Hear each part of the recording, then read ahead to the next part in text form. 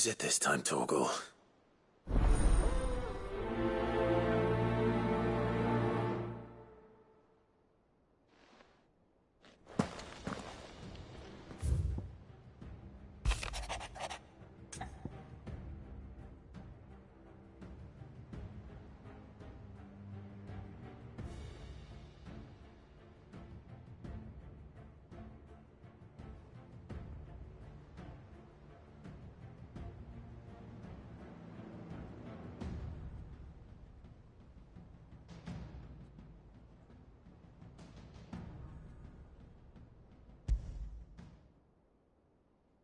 Something tells me this is no mere adventure story.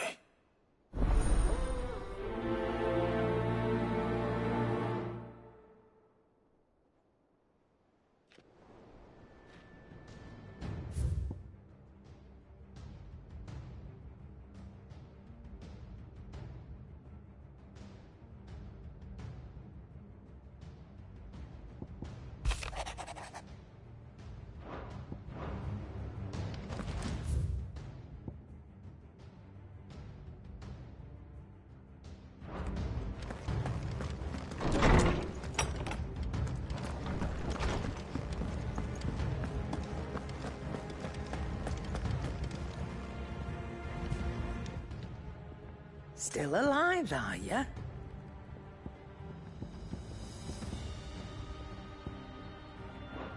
Come back soon. And I mean that.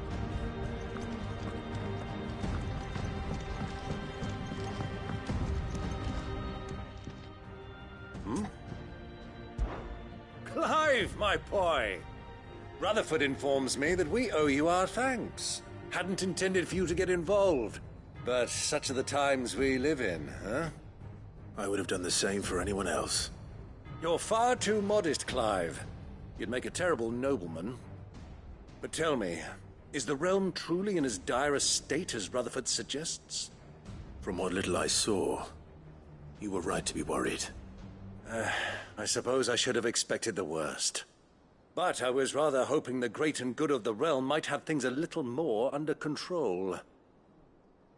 Alas, it seems that firm leadership is in short supply these days, and without it, the people are bound to lose their way. We must move quickly. But where do we start? True, the challenges that face us are many, but in my estimation, there are two key areas to be addressed before any other. The realm's armies and her larders. As you've seen firsthand, it's every man and woman for themselves out there.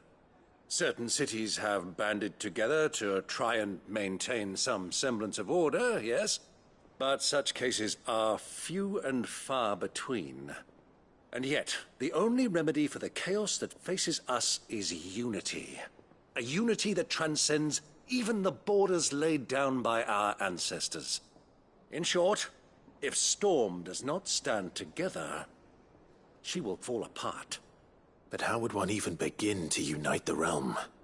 The armies, my boy. As I told you already, we begin by restoring order among the ranks of those sworn to maintain it. Sadly, I doubt I could convince even the lowliest gaggle of privates to dig a latrine together. But I do know someone the High Commanders have been known to listen to on occasion. Field Marshal Eugen Havel. I thought he was retired. He was, until an Akashic army tore through Randalar and killed most of the rank and file. There is no man alive more capable. Literally. And as luck would have it, I've already spoken with him on the matter. Of course you have. And he's agreed to help. On one condition. That he first speaks with you personally. Havel has always been a man of frustratingly rigid principle, and he has certain qualms about clasping arms with, well, with an outlaw. I extolled your many virtues as best I could, of course, but the old goat was adamant that he be allowed to appraise you in person. You don't mind, do you, my boy? Of course not. As long as chaos reigns, we will never build a better world. I'll do whatever it takes. And if the Field Marshal wishes to speak with me in person, then so be it. That's the spirit. I'll leave for Randalar at once. Would you send a Stolas? Of course. Rutherford is already in the Dalmekian capital. I'll have him tell Havel to expect you forthwith. Excellent. Thank you, Uncle. No, thank you, Clive.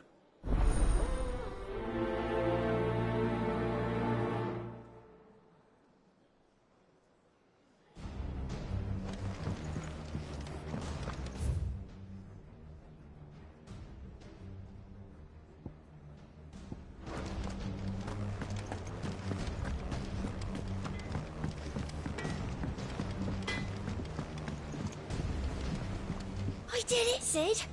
I made friends with all the animals in the hideaway. But you know what I'd really like? My own goblin. Or maybe a Morble, or a bomb. Only if it was a big one. That or a bander curl, but not a cactuar. They're too prickly. Is there out you need? Be seeing ya. Say what you will.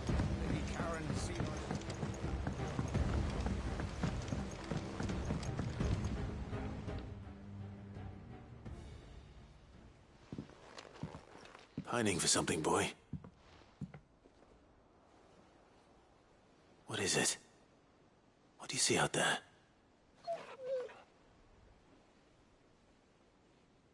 I never did ask where you got that anklet of yours. From Sid, that's why. On the day he brought him home. That long ago?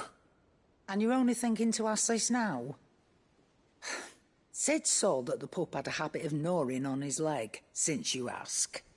Clap that there iron on him to keep him from doing it. What was wrong, boy? I'll take like as not. Must have been hard on the poor whelp losing his loving masters at such a young age. Doubly hard in being a frost wolf, torn away from his icons and all. Sid would always tell him, you want that iron gone, you find what it is you're looking for. I reckon what he were looking for was you. I'm sorry, Torgal. Sorry for making you wait so long. Let's get that thing off you.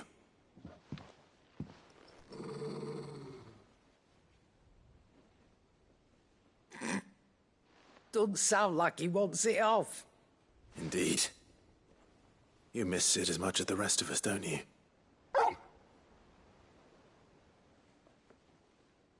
You want me to go with you somewhere?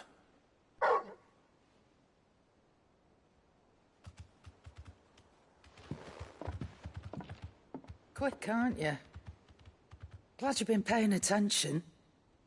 Not nearly as much as you have, Lady Karen. Aye, good thing and all. It's not like Gav would have kept him in nuts and rubbed his belly these past 10 summers. Your kindness is appreciated. You've been a good friend to him. Only because he doesn't talk back like the rest of you. Go on now.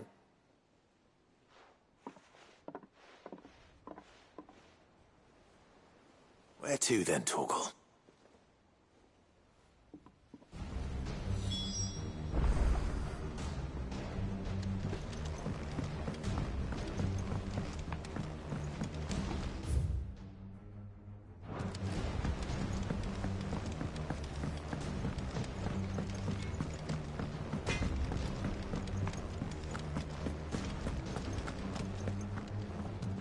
All right, Torgal. Where are you taking me? I'm going to need a little bit more than that, boy. Do you have a better hint for me? Unless... you've already given me one. Back on the rear deck, you were looking west, toward Rosaria.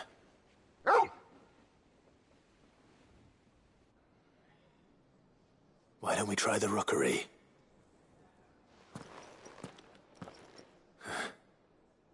I haven't been to the island in almost 20 years. To Port Isolde, then. Fingers crossed the old mooring is still there.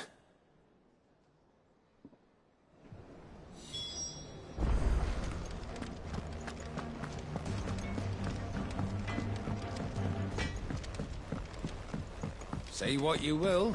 Lady Karen has seen us.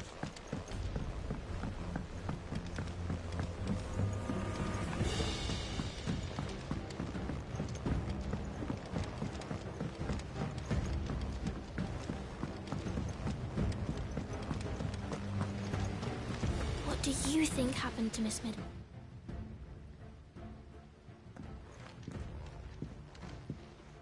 Sid, you have to help us. With what? You didn't take apart another of Mid's contraptions, did you? No. Well, yes. But that's not what we want to talk to you about. It's Miss Mididol. She's been acting strange. Very strange. She's barely ever around. When she is, she acts like we aren't even there. Her head's in a crowd. In the clouds. That's what I said. In the clouds. Well, she does have a lot on her mind. When did you last see her? Not long ago. Right after she got back from saving you from Stonehenge. Then it's probably just about the Enterprise. It did take quite a battering on the way there and back. You didn't break it, did you, Sid? You really should be more careful around Miss Mididol's inventions. Don't listen to her. Even if you did break the Enterprise, you could put it back together, couldn't you? But who's gonna put Miss Mididol back together? She seems really sad. Why don't I go and see if I can cheer her up? You do that? For us? She's in her dungeon. Don't scare him. It's not a real dungeon. Thanks for the warning.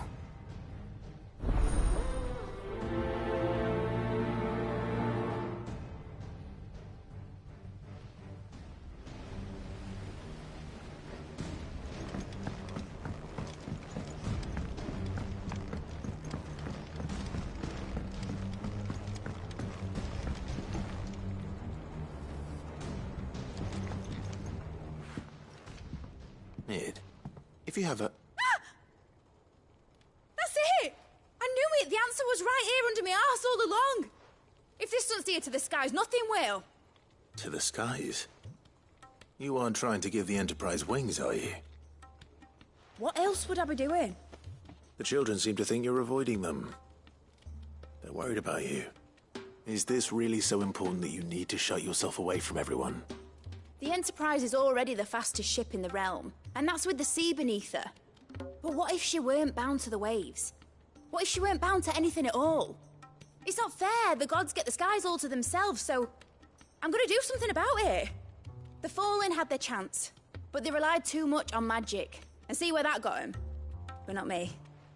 I've discovered how to do it without. Well, almost. First, I need to make a prototype.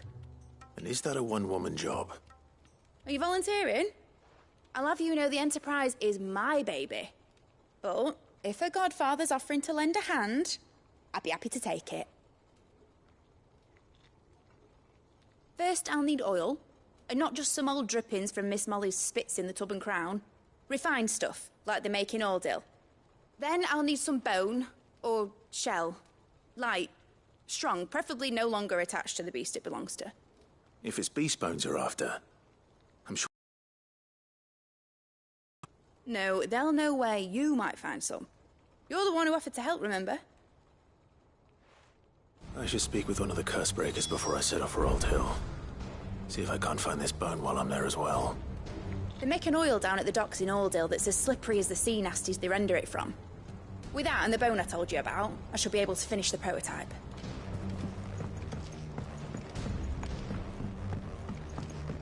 Has Mididol mentioned a new project?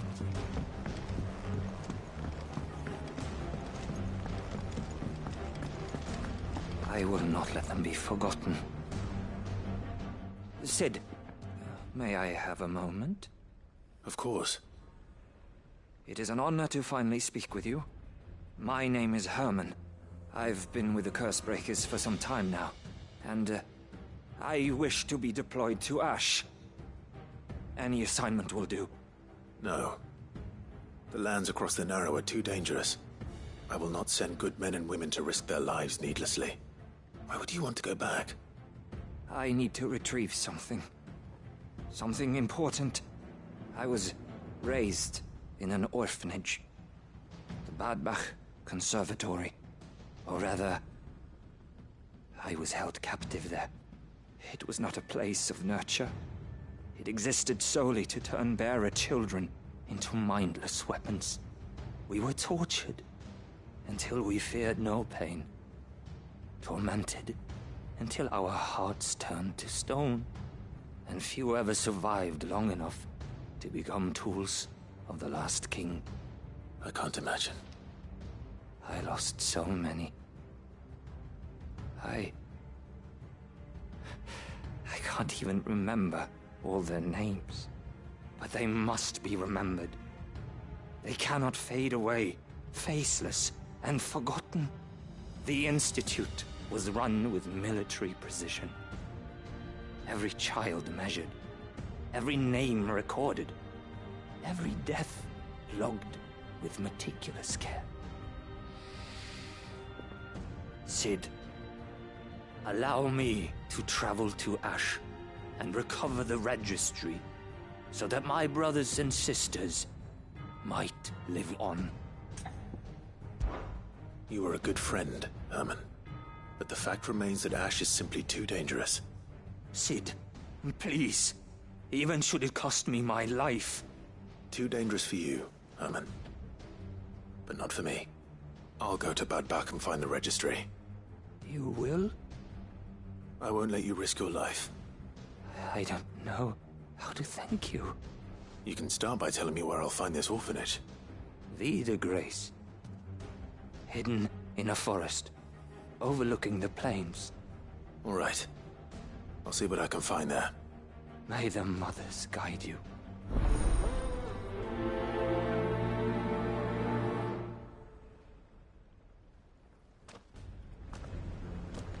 The plains of Vida Grace have haunted my dreams since I escaped from the orphanage. I can't say I was looking forward to returning.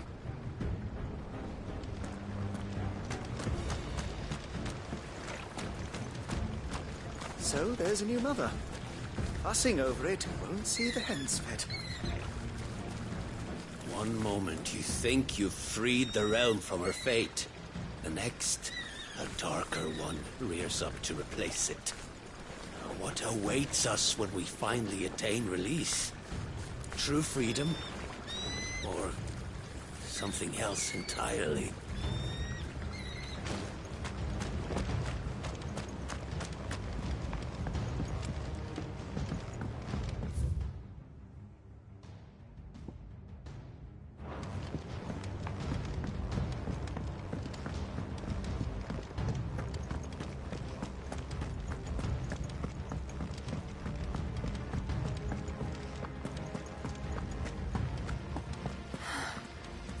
All this time, my heart has wandered hither and thither in search of the perfect companion.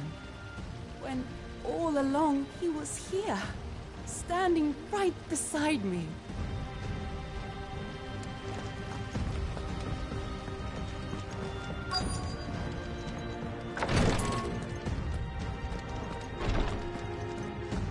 Feeling ill? Take care. His tea stopped the fits. I only hope they stay. Is there aught I might assist you with? Have care, my lord. Thank you, my lord, for taking me in. Everyone here has been so kind. It reminds me of home.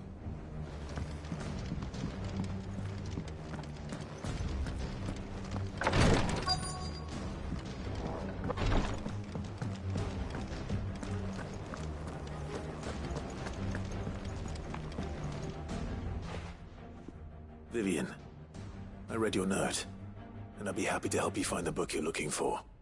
Thank you, Clive. But tracking it down will not be easy. Are you sure? Please. You have always granted me your wisdom and insight whenever I asked. It's only right that I return the favor. Or at least attempt to. You are too kind. Alas, what I ask of you is rather more trying than delivering the odd lecture. I spoke with Harpocrates to see if he had any inkling as to where another copy might be found, but... But perhaps it is best that you hear the details from him. If you say so. Forgive me, Clive, for asking this of you. But this book, it set me on the path to becoming who I am today. Its importance cannot be overstated.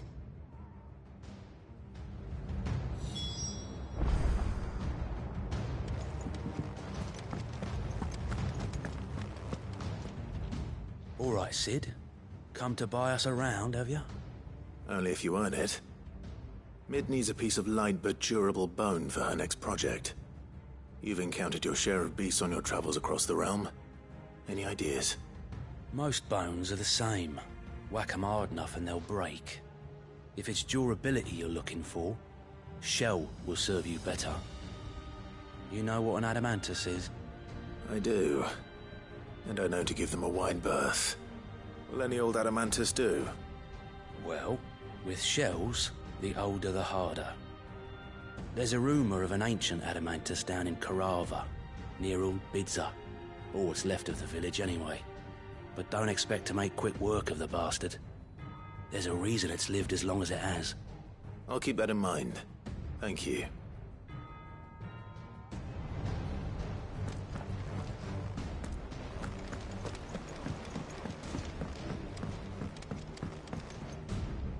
Sid, I was wondering if you could help me. It depends what with. A bearer, but recently freed from his bonds, is keen to join the Cursebreakers. As you know, the work we do is not easy, which is why we test every volunteer's suitability. I was hoping you could oversee this one's evaluation. I don't mind, but why this one? Because he wants to be a scout. Our ranks are filled with men and women capable of breaking chains and putting slavers to the sword. But scouting, we're few with the nose for that, which is why we still rely so heavily on Gav. And since he accompanies you on so many of your missions, I thought you might be better placed to recognize the traits in him that we should look for in those who'd fill his boots. Sounds reasonable. So you're happy to oversee the boys' test, then? One can never have too many scouts. Truer words, Sid. I'll let the initiate know that you'll be attending his trial, and that he is to proceed directly to Northreach in readiness. No time like the present, eh? No time like the present. I'll await you there.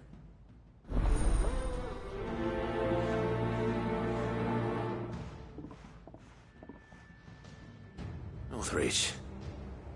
I don't suppose they could have chosen somewhere closer. There's something about it.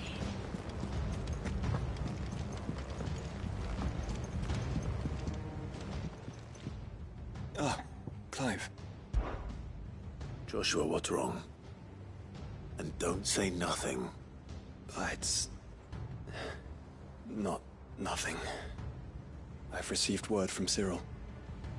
The Undying have found Father's will. Or something akin to it.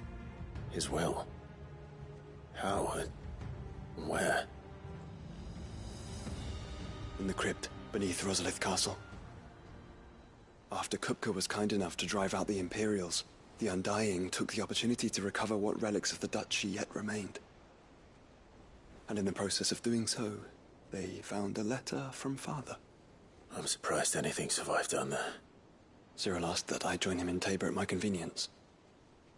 I have been meaning to go, but... would you join me?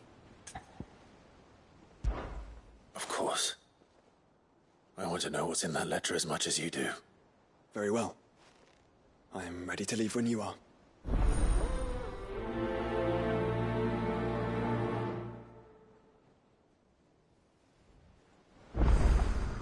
Back to Tabor, then. Not to be reunited with Guilty this time. With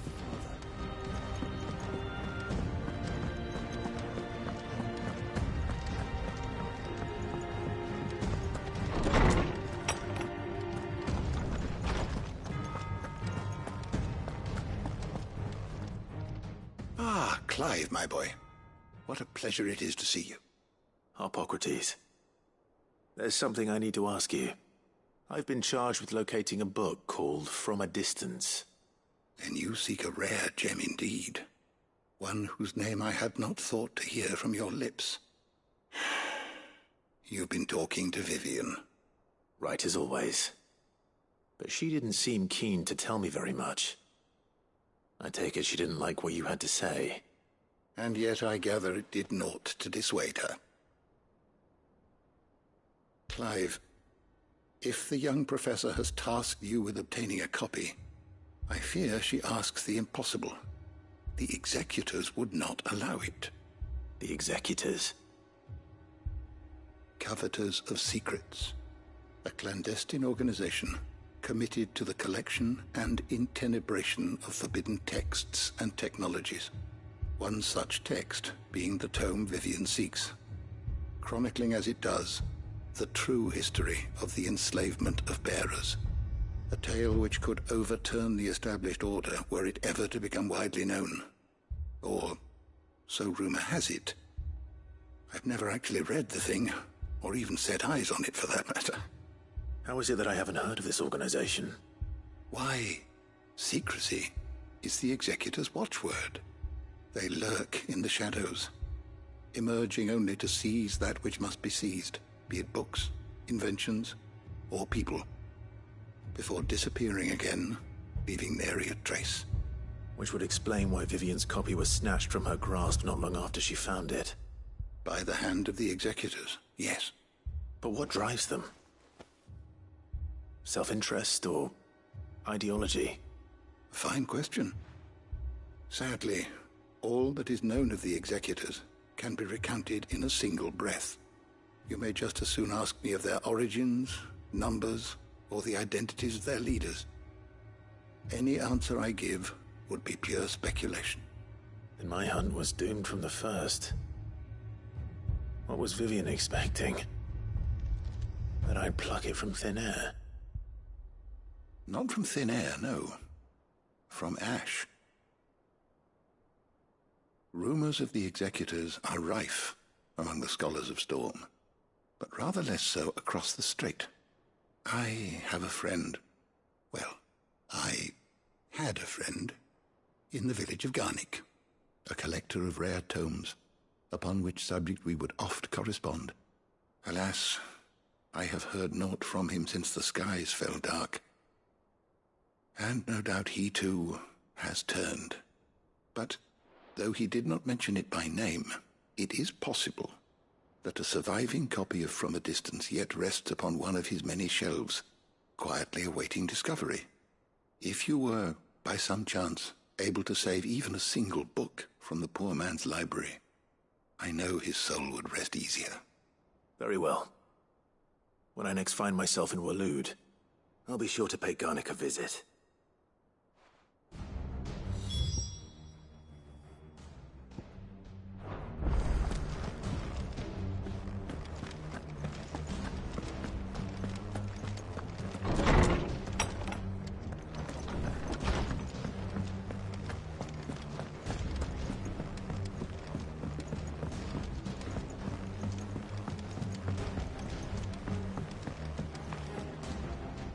Sid, do you have a moment?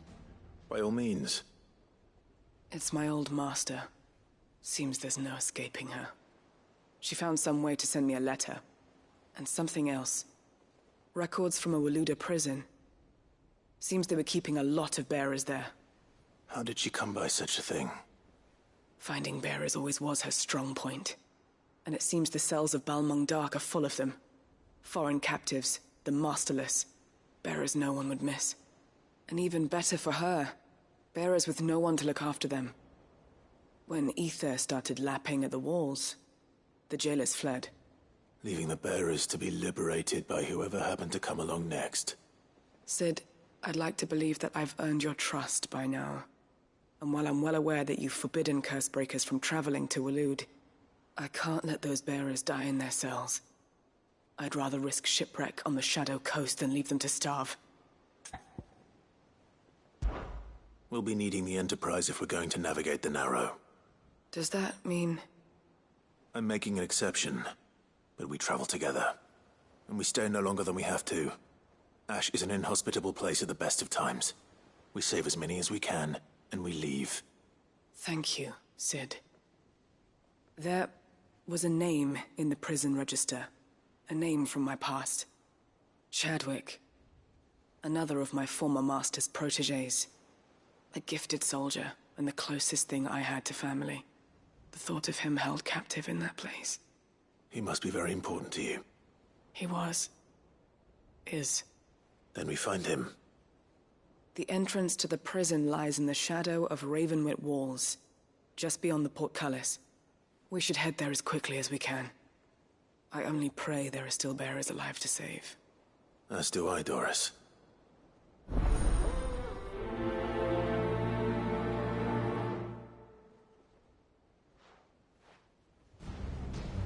How long has it been since the jailers of Balmung abandoned their charges? Without food or water, they won't last long.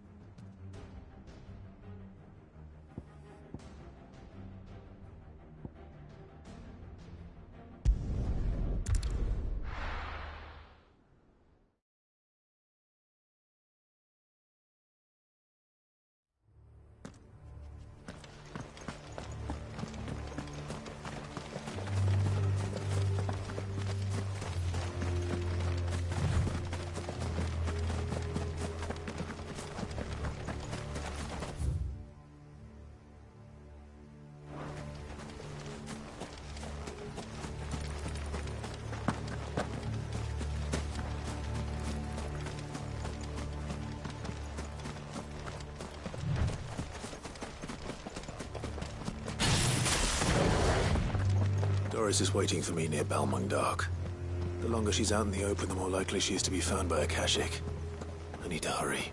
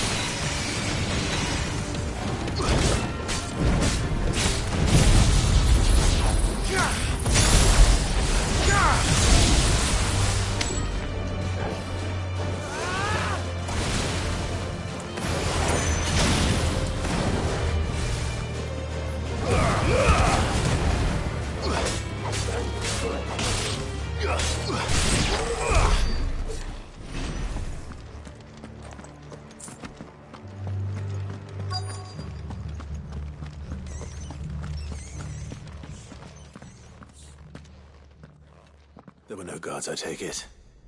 None manning the gates, no. It's a different story inside, though. The corridors are crawling with Akashic. Most likely guards left behind when the wardens ran. If Chadwick was being held here, I worry that he may already be. Don't give up hope just yet, but let's move quickly. Let me check the ground floor. The ether stick is there. Then I'll search the upper level. Good luck, Sid. Stay safe.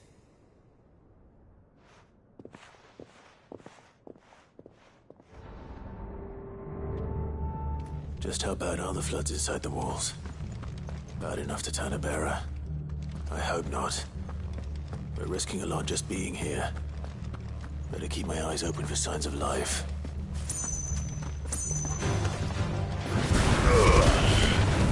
Ugh.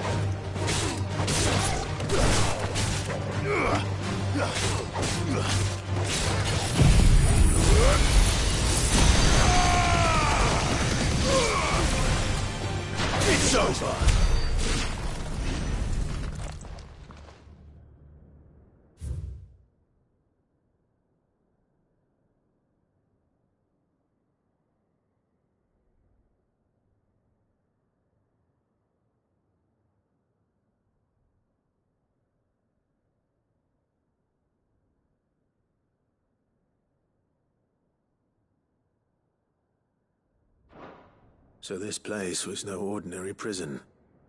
And I doubt they'll have taken the creature with them when they fled.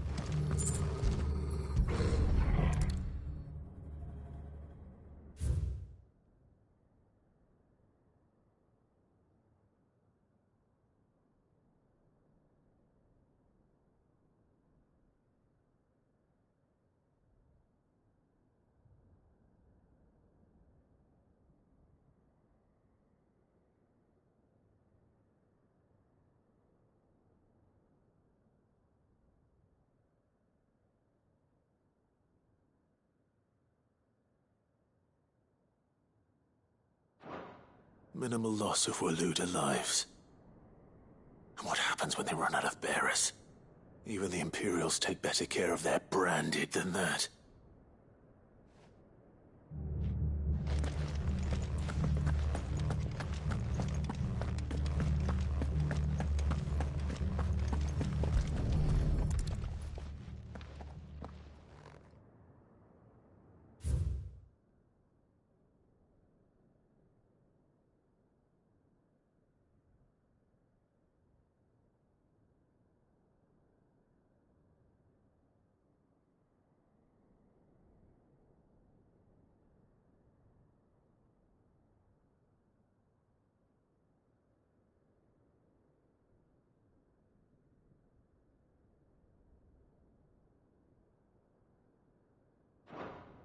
They were feeding bearers to it. This is even worse than I'd feared. Nothing but a Kashyyyk down here. Hopefully things are looking better upstairs. I should go and see how Doris is getting on.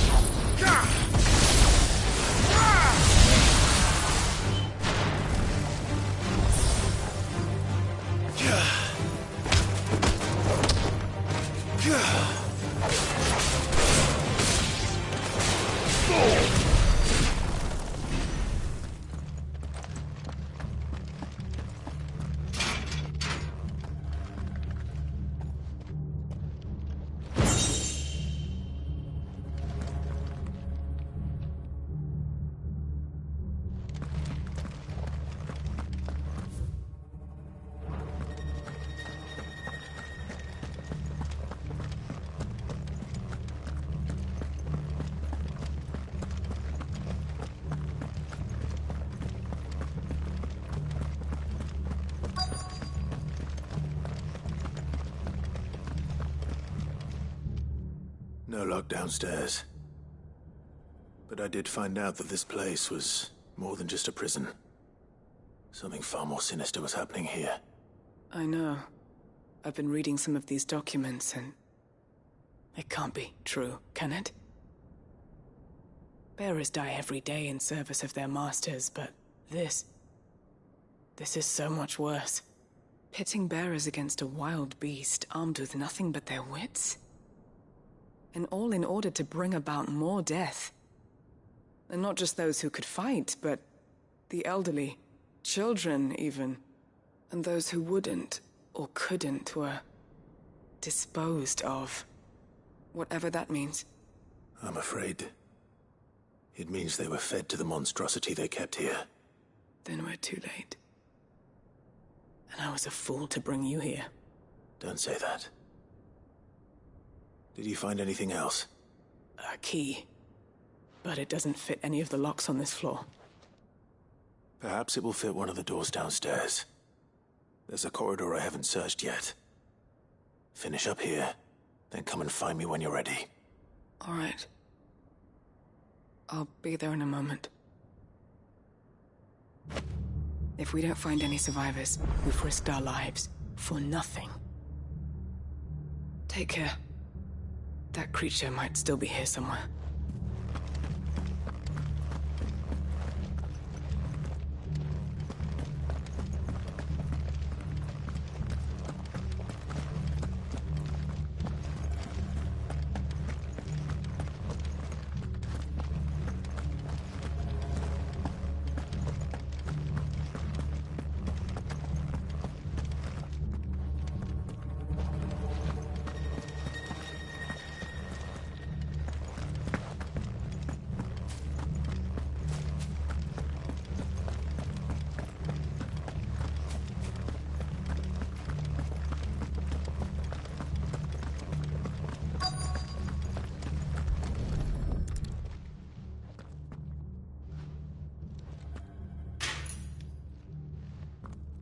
See what we can find down here.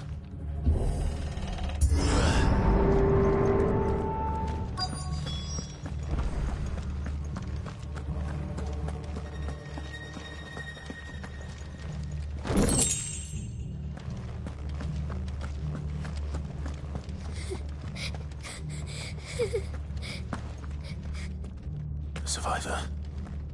And she sounds close.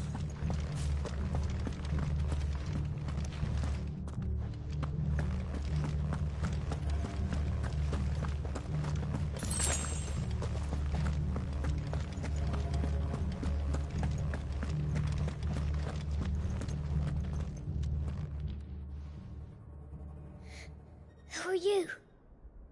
There's no need to be afraid. Are you alone? Are there any other survivors? Some of the guards. They're still here. But something's wrong with them. Everyone else was eaten by the monster. Of course there were. Thank the Founder. It was worth our coming. But I'd rather we didn't linger. Are you ready? Ready when you are.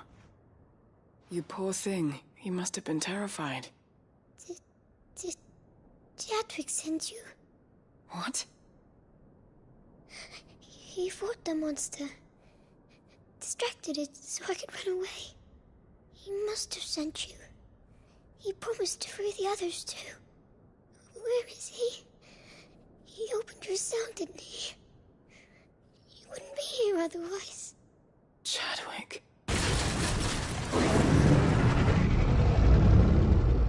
Was that? Monster's back! Chadwick, help! We have to get out of here. Doris, keep the girl safe. All right. You put that bearer-eating bastard in the ground.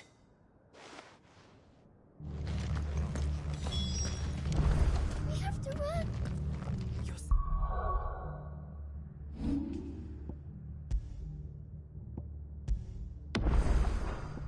It's out there waiting for me. I can't let it live.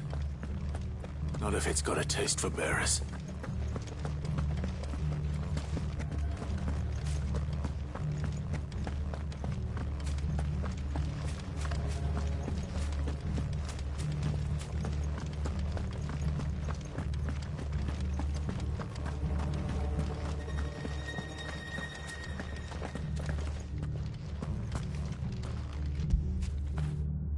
You all right, boy?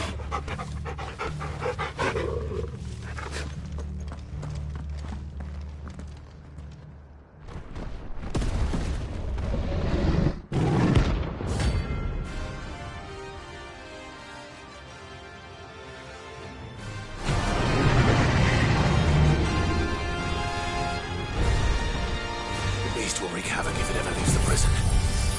I can't let that happen.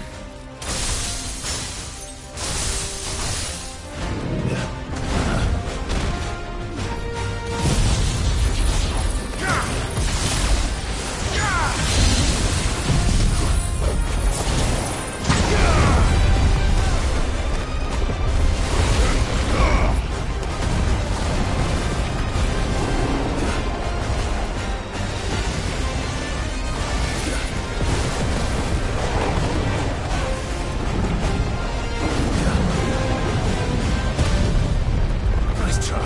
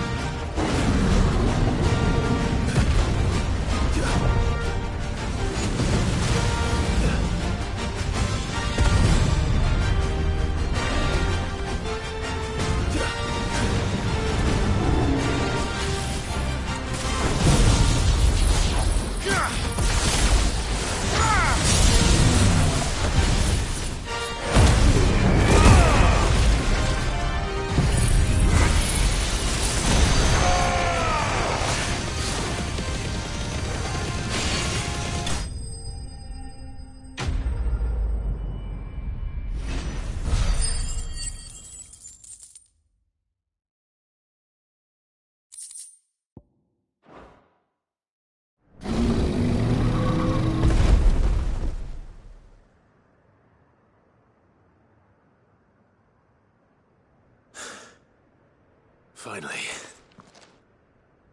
Sid, are you hurt? I'm fine. I think.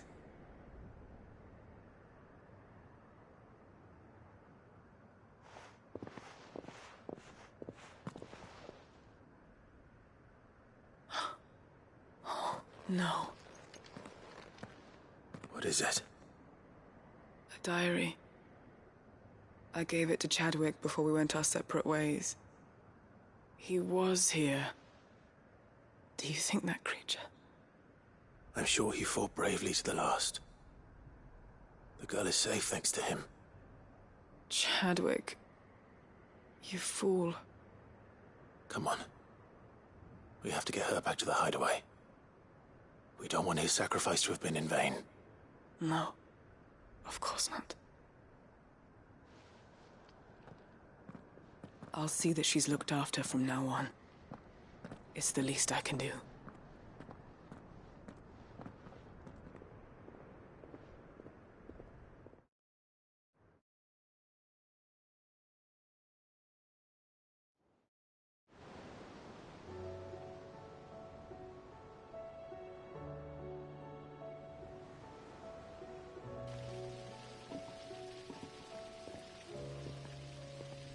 From what I hear, you've barely left the girl's side in days. I hope she's recovering from her ordeal. She is. Slowly but surely. She's far tougher than she looks. I thank the flames we found her. If we hadn't... I know. But we did. I'm sorry we weren't able to save Chadwick. There's no need to apologize. Without your help, I would never have found out what happened to him. How he fought to the bitter end to save her. To save Haida Marie. That's the man I remember. The man I thought of as a brother. I wish I could have met him. I'd like to hear more about your past. If you don't mind, that is. Of course. You already met my former master. She trained Chadwick and I to do two things. Kill and obey. We were supposed to be sold to the highest bidder when the time came. But no bid was ever high enough to convince her to part with us. For years we were her daggers in the shadows. But we could never quite shake our doubts about the things she made us do. And then, one day, we just couldn't do them anymore. So we escaped. But staying together was out of the question. They would have found us too easily. After so many years of training, the pull to serve was always strong. It scared me to think he might have taken another master, become a dagger in someone else's hand. But even in captivity, the battles he fought were his own. And he died not as someone's tool, but as a hero. Haida Marie is proof of that. Bearers can cast off their shackles. And the Cursebreakers will show them how. I'll fight until my dying breath to see it done. For Chadwick, and for all of us. Thank you, Doris. We'll be counting on you.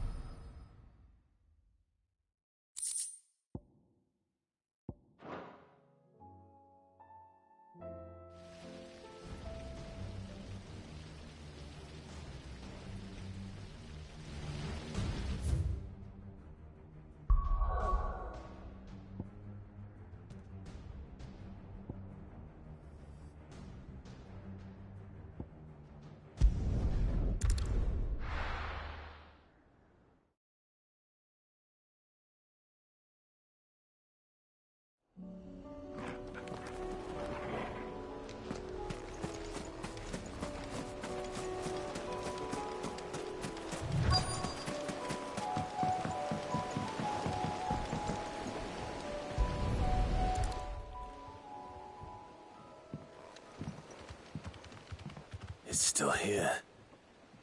After all these years. A lot smaller than I remember. And you're a lot bigger. You might have to swim, boy.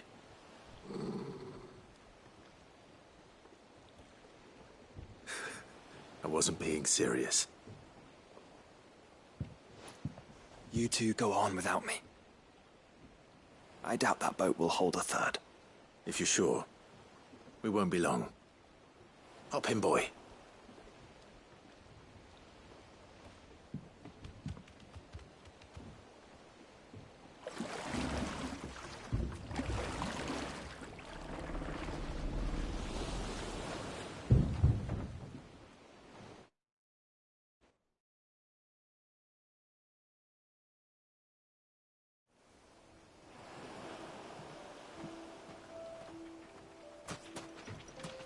This place hasn't changed at all.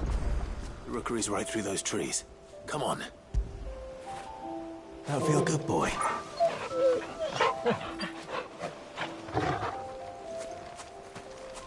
Race you there? I bet I could still beat you.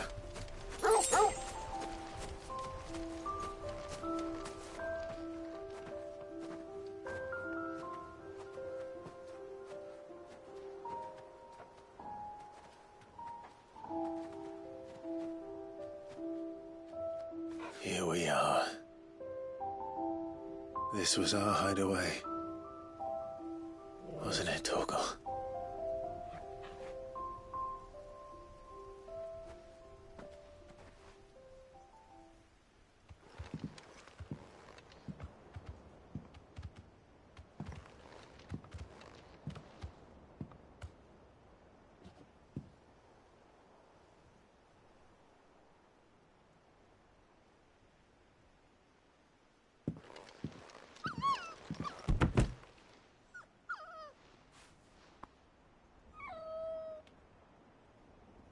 Coming here helped me to forget who I was. Or wasn't. Prince, shield. Son his mother could love.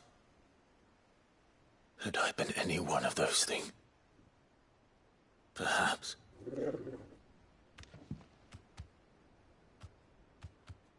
What is it, boy?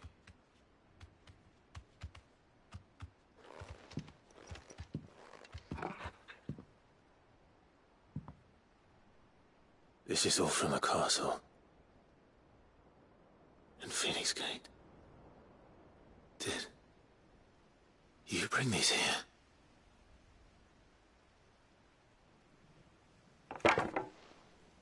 My sparring sword.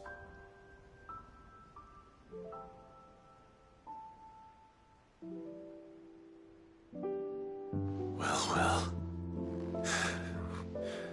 You never stopped looking for me, did you, boy?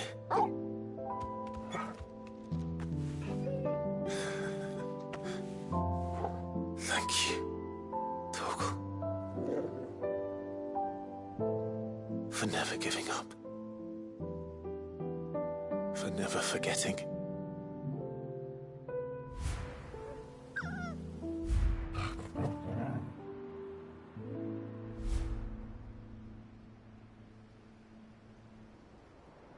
Let's take this with us, shall we?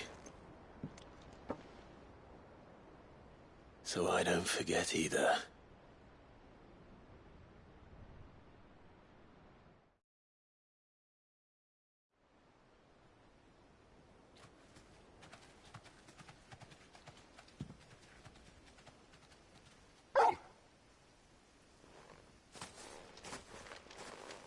That's not the way back to the boat, Torgal.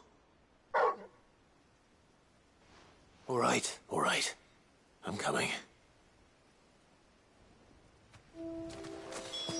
I think I know where we're going.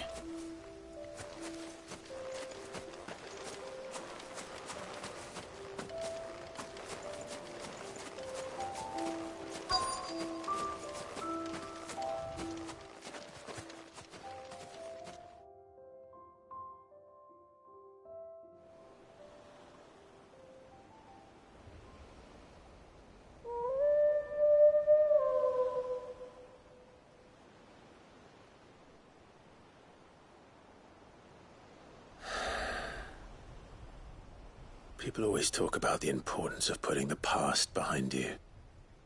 But without it, we wouldn't be who we are today. And we certainly couldn't steer our way to a better tomorrow. Come on, Torgal. Let's go home.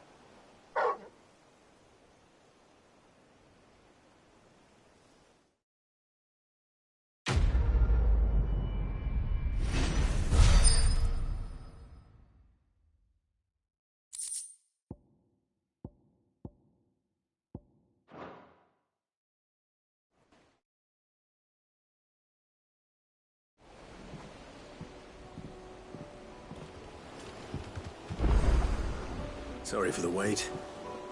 We're ready.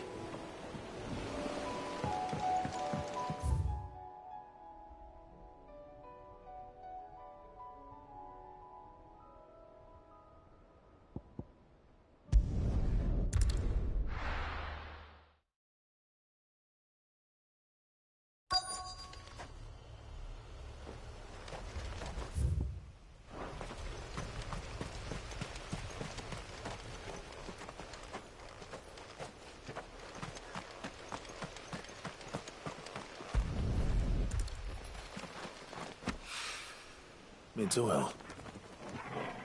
After what happened here, it's a miracle there was any left at all.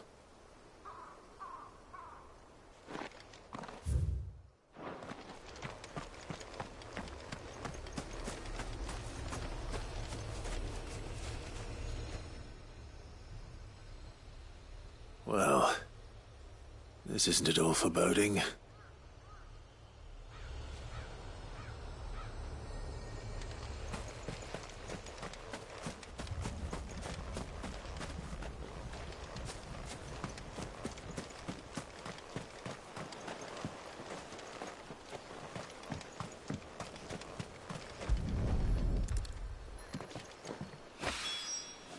This should be enough.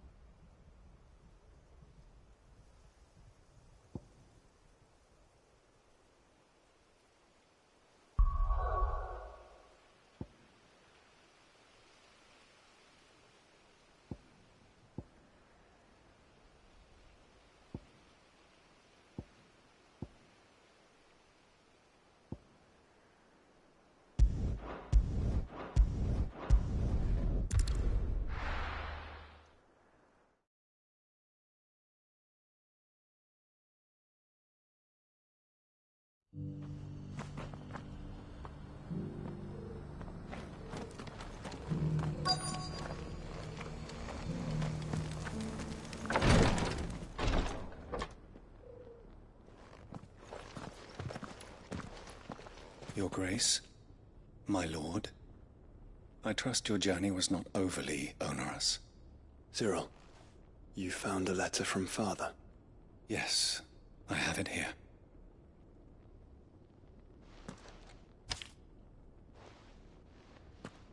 If you would do us the honor, my lord.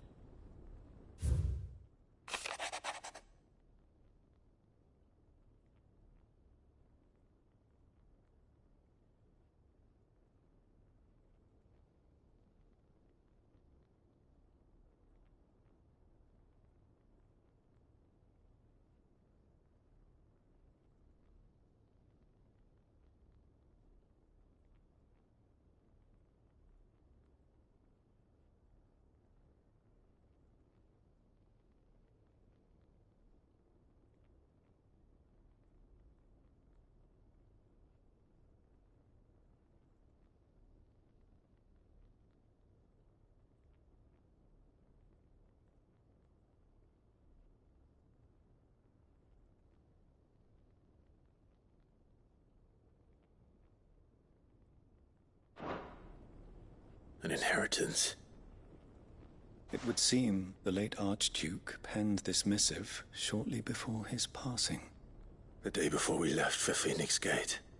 What are these plans he spoke of? His plans for the duchy, Your Grace. Your father entrusted them to my predecessor, the former bearer of the Burning Quill, who entrusted them in turn to me. The complete emancipation of bearers is their stated aim. But your father's dream did not end there. His Grace also spoke of building hospices to care for those stricken by the curse, and the founding of a new university to further the development of non-magical technologies. With the blight spreading ever more widely across the twins, Archduke Elwyn saw this as the only means of securing Rosaria's survival. He wished to see men and bearers treated as equals. To see centuries of common wisdom overturned. Small wonder he did not think it achievable within his lifetime. But he thought it achievable nonetheless. Had he not, he would never have written this message. Nor would he have entrusted his vision to his most faithful aides. Those who would have stood with you, shielded you from the machinations of the less benevolent personages at court. It's a pity only they are still with us. 'Tis true that those most loyal to your father were the first to suffer the Duchess's wrath. But one at least remains, and she has come bearing gifts. What do you mean? Mayhap it is better that she explain, my lord. After all, the duties entrusted to me by my predecessor extended only to recovering His Grace's will and arranging a meeting with the one who might execute it, or a part of it, at least. And where is this woman? She awaits you in the archive, Your Grace. Thank you, Cyril. Shall we then?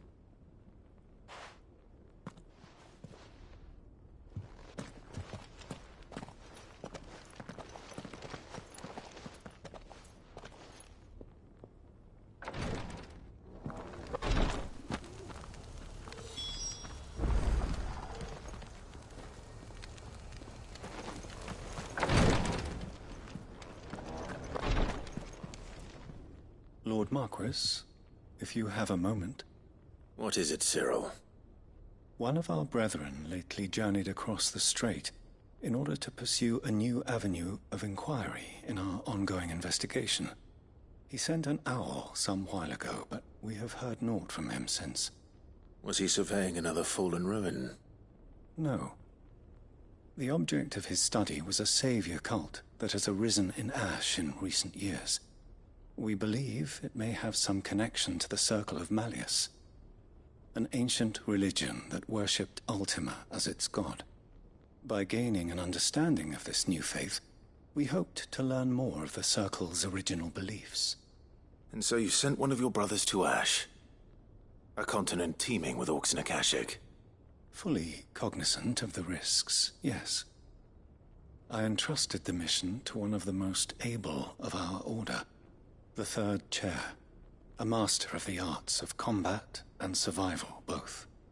Though he has been silent for some days now, I have thus far refrained from sending any others in search of him, lest they be lost in turn. Yet, it seemed only right to inform you of the situation, given your unique experience of the perils of Ash.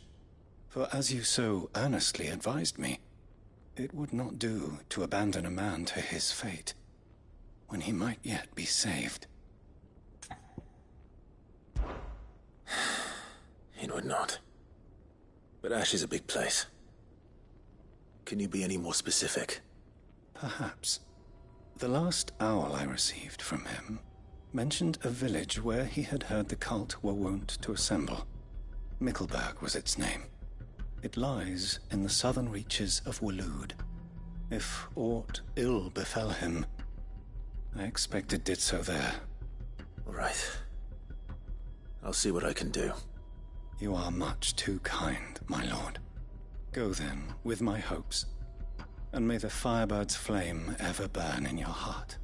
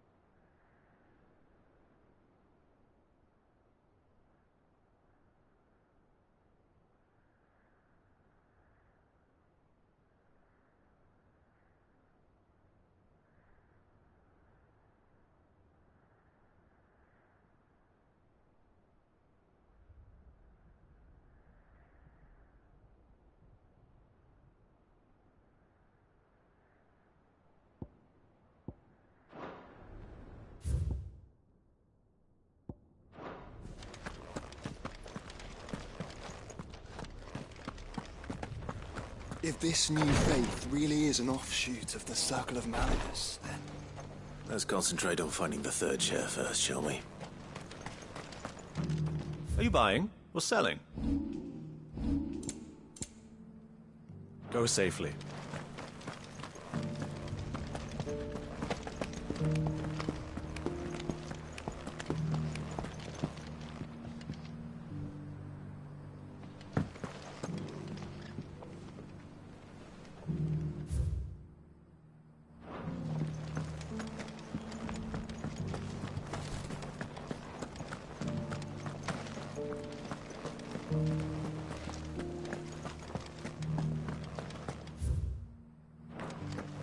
Have you noticed the Elder has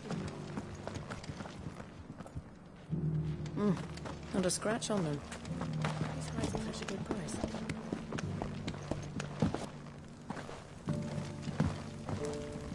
This is the Required Tree, an archive where we of the Undying collect and collate our findings. Fragments of Ultima's true nature surely lie buried within these pages. We have only to unearth them.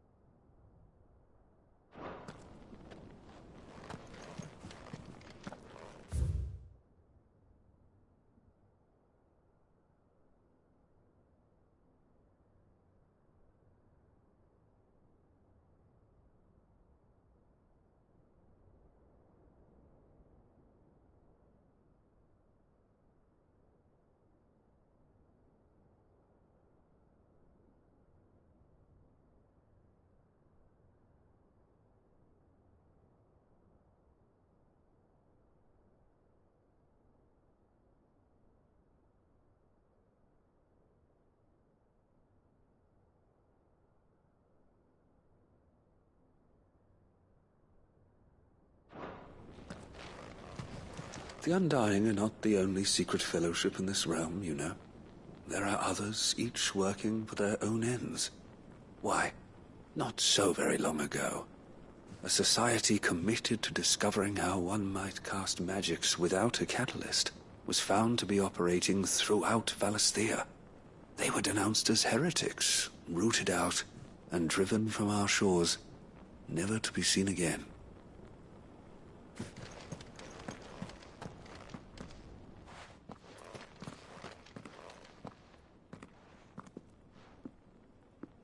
My lord, your grace.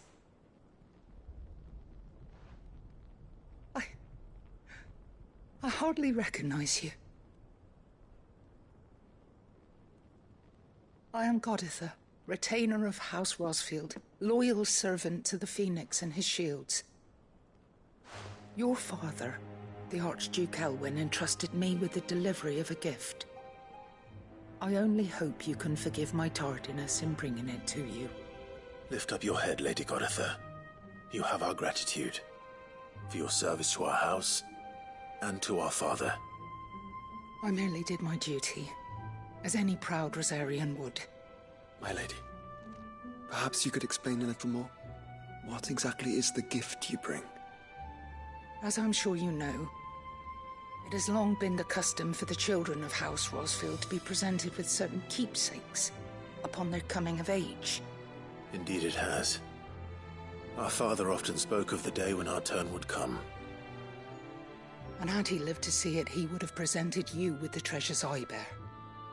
Matching armbands for you both. Alas, he did not live. Indeed, he was taken from us even before they could be completed. He had intended to claim the Heartstone with which each armband was to be finished himself, but it was not to be. And his gifts remain incomplete. I see. It saddens me to bring them before you, as they are. It was your father's wish that you be presented with the finished articles, not these works in progress. But with his grace long since gone, and the stone left unclaimed, I had little choice. You are grown men now, and his house is yours. And while I would not presume to insist upon your claiming the Heartstone in his stead, I know that nothing would have pleased him more than for you to do so. Thank you, Lady Goditha. What say you, Clive? What else? Of course, my lady. May our father's will be done. Oh, I am much obliged. Do you know where we might find this Heartstone, my lady? I do. Though it may be a matter of a good deal more than simply happening upon it. It is found in the bellies of elder griffins, you see. We do at least know where to find one. A certain specimen has made its nest in Titan's Wake, not far from here. A certain specimen? You are most perceptive, Your Grace. In answer to your unspoken question, yes. In fact, this is the very same beast your father meant to slay. I have been tracking its movements since you were but a boy. Were you to slay it in his stead, as men of House Rosfield, it would surely make your father proud. What say you, Joshua? What else? The griffin your father meant to slay is currently nesting in Titan's Wake, not far from here. Slay it in his stead, and claim the Heartstone that he could not.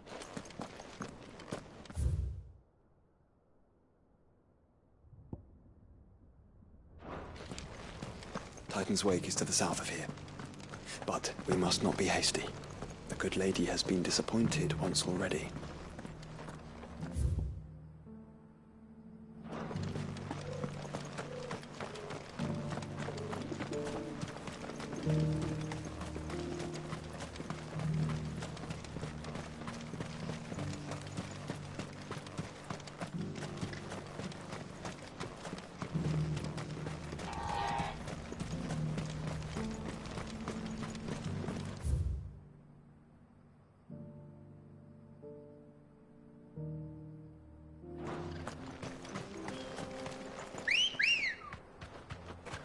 Let's go.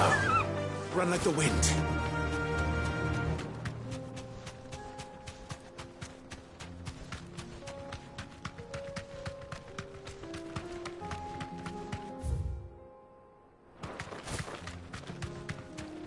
Have care.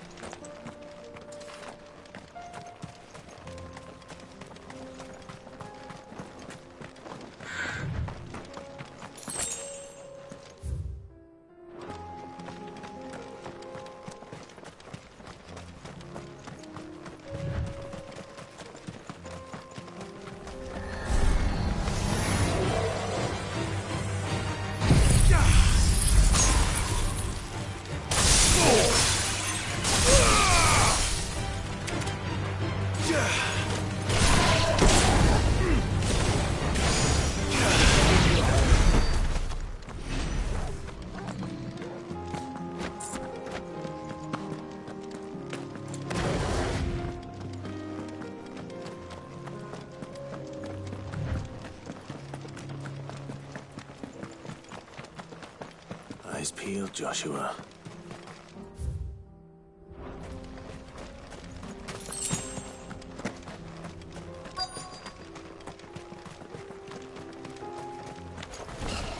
There it is. The House Rossfield.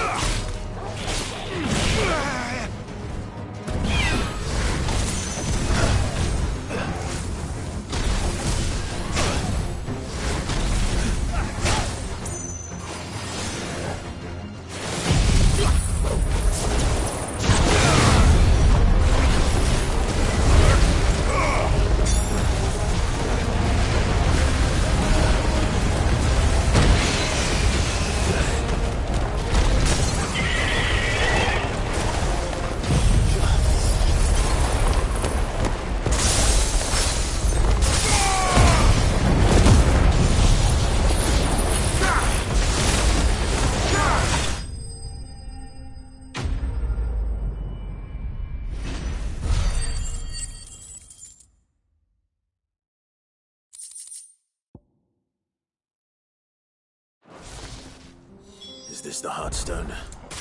I expect Lady Godotha will know.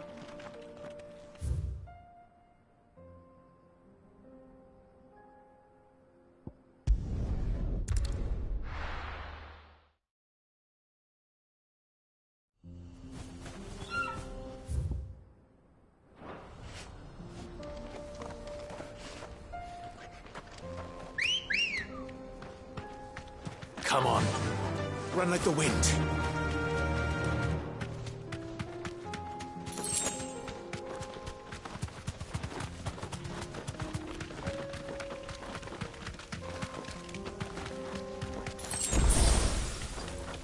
Caution, brother. Here we are again. Carava. If you were a tortoise, Torgal, where would you hide?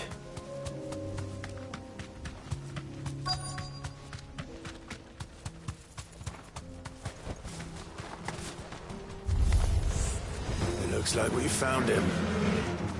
Muhammad!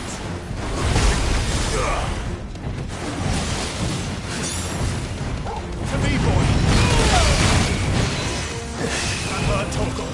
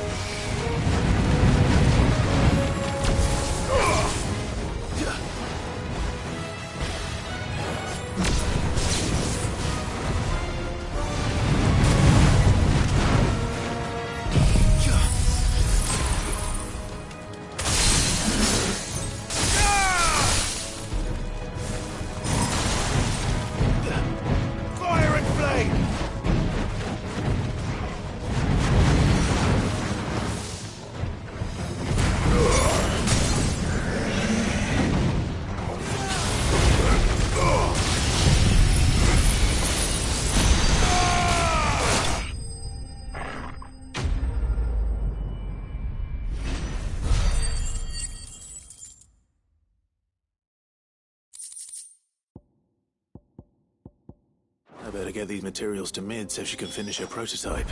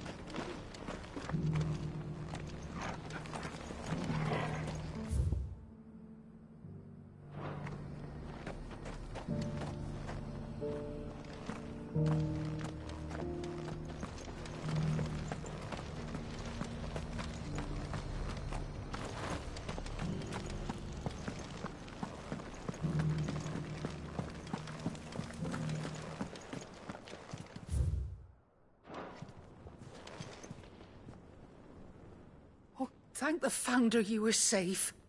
The Griffin is slain then? And the Heartstone claimed.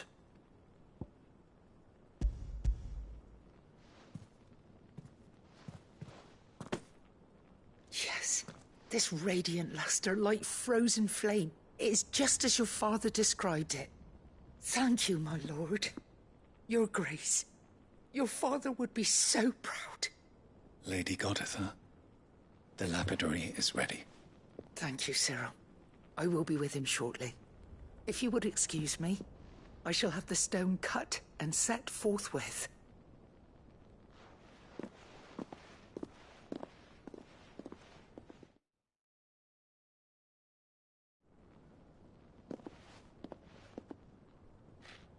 The armbands are complete. Pray, take them. They are yours, after all. Heartstone is harder and more enduring than garnet, or even ruby. It symbolizes unwavering will and devotion. And the graven vines encircling the stone represent the unbreakable bonds between you. It's a message.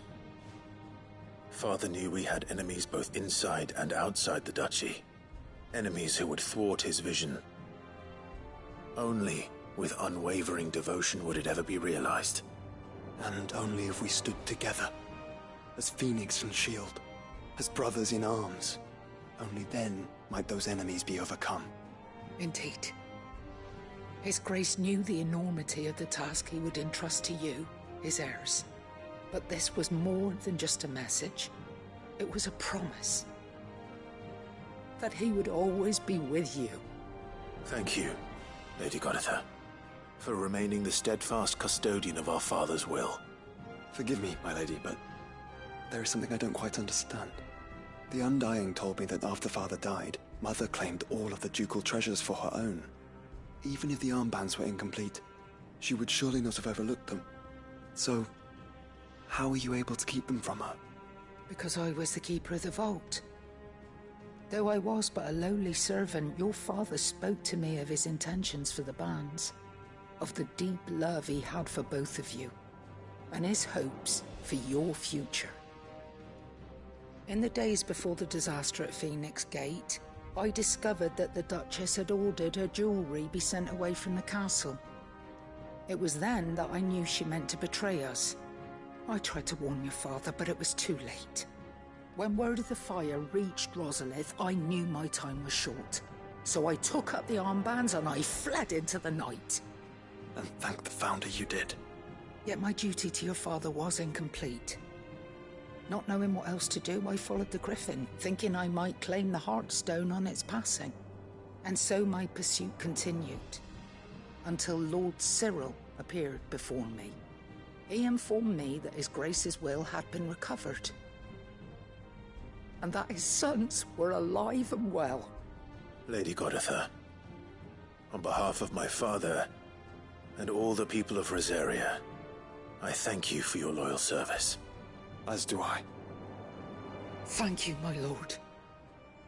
Your Grace, for coming back to us, for giving my service meaning. I remain your faithful servant, my lord.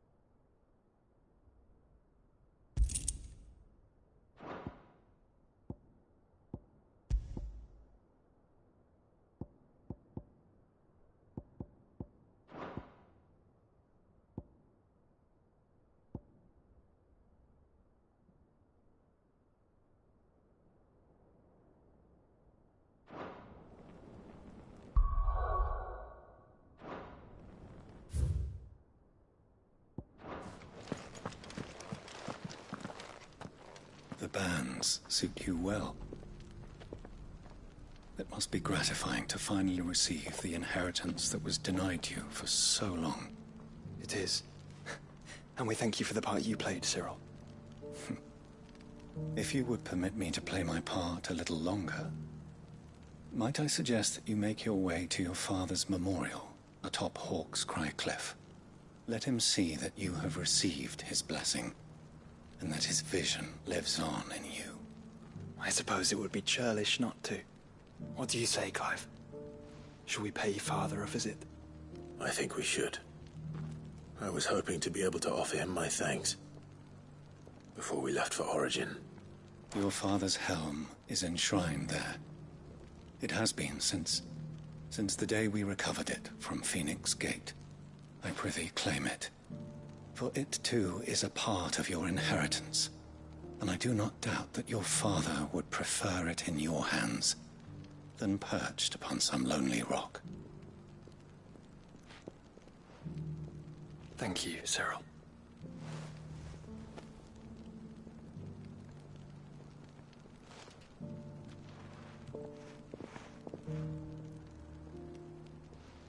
Come on, Clive. He's waiting.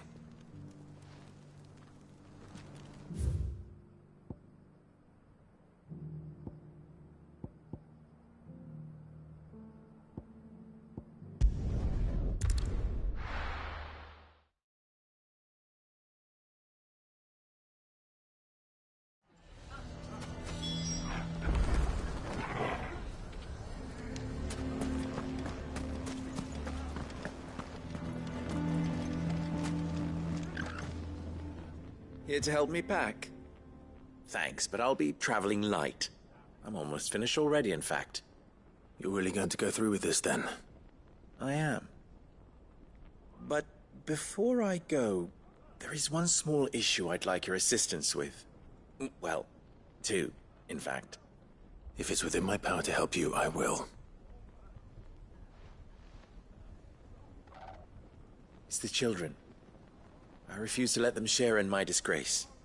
And if I leave them here, they surely will. Our friendship would see them ostracized forever. But I can't take them with me either.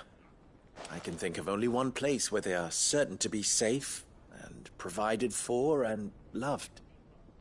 The Hideaway. Of course. The children would be more than welcome. Thank you, Clive. I will not forget this. Lubor, are you still here? What is it, Ferda? You look pale. There's been a flood in the Velcroy, a damn big one. The League of Outlaws encampment was completely submerged in ether. What?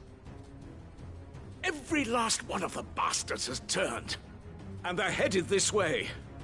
Bandits are one thing, but Akashic bandits are quite another. The town guard won't stand a chance against them. We need to evacuate. There's no time to lose. Ferda, gather the men. The Akashic may strike at any moment. We must make ready to cover the townspeople's escape. Well, what are you waiting for? Yes, my lord. Clive, change of plan. The children stay with me for now. I need you to find Conrad and Natalie. Tell them to prepare for a full and immediate evacuation. Understood. I'll do what I can to convince everyone else. Wish me luck.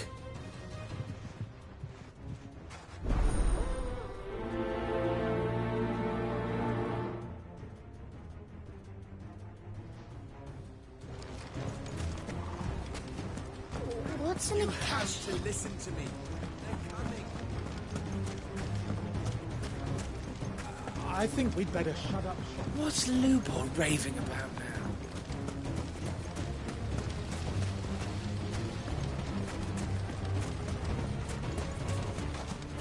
We do not know when the Akashic will strike. Good day, my lord.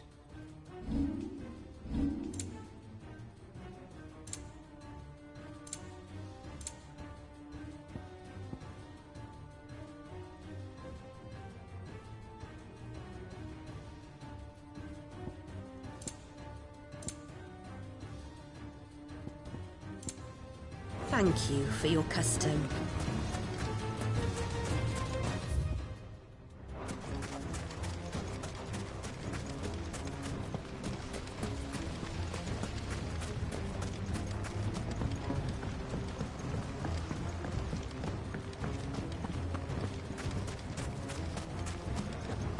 You lied about being one of us? Why do they always have to make such a fuss out of it? What's the commotion?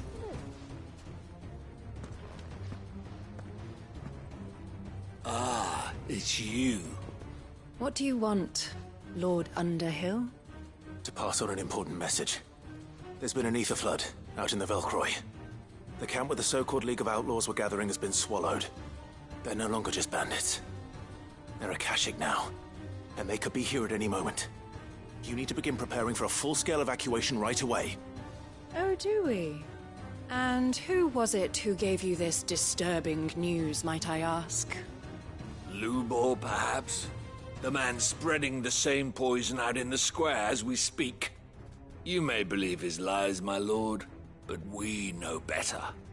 But why would he lie about something like this? Some twisted attempt at revenge, perhaps. If he had not been unmasked, he may well have been elected our leader. A great honor for one of his kind. One he might well feel aggrieved at having been denied. Lord Underhill, forgive me, but it has become all too evident where your sympathies lie. Lubor cannot be trusted, and neither, therefore, can you. You may not trust me, but for the sake of your people, ask yourselves if there is any chance that this is true. There isn't. You can be certain of that. Now be off with you. You're making a mistake. Come, Clive. If our words will not move them, then we must find another way to help save the town. You're right. Let's speak to Lord Ferda. You have to listen to me. They're coming. You need to evacuate.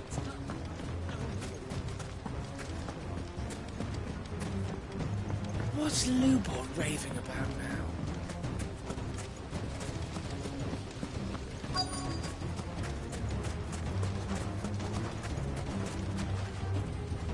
Lord Ferda. Sid, what's wrong? I went to warn Conrad and Natalie about the Akashic, but they wouldn't listen. They've convinced themselves that nothing Lubor says can be trusted. The bloody fools. Which means the town guard can't be counted on for support. But I can. If there's anything I can do to help you defend Dalamil, you only have to ask. I appreciate it.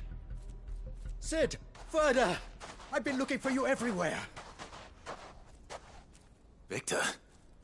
I thought you'd left. I couldn't abandon a friend in need. And Lubor is in need at this very moment. Come quickly.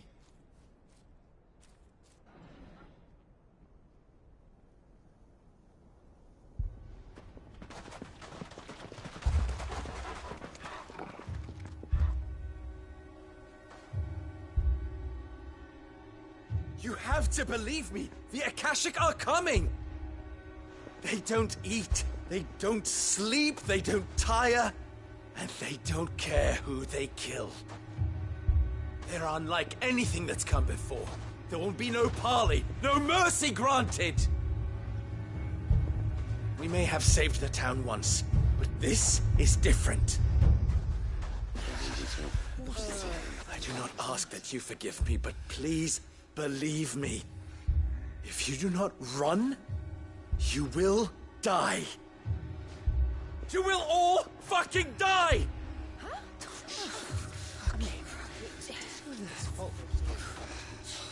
You'd like that, wouldn't you, bearer? Yeah, with us out of the way, your kind will be free to claim Dalamil for yourselves. It's you who should run! Run, bearer! Yeah, run! Run! Far, far away! Run! Just go on. Yeah. Yeah. Yes! Go! Come on, then. Go on! Go! Just go. Lubor, wait. Someone's coming. Go. Come on! Stop! You're hurting him!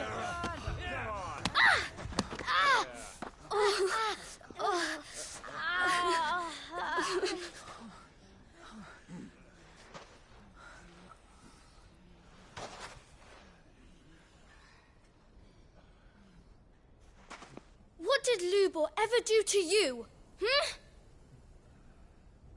He solves all your stupid problems, and he keeps all of you safe. You know there's nothing he wouldn't do for this town. Who was it who made that cleaver you use every day, Conrad? And what about your counting table, Natalie? Who fixed that? Whose men make sure the streets are clean so all your boots don't get dirty? Who spends all day, every day making sure things run smoothly around here? And none of you ever say thank you. Ever. But did Lubor ever complain? Well, does he ever stop smiling? He keeps this whole place going. And you act like he doesn't even exist.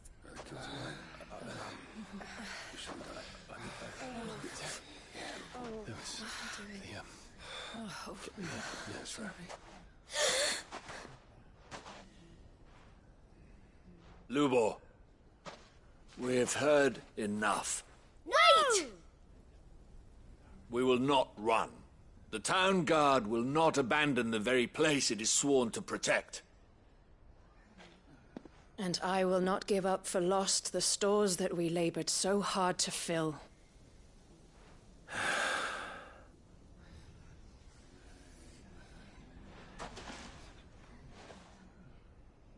So tell us, how do you propose we deal with these Akashic of yours?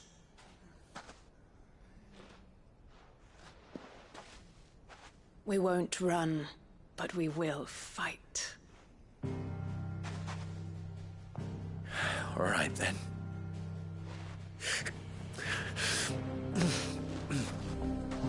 Fine.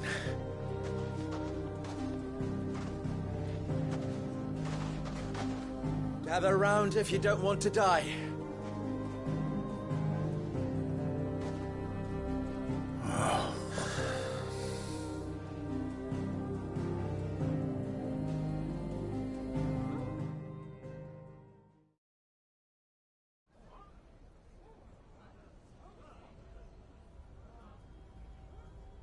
Allow me to explain the situation. The ether flood occurred near the village of Cheratina, deep in the Velcroy. The place had been abandoned for years, until the League of Outlaws decided to make it their base of operations. Now they're all turned, and if the scouts' reports are correct, heading in this direction. They are mindless monsters, driven only by hate and rage, and they are utterly unpredictable. With the bandits, we at least knew how and where they were likely to attack. When these creatures come, Dalamil will have the bitterest fight it has ever faced on its hands. The town guard will muster at the north gate. The rest of us will take the south. Both forces will provide men to serve as scouts and messengers, ready to spread word of the size and nature of the Akashic Force as soon as it is spotted.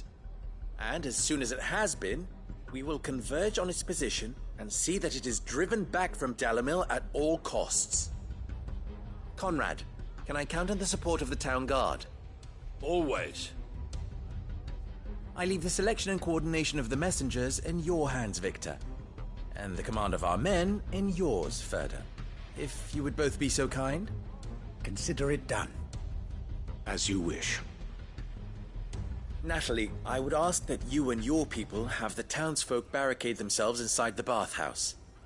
And tell the merchant not to waste time securing anything beside the essentials. Preserving life is our one and only concern.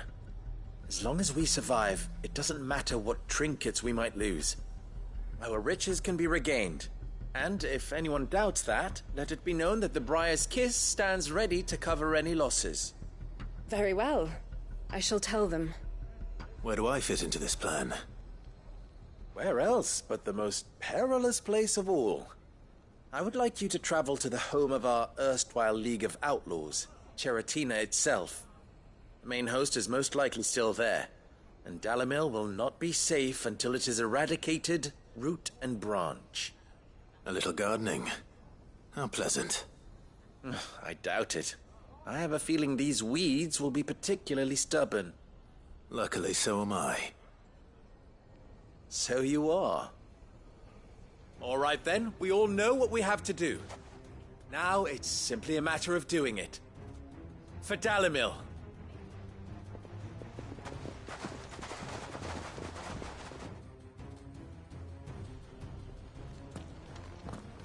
Looks like everyone's ready.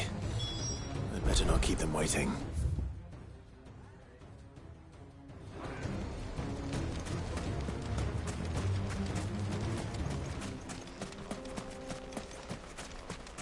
Good. That will keep some of them out.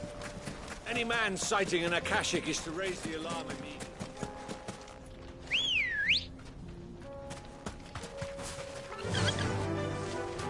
Yeah!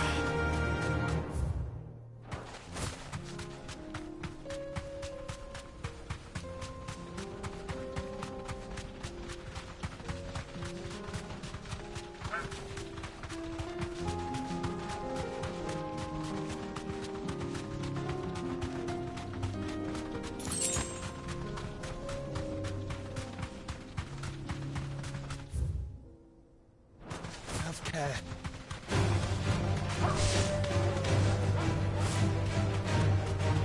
There it is. The flood. And what's waiting for us inside? You deserve a rest.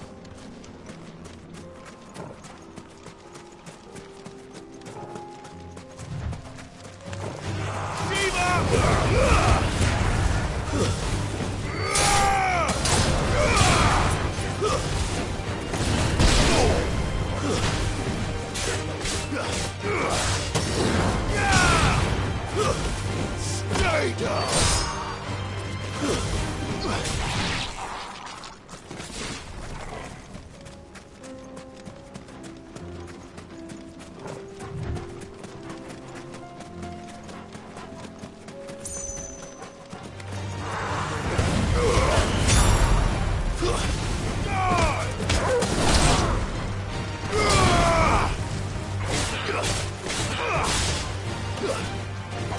Stay down!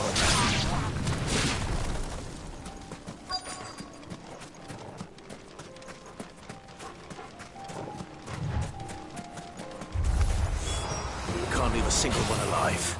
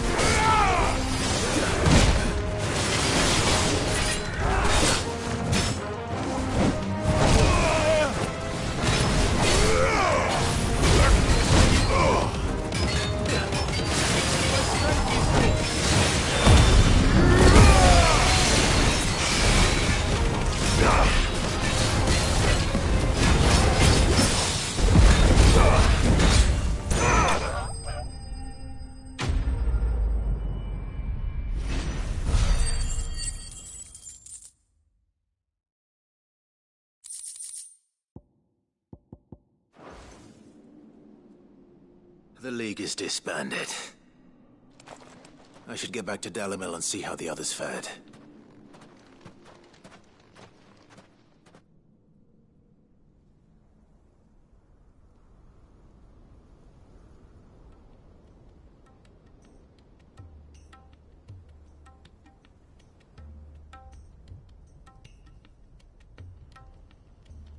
All the Akashic we were able to find have been dealt with. Seems that might be the last of them. Last of them here, perhaps. Lubor, Sir Clive has returned. Clive! What news from Charatina? It's done. Root and branch.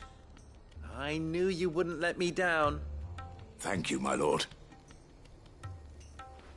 Friends, the Horde has been driven back. The Akashic have been defeated.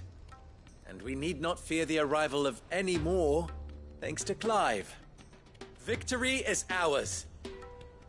We bloody did it! We saved Dalimil. Lubor, allow me to apologize. After all you have done for this town, we should never have doubted you. But we did. And for that we are truly sorry. We only hope that you can forgive us. We need you, Lubor. Dalimil needs you.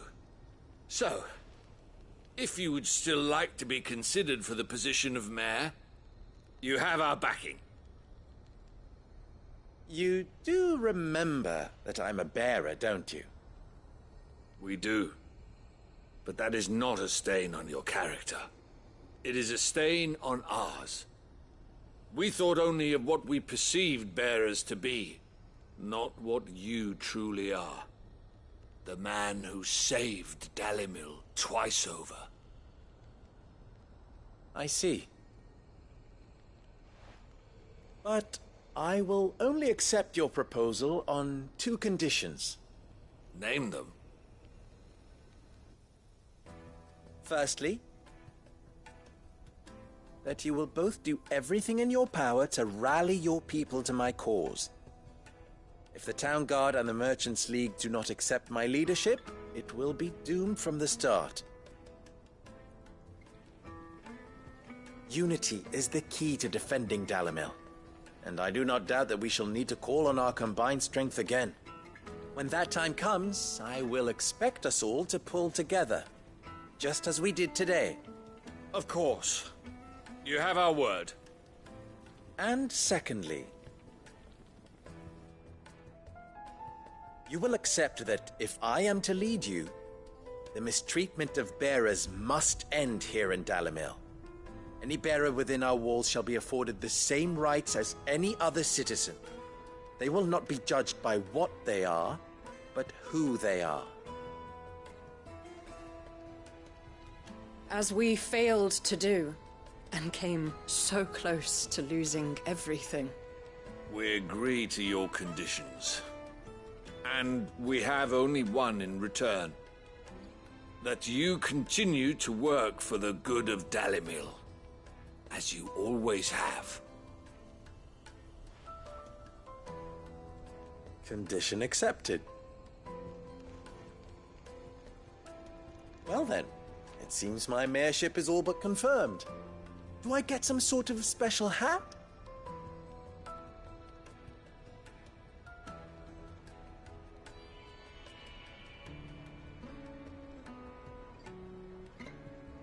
How fickle fate can be. Not so long ago, I had resigned myself to leaving Dalamil in disgrace. And now, I find myself her leader. Here. For everything.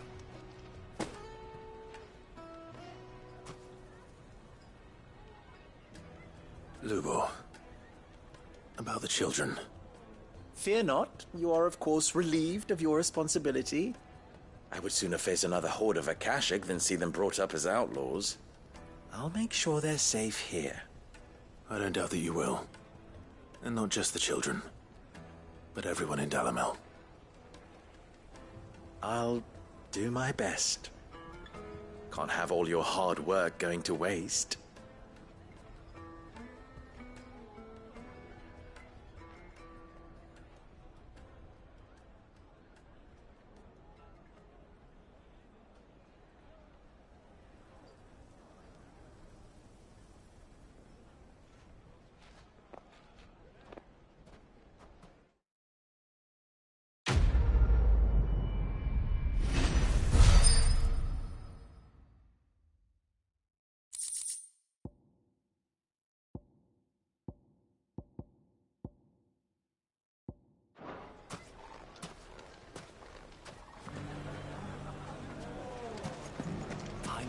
I was right.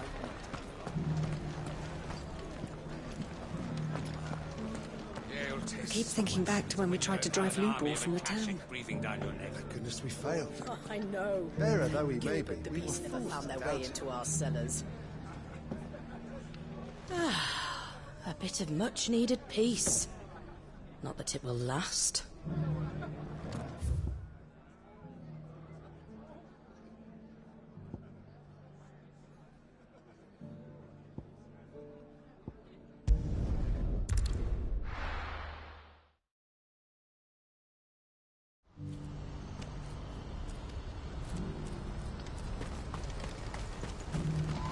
What are you looking for?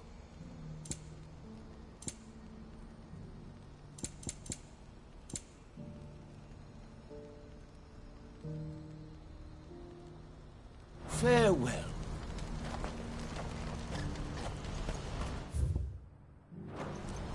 Do you see that too?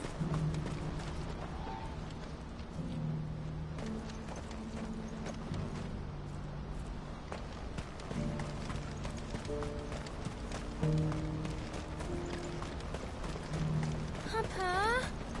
What keeps it in? What is it? Please, just make it stop. I'm scared. It's all right.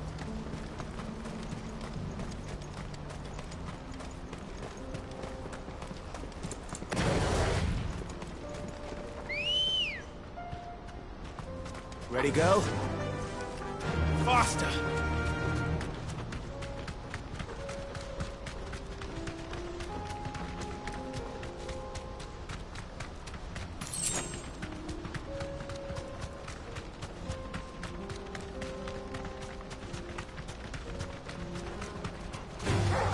Time to fight.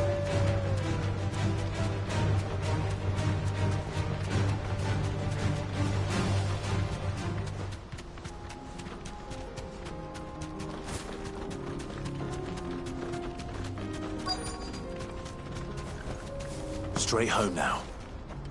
That can't be Rutherford, can it?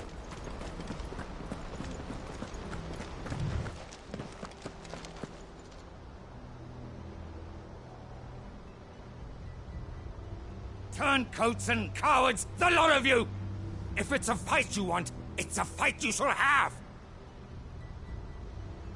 Allow me. I don't need your... Please, Field Marshal, oblige him. This won't take long. You're right. It won't. Men, finish him.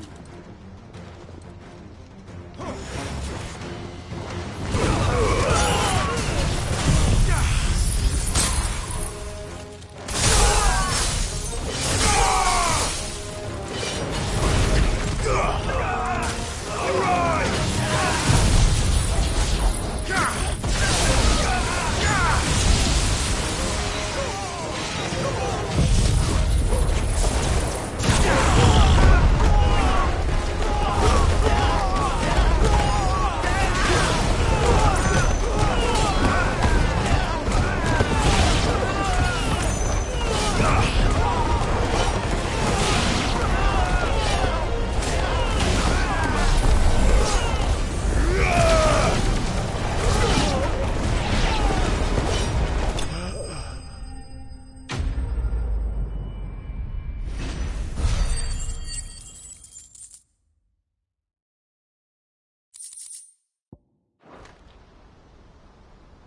A little longer than I'd have liked.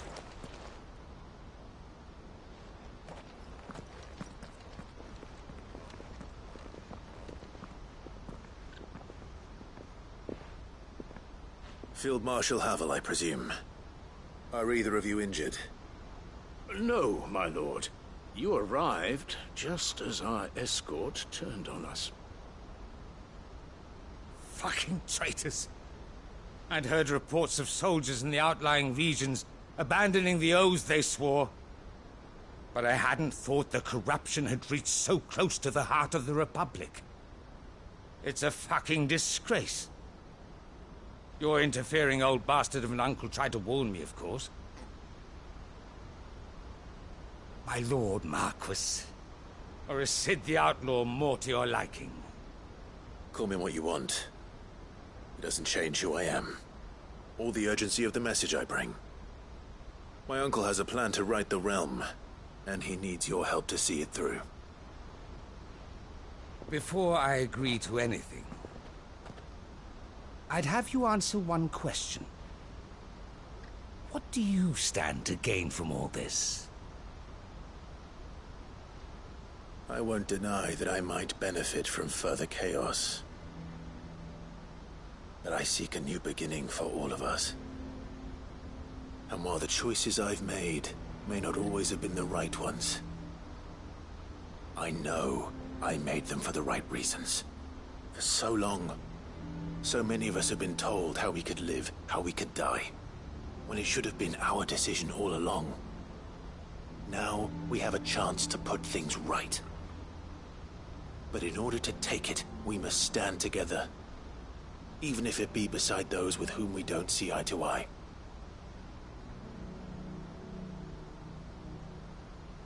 Certainly not the words I expected from an outlaw. But perhaps your uncle was right. You are no ordinary outlaw. I'll never hear the end of this. All right. I'll start by ordering my most trusted guard to bring the Dhalmekian fringes under control. Next, I'll make contact with my counterparts in the Imperial Army and see if I can't convince them to try and restore order in their own territory. Thank you, Field Marshal. But they are not the only ones we will need to convince. What do you mean? I don't doubt that I can bully some sense into a few generals. But those they answer to require a different kind of persuasion. And when it comes to honeyed words, well, we will need an envoy. One who can court even the most stubborn of statesmen. You, perhaps. I'm flattered. But I'm no diplomat either. And I have other problems to attend to. What we need is a skilled arbitrator. And I may know just the person. Is that so? And would he happen to be an outlaw too? Of a different kind, perhaps. Well, beggars can't be choosers. I suppose we'll all have to find a little of the outlaw in ourselves if we're to make it through this. Very well. Send your man to me right away. I shall.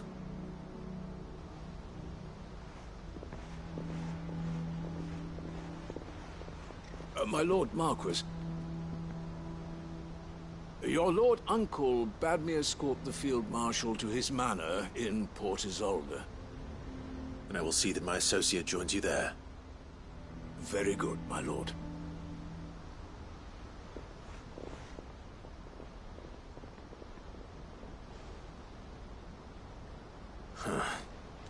An envoy. I'm not sure I'm the man to talk anyone round. I can barely convince my brother to take his medicine. No. This is a job for someone with experience. Someone like Quentin. I hope I can convince him at least.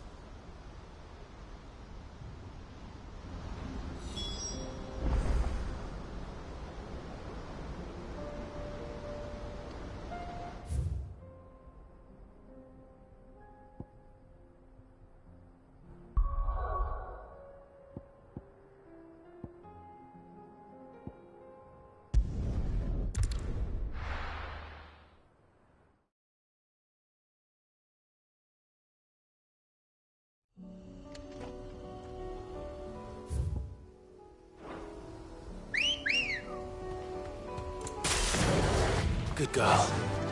Fly, Ambrosia. On the way. Bring will and an unbreakable bond. Do you really think we're strong enough? To save the world? Of course. To have overcome Father's political enemies. Of that I'm less certain. Especially knowing what we know now. What Mother was truly capable of. But perhaps these bands would have helped. Knowing he was with us would have made all the difference.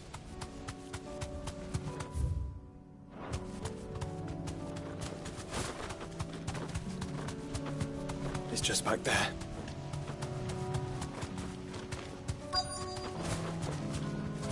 You deserve a rest.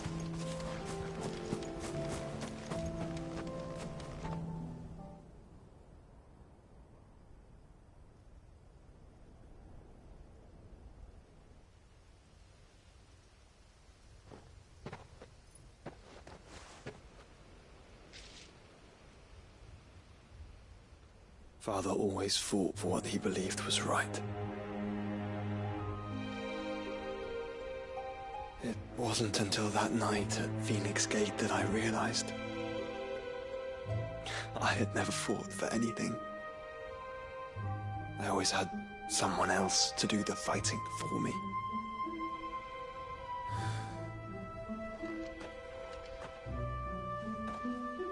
No matter how fate conspired against him, he never lost heart, never looked back, never stopped fighting.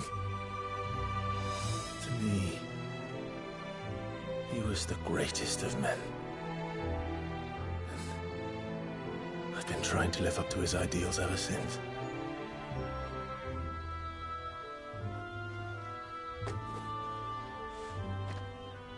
We all have, Clive. We all have. And we'll keep trying. Because that's what he would have wanted. What he would have done himself. Even if it meant standing against the very gods in the heavens. I shall be borrowing this, Father, if I may. That you might watch over us as we follow in your footsteps.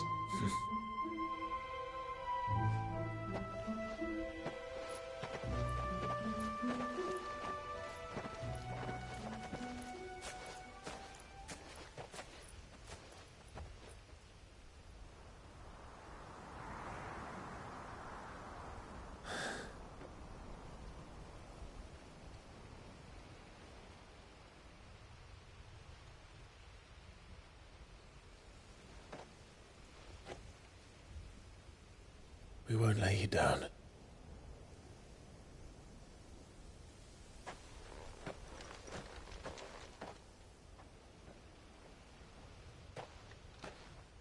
Onward then. Onward.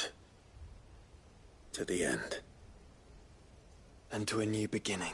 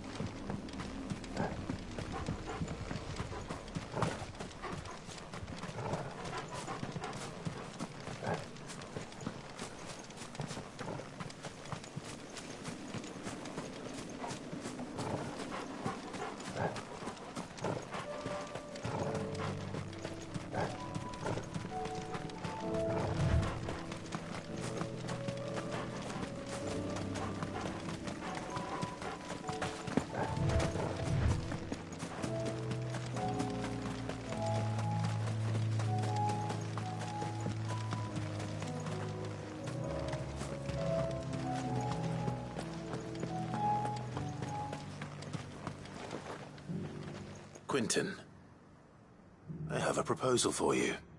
Do you now? Something tells me you'll be asking more of me than a cask of Gotand gold. Go on, then. Propose.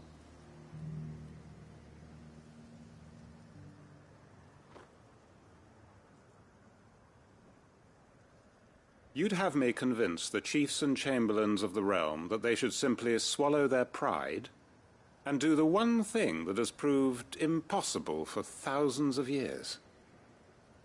Was there anything else? Perhaps I can fetch you a meat pie as well. I know it's a lot to ask, but I can think of none better suited to the role. And you'd have me give up what little I have left to do it. I told you, Clive. The people of Lostwing are my family, and I cannot abandon them. You'll have to find someone else. I'm sorry to hear that. So am I. And why might that be? What he's asking. How's it any different to what you've done so far? They want you to speak for those who can't speak for themselves. That's what you do best. If it's the vineyard you're worried about, we'll see that the grapes are picked and the tons filled. You know we will. It's not that. Then what is it? You said yourself we're family. Don't you trust us? You know that's not what I'm... Then what are you saying? That only we are worth saving? Why turn your back on everyone else? You convinced us we could build new lives for ourselves, and if you can do that, who's to say you couldn't convince the entire realm? A stirring argument. I fear that any rejoinder I make might fall somewhat flat by comparison. So you'll join us? Where do you need me? Field Marshal Havel will want to speak with you in person. He's currently in Port Isolde. I can arrange for a party of Cursebreakers to accompany you there. That would be very much appreciated. I hear the roads are far from safe these days. Hopefully not for long. My uncle will want to know that his plan is taking shape. Any statesmen we speak with are liable to resist our entreaties if they feel that what little power remains to them is at stake. They must be dealt with skillfully. I shall not repeat the errors of my past. Reckon Master Quentin could argue an egg back up a hen's quim if he set his mind to it. Quentin's gonna build us new Lostwing, and I'm gonna help.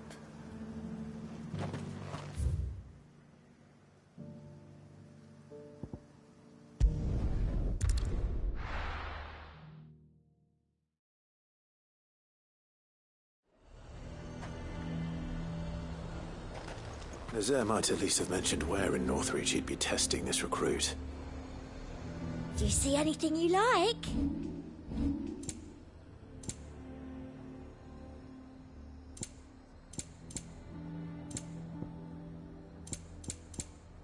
Come back again. The Dame actually cares about this town, unlike the Duke. He's only interested in picking our pockets to line his own.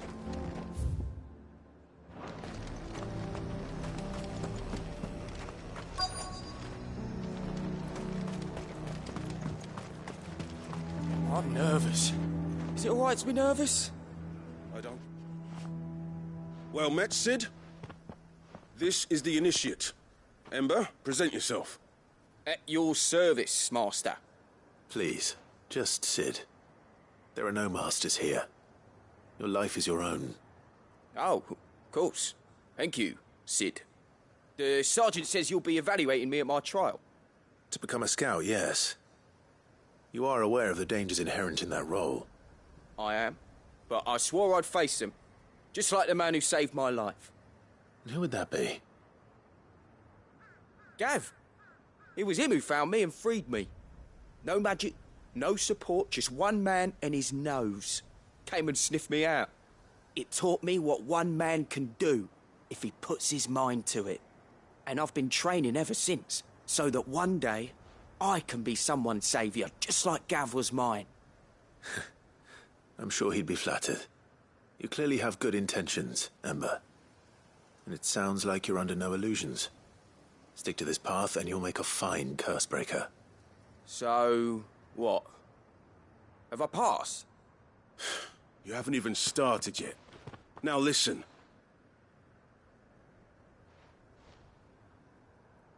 Not far from here is an Imperial lookout, Eastwatch.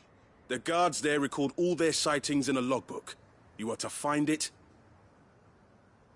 and bring it here. And bring it here, right. Anything else? No. Sneaking into a heavily guarded Imperial outpost and stealing the logbook would be quite sufficient. You'll need to assess the situation, determine a point of entry, create a distraction and effect an escape, all without being discovered and thrown into an Imperial oubliette. Ember, Gav isn't our best scout because he can do everything. It's essential that you know your limits. Know my limits, right. I won't let you down.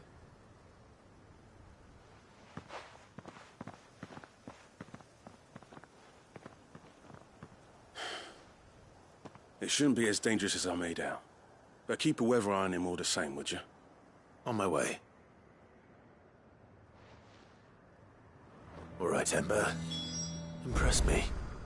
Even now, the capital has moved. The Empire keeps the watchtowers overlooking royal meadows and the Sea of Grace manned. But only by a skeleton crew. It's a trial, not a death sentence.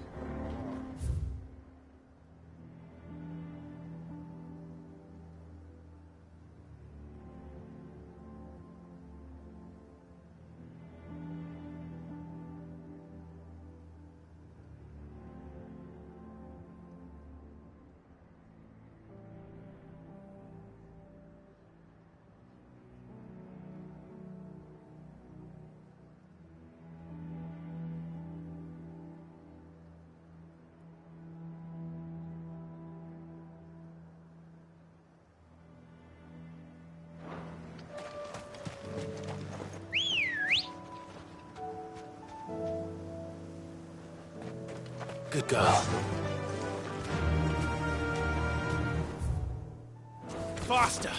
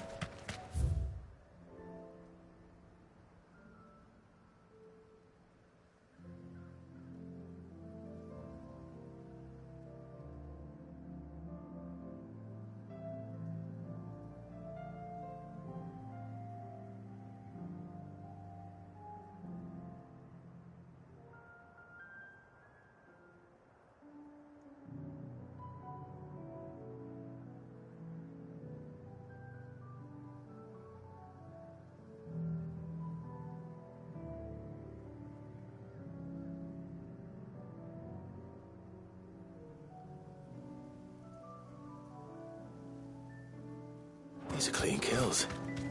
Perhaps young Ember really is ready. Or maybe not.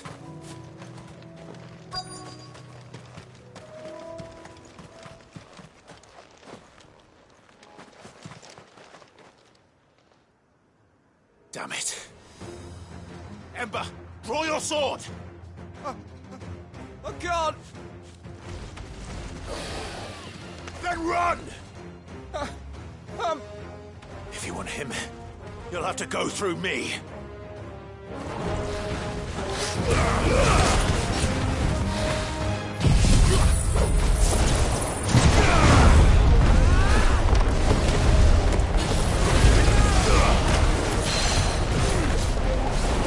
To me, boy!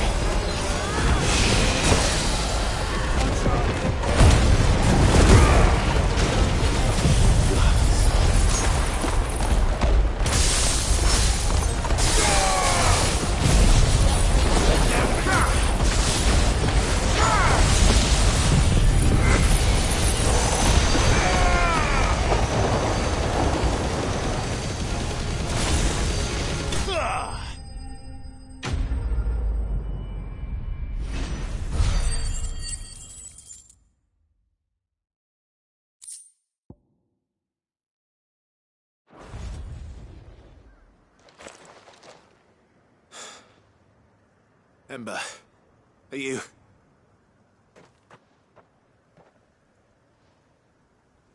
Gone. Of course. Scouts really are a rare breed. Back to Northreach it is, then.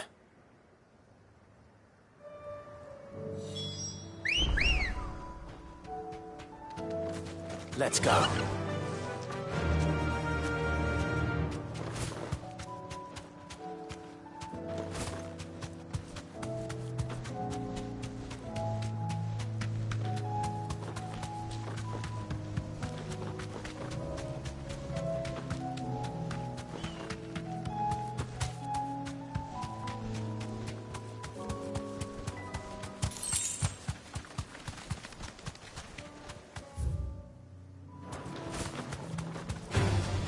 Time to fight.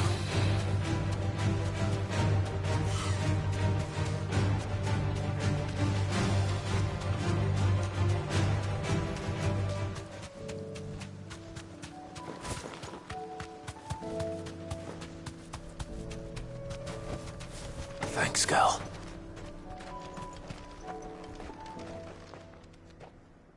I didn't expect you back so soon. Where is Ember? How did he fare? I thought I'd find him with you. He must have fled.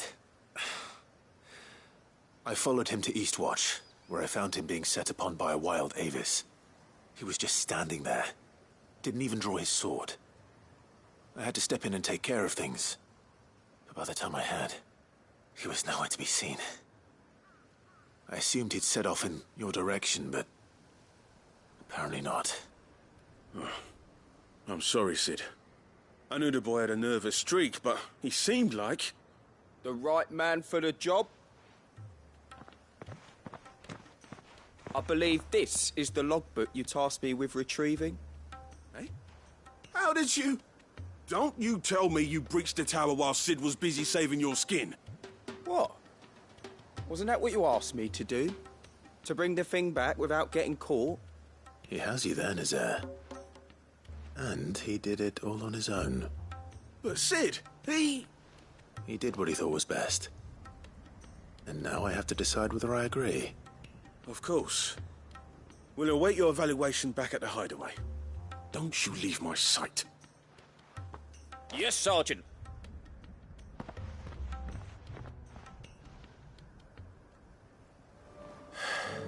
This won't be an easy decision.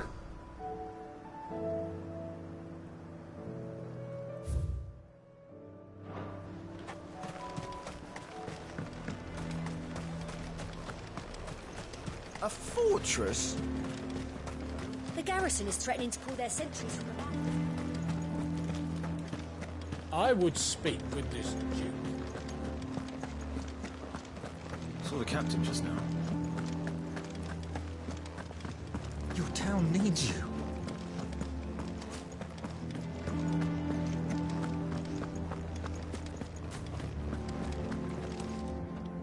Do you have a moment, Clive? What is it? It's the Duke, unsurprisingly. His Eminence has assumed full control of the garrison and put every able-bodied man to work on the fortifications. The town was left all but unguarded, so Philippe was compelled to form a citizen's watch to fill the void. And though my dear boys have been characteristically willing to assist him in this, they want for bodies. So I was wondering if you would lend them your strength, that the people of Northreach might sleep easier, if only for a few nights. Of course. Whatever you need. Thank you, Clive. What would I do without you? Philippe told me he had men stationed at... Where can I find the mistress of this establishment? Here, my lady. To whom do I have the pleasure of speaking? My name is Sabine, and it is my displeasure to be the daughter of the Duke of Oriflamme, who I understand is causing you and your town no small amount of trouble. I wish to speak to you about what might be done. Very well. Let us speak. I trust you'll forgive me, Clive. Absolutely. Our conversation can wait. Please, proceed.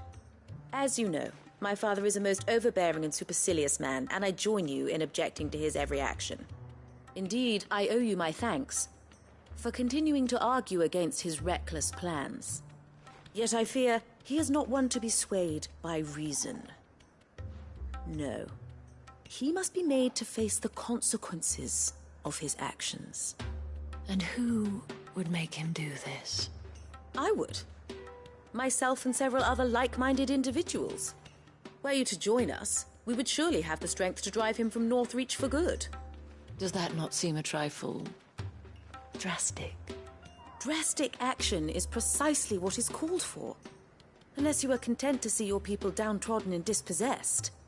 My father would have it that citizens exist only to serve the Empire. That they should be forced to make every sacrifice to ensure her revival. But he is wrong. It is not the people who must serve the Empire, but the Empire who must serve her people. He's always been like this. Scornful of the opinions of anyone he judged beneath him. But he cannot be allowed to ride roughshod over the common folk any longer. We must fight him. By all possible means. Fight him? No. My purpose is to quell the tension in Northreach, not to stoke it. Respectfully, my lady. Our only chance of saving this town depends upon every one of us uniting against our common enemy. Your father and his followers included. While I understand your frustrations, I cling to the hope that he may yet be won round. False hope, I assure you. But I see that your mind is made up. I shall bother you no longer. If you will extend me the same courtesy, I bid you good day. She certainly has spirit. Indeed. But unfortunately for us, that spirit is only likely to harden the Duke's resolve, which may be enough to seal the fate of this town. Not that she cares. This is all about her and her father. Families. I'm sorry, where were we? Ah, yes. I was about to tell you of Philippe's plans for the town watch. But perhaps it's better that you heard them from him. I believe he's in the market, if you'd be so kind as to seek him out. Right away. It's just a pity I cannot join you. I'd like to see the two of you in action together.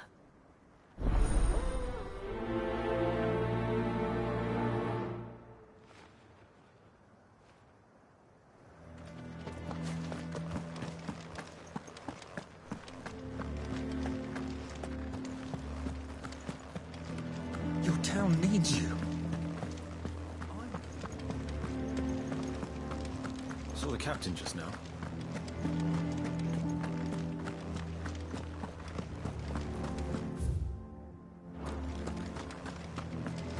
What does the dame have to say about all this?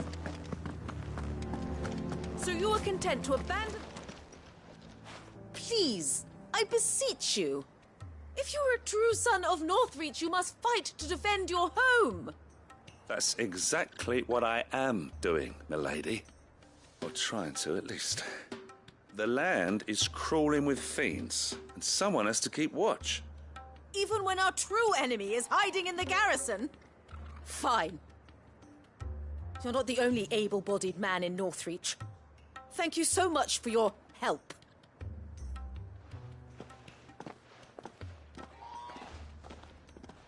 She cornered you too, then? Could hardly get a word in edgeways. Like father, like daughter, eh? She made an uninvited appearance at the Vale earlier, hoping to convince the Dame to join her in fomenting rebellion. I bet that went well. Her ladyship seems to have a way with people. Anyway, what brings you here? Our mutual friend thought you might welcome some help. Oh, she did she? Right as always. In fact, you're just the man. We've had some reports, you see. Sightings of, you know what. They're back. Seems that way. All over, too. We haven't been able to confirm anything yet, but if you're willing, you could go and see what's what. Right. Where should I look? You know Grieger's Weep? One of the sightings places them somewhere on its shores. I'm on my way. Thank you, Clive. I'll look into one of the other sightings. Let's rendezvous back here later.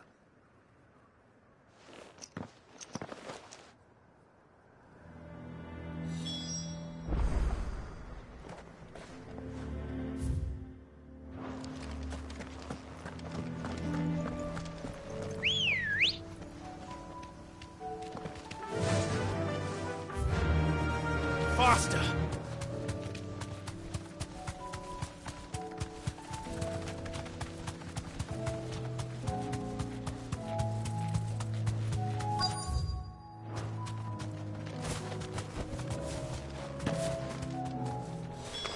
Damn it. The reports were true. I need to stop them before they get to the town.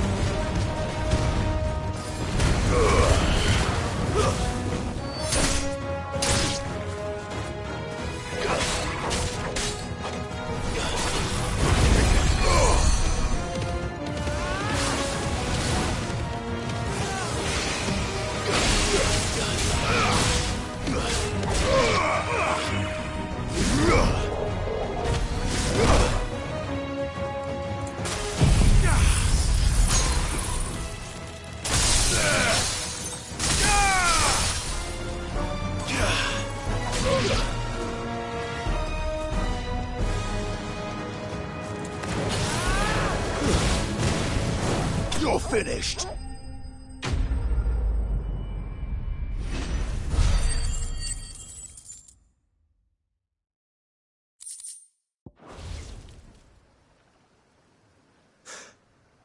Call that a test, Ultima? Clive, it's me. You all right? I am. But it seems the reports were true. The thralls have returned. I dispatched the few that I found, though. Well, that's something, I suppose. But what were they doing south of town? They all came from the north last time. We might be able to fend off an attack from one side or the other, but from both? Do you have eyes in the north? Some. I should probably go and have a look, though, just to be sure. Now, you head back to Northreach. I want you there just in case war breaks out while I'm away. What do you mean? Her ladyship's been busy working her magic on the townspeople. Stirring up ill feeling towards her father. She'll have her marching on the barracks if we're not careful. What? This is exactly what the Dame was afraid of. I'll do what I can to calm things down. Be careful out there, all right? Don't worry, I'm not like you. One sniff of those things and I'm running back to town screaming blue murder.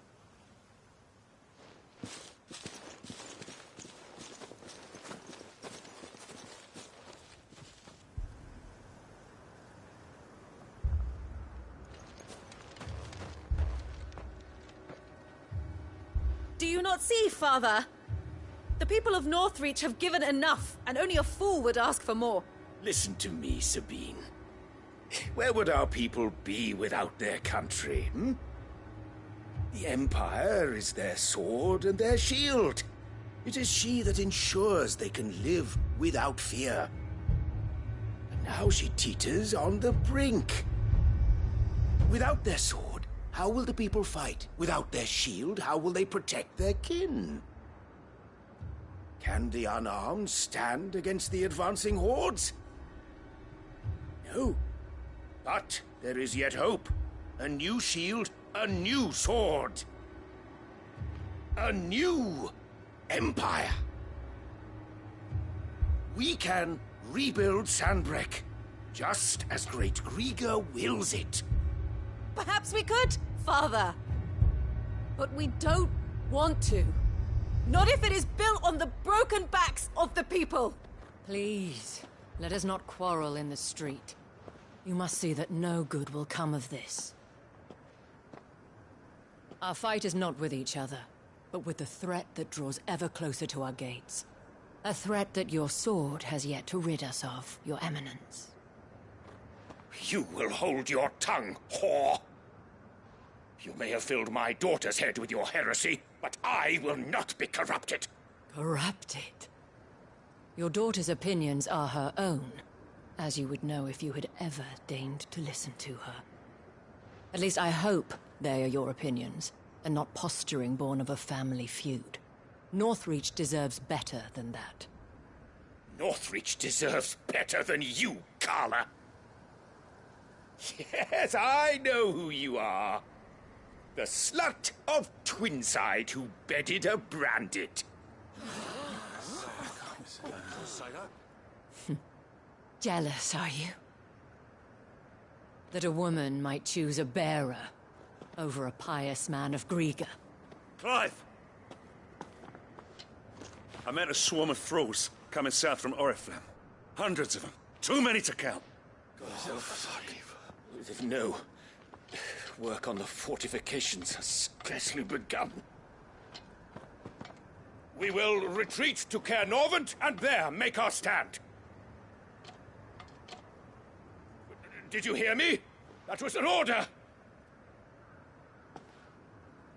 While this is but a heartfelt plea, let us make our stand here and protect our homes. Protect those that we love. Together, for Northreach!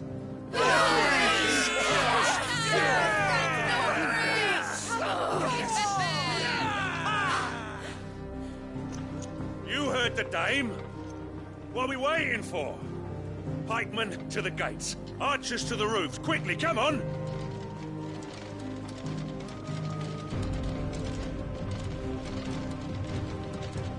But she is but a common whore, yes. And we'd follow her to the gates of hell.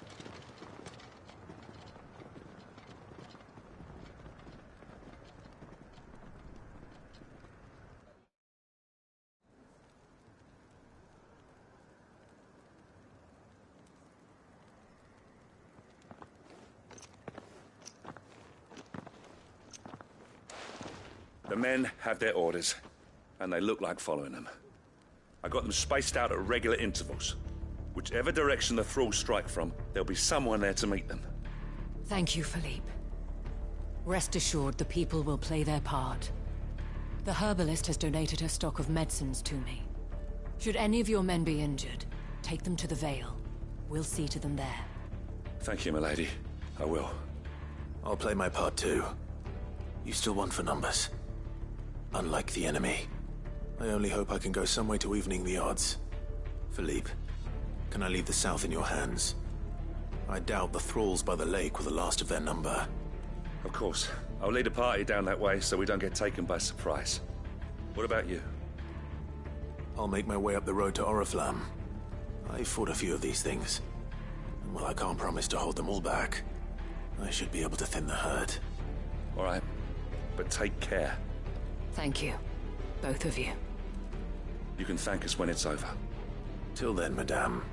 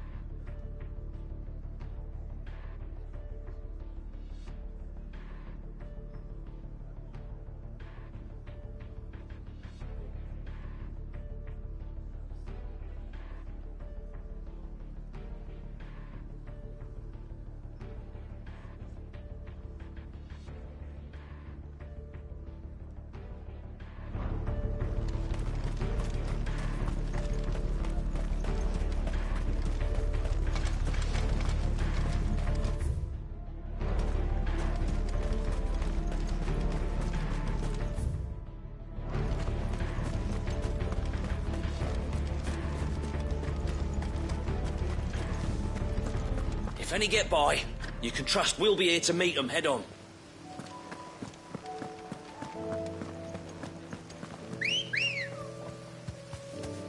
Ready, go?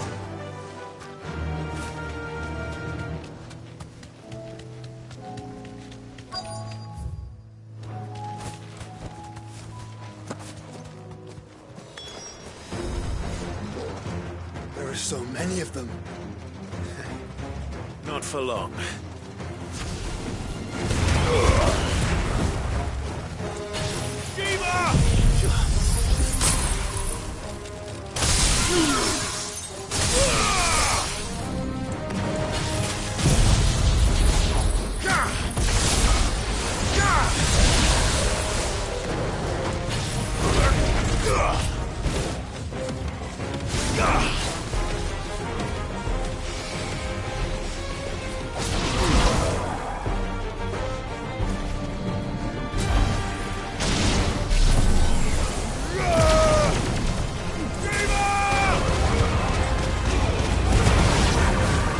Is it over? No. It's only just begun.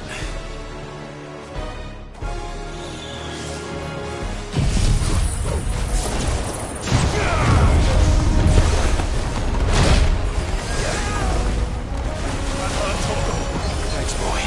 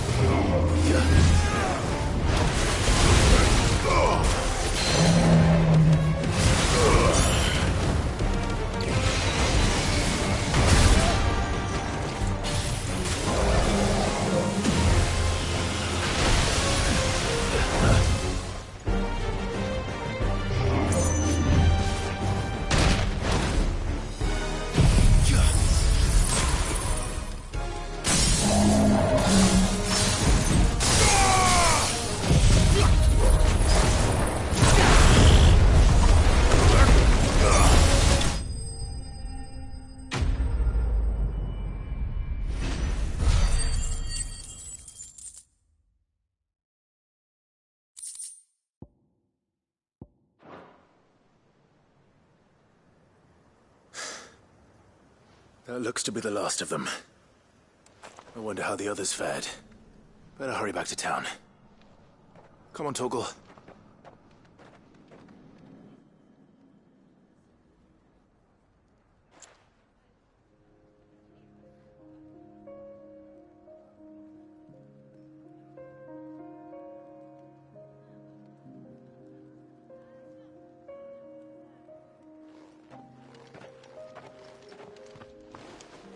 Clive, it's good to see you.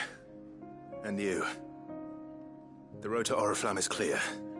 How did you and your men fare? Well, we ended up fighting for our lives down by the lake. Took a few nicks, but nothing the girls at the Vale can't put right. Glad to hear it.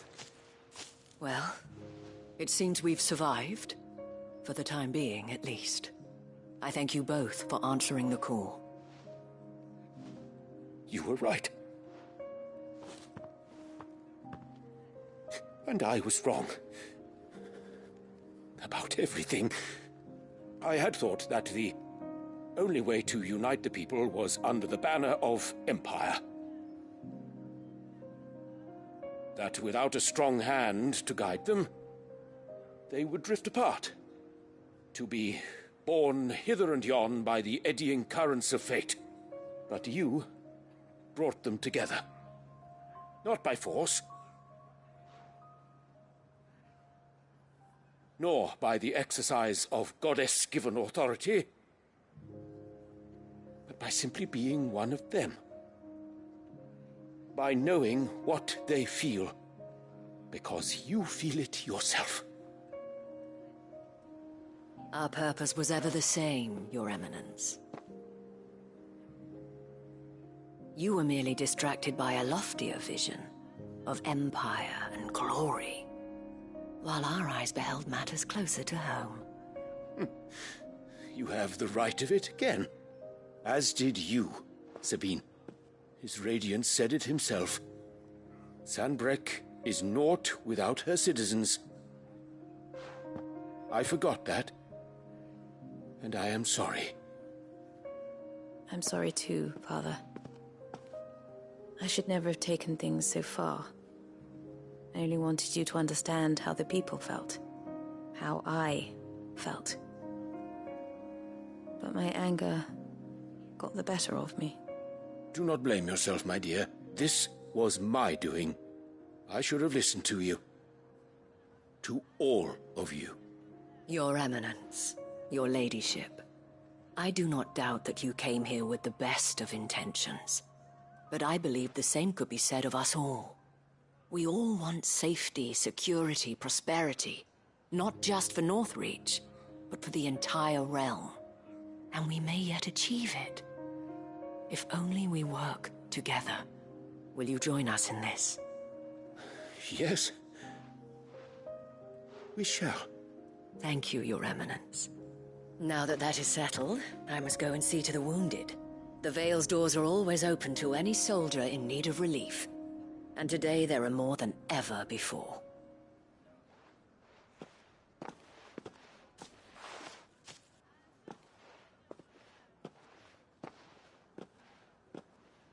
Madame Isabel is a rare soul indeed.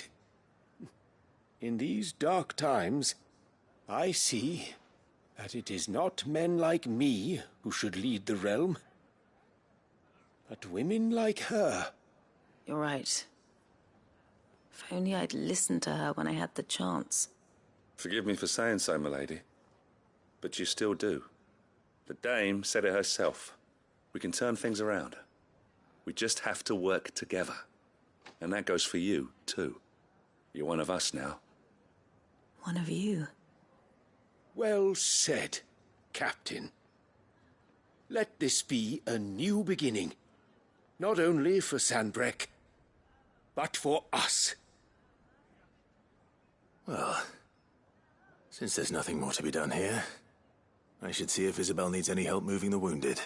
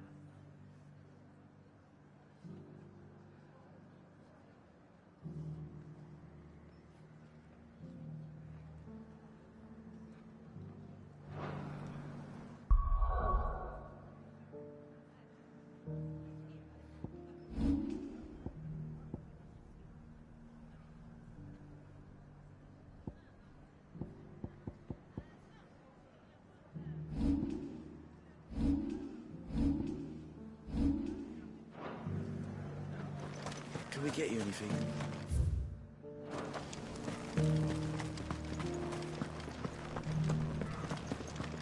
There's no need to worry.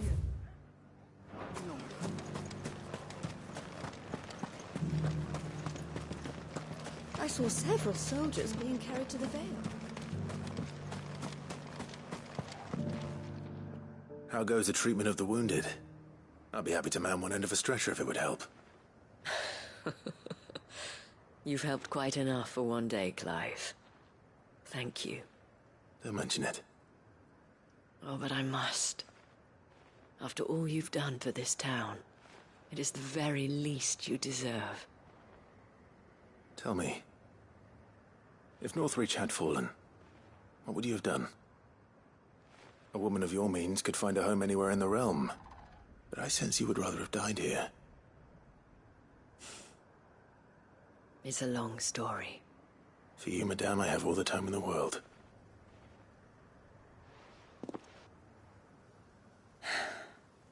Very well. Long ago, I had a life in the Crystalline Dominion. I was Carla then, courtesan to the nobility.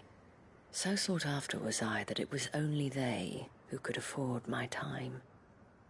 Alas, those halcyon days were not to last. For naive as I was, I fell in love with a bearer. He was my master's guard, the gentlest man I have ever known. After they discovered us together, he was whipped bloody and forbidden from ever looking at me again.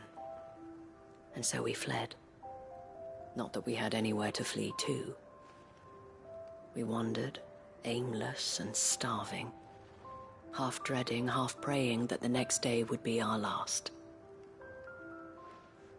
Until we found ourselves here, in Northreach.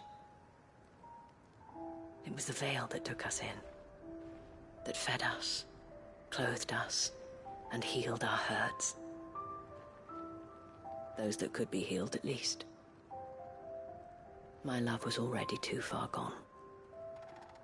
He passed away. He did.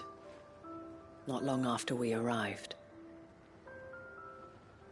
But at least we were able to share a few moments of peace before the end.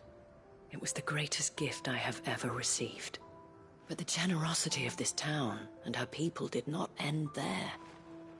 The men and women of the Vale supported me through my grief. Shared in it, though I was still a stranger to them. They treated me like a sister. And so I swore that I would always do the same. That I would return the kindness that Northreach showed me. That I would repay my debt to the Vale.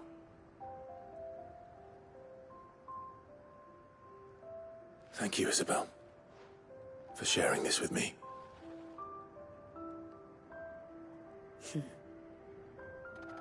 You're a lot like him, you know. Perhaps that is why I have such a soft spot for you. Never stop fighting, Clive. And I shan't either. I know that it will not be easy to keep Northreach together. But our efforts will be rewarded. Just look at us now. The people, the soldiers, even the Duke of Oriflamme and his daughter. All united in defense of this town that we have come to call our home. And what of you? Can we count on your support too? Always.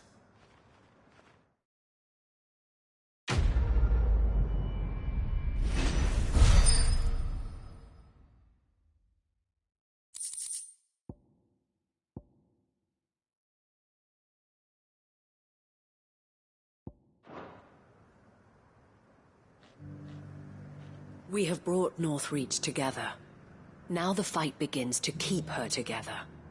For if this town is to survive, we must all play our part, including you, Clive.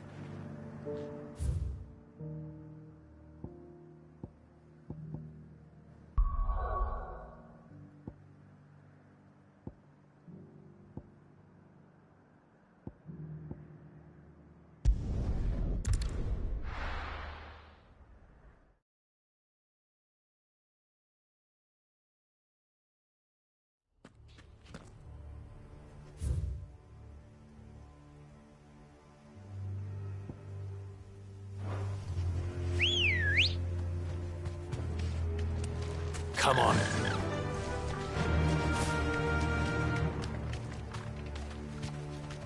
Thanks, Gal.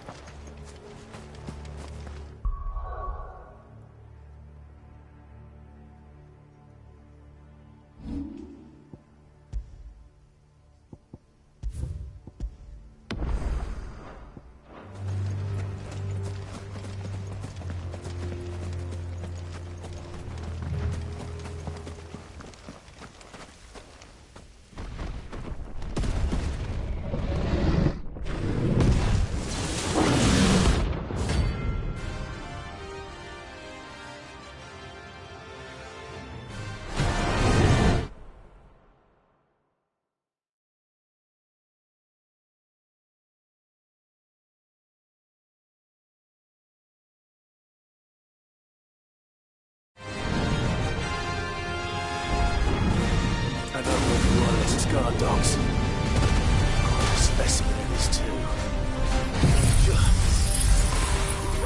To me, boy!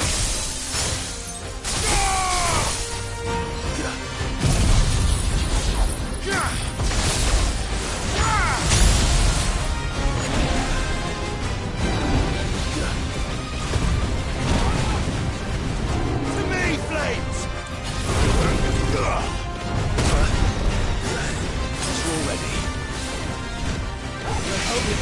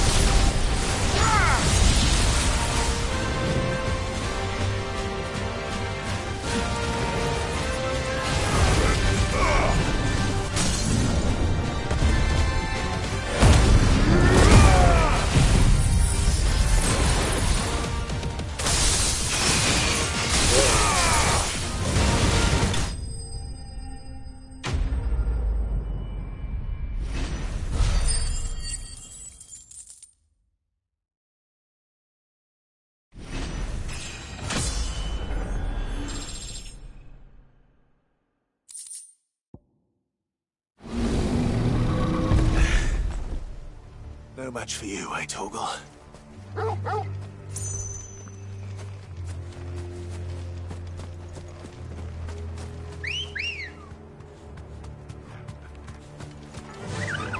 Faster!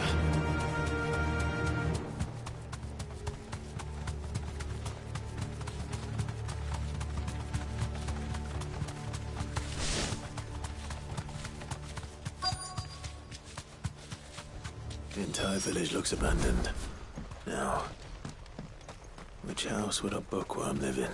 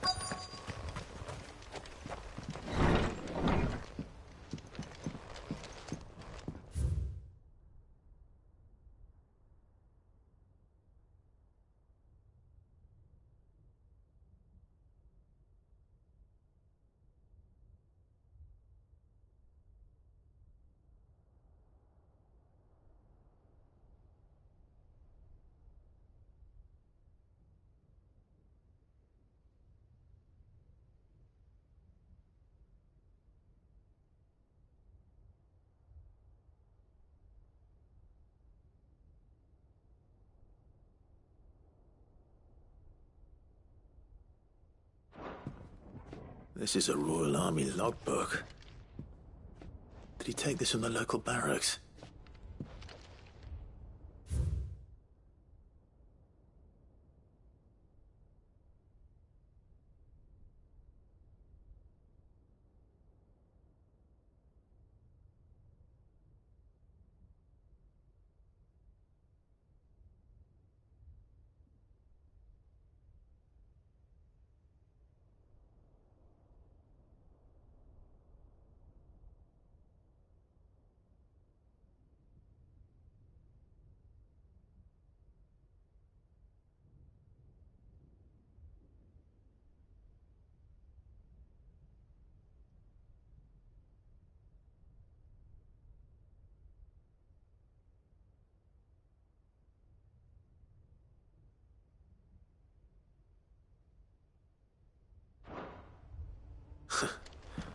His interests were certainly varied.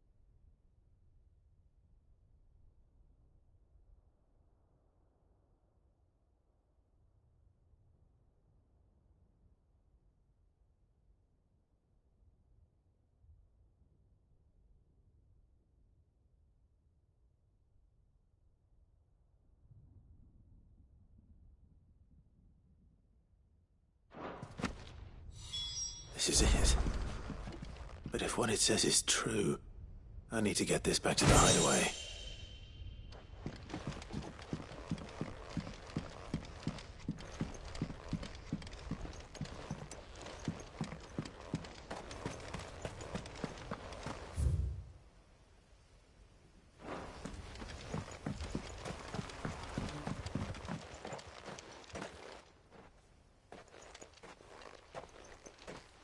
Leaving so soon, stranger? We've been watching you. From a distance, so to speak. Subtle. I know who you are. Then we need not waste time on introductions. Hand me the book. Leave it in our care and return to your life. Your care? Do you mean to burn it, or bury it? That is not my decision to make. But by one means or another, its contents shall be removed from the common record. Then I'll have to politely refuse. I won't let you erase our history. Then we find ourselves at an impasse. Very well.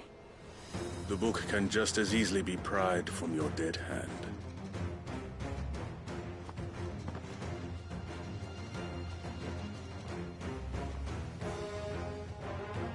Let's see, shall we?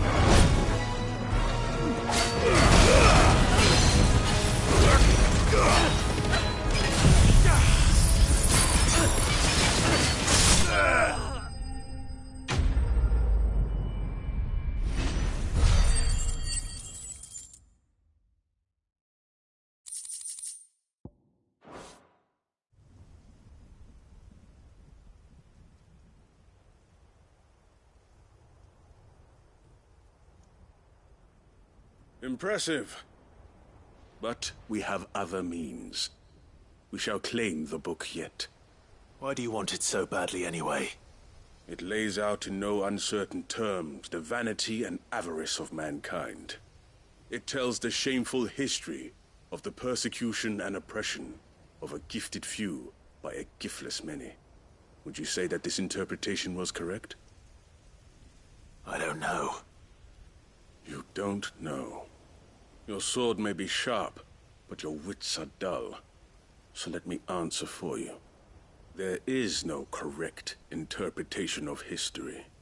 That a series of events took place may be proved beyond a doubt.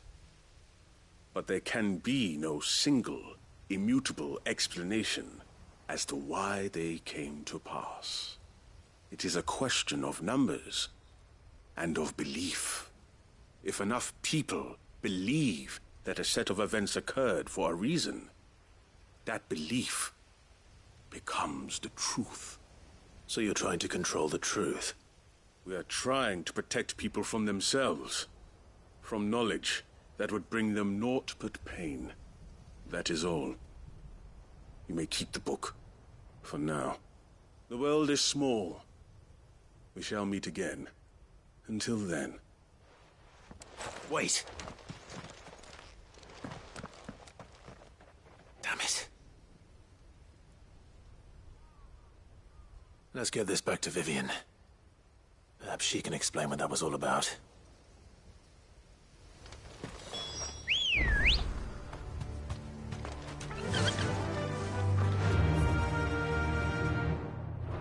Run like the wind.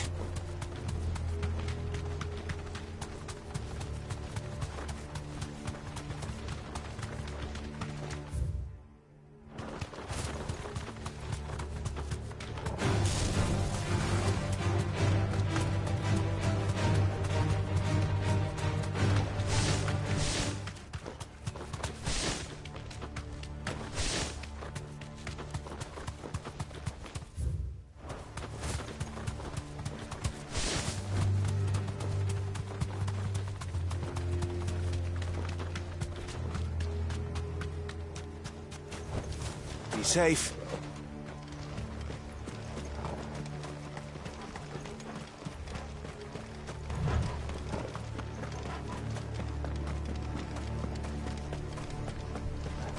This must be the orphanage. Hopefully the registry is still here.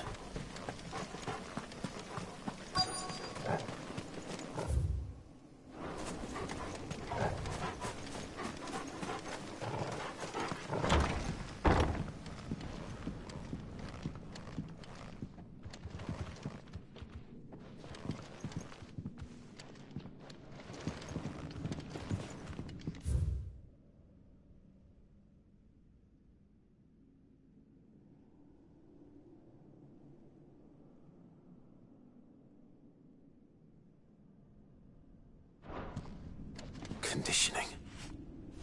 This is nothing short of torture.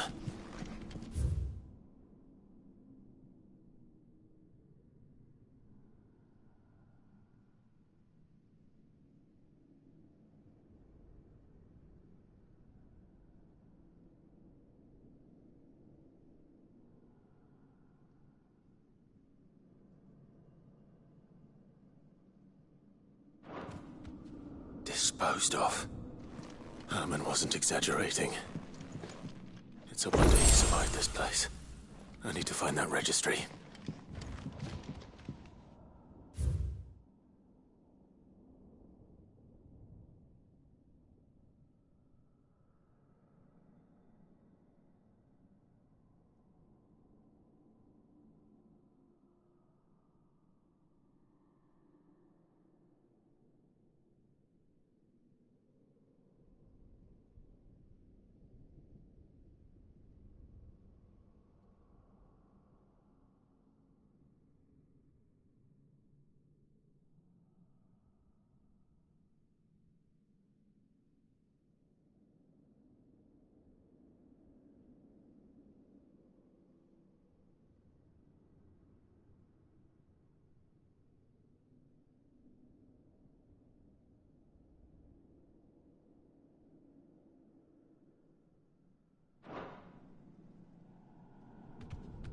This reads like a suicide note. Did the director go through with his plan? There's only one way to find out.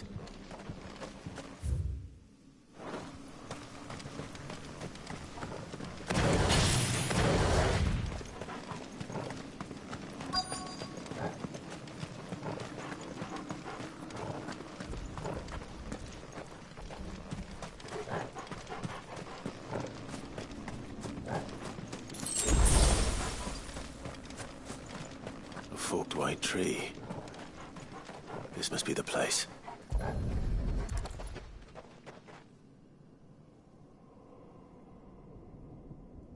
Could he really be buried here? There's something hidden among the roots. Let's see.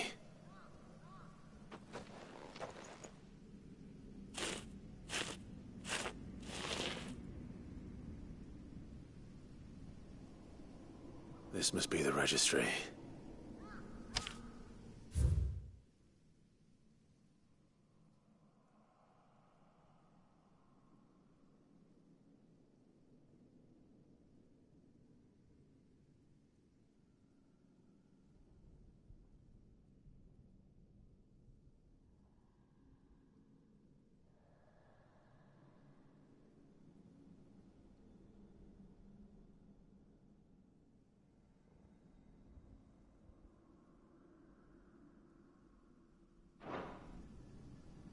So many names.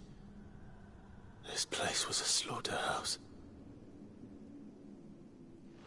But where is the architect of all this misery?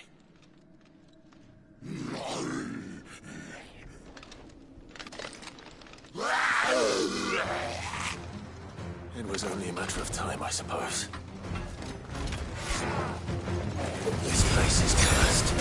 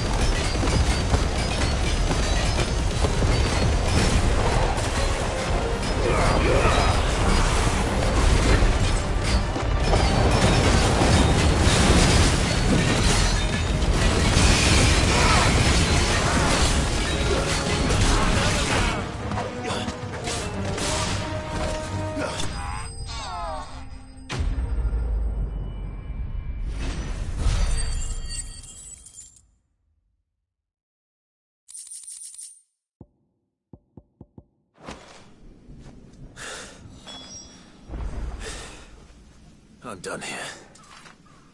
Let's get the registry back to Herman.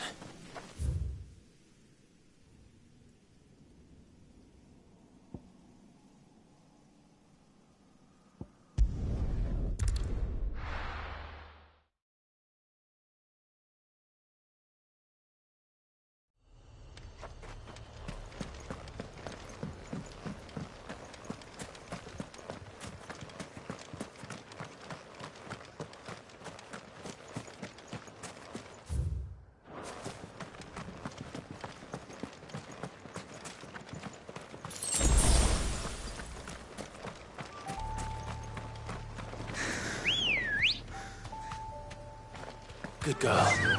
Yeah!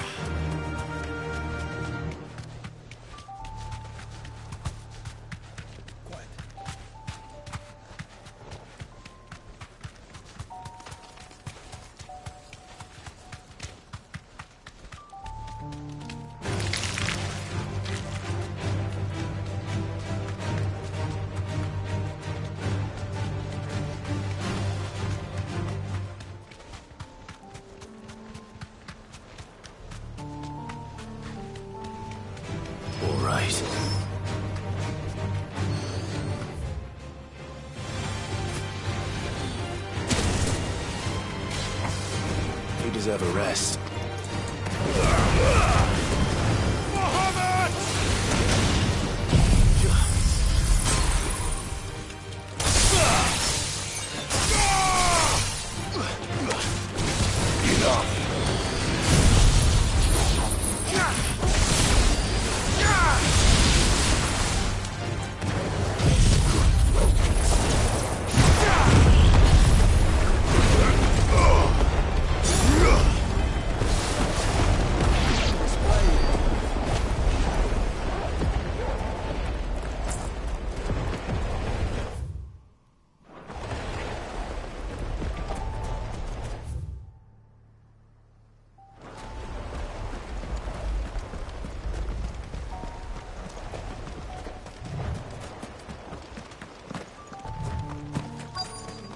This be Nickelberg.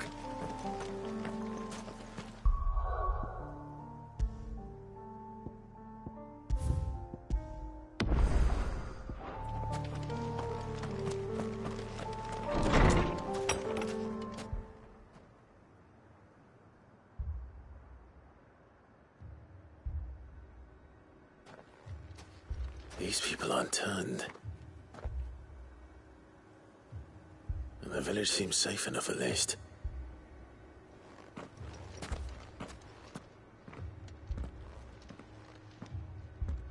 What is going on here? Ah. Did you, too, heed the call? Heed the call? No, I came here looking for someone. To be honest, I wasn't sure I'd find him here. Let alone all of you. Is that so? What are you doing here? Is this where you live? It is my home. The others, they heeded the call. You keep saying that. What do you mean? They came here to perform the rite, just as King Barnabas instructed. This village is their altar, where they shall cast their shoals upon the gentle waters and give themselves to the Lord. Give themselves? Oh, Lord, cleanse us of our sins. Let us be reborn in your loving arms. Free us from the torment of this mortal realm. They want to be saved. Forgive me, but did another foreigner like me come here? He was probably wearing a cowl. You mean the traveler from Stone? Yes. He's staying at my house, toward the rear of the village. Thank you. If you don't mind, I'll go and greet him. They seek the same salvation Barnabas did. At least the third chair still lives. Let's go and find him. Your friend with the cowl has been staying with me. Please, make yourself at home too, traveler.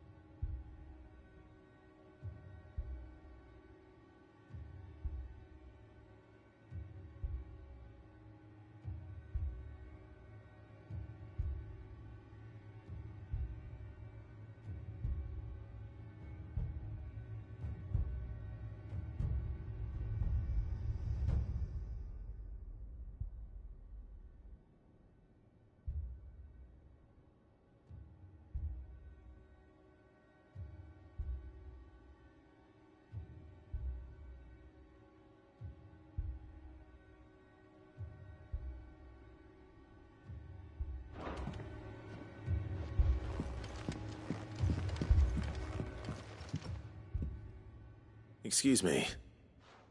Are you with the Undying? I am. And so it would appear, are you? Lord Rosfield, if I am not mistaken. That's right. And you must be the third chair. I am. Cyril was worried for your safety. He sent me to find you. Then I must apologize. I did not mean to trouble the bearer of the burning quill. Much less you, my Lord Marquis. He said that you had failed to report. Is there a reason for that? I came here to study the followers of this new faith. But the more I learned of them, the more my own faith began to falter. You have seen them at their prayers, have you not? They devote themselves to the veneration of their Lord with a fervor I have never seen before. Praying night and day that they might be rid of their wicked wills and reborn in their Saviour's light. Not that they might be granted respite from their worldly woes, but so that they might continue to serve him. Serve him with all of their beings. I, too, swore to devote my life to the service of my Lord and Master, but this... 'tis different. It is more. And so I would see it through to the end. See these people safe, that they might achieve their dream. That they might do their duty to their Lord. Even if it should keep me from doing my duty to mine. You do understand what their dream is, don't you? I do, my lord. They would cast aside their wills and become Akashic. I know that it may be hard to believe, but to these people, that is the very essence of salvation. Forgive me, my lord, but I must remain here. If you are to return to Master Cyril, I would consider it a great... Did you hear that, my lord? Something is happening. I'll go and find out what. Stay here.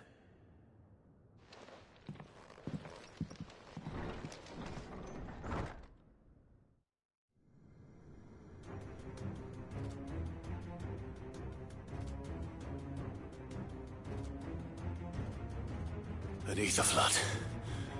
Oh no. There must be something I can do.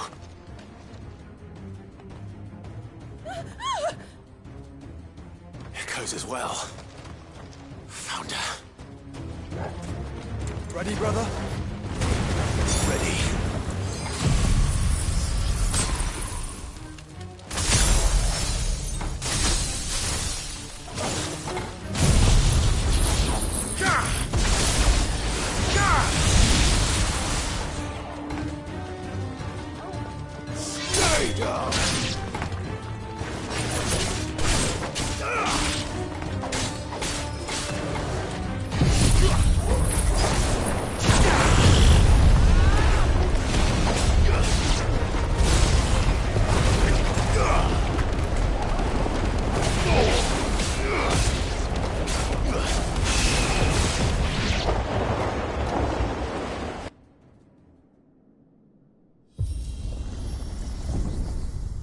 What now?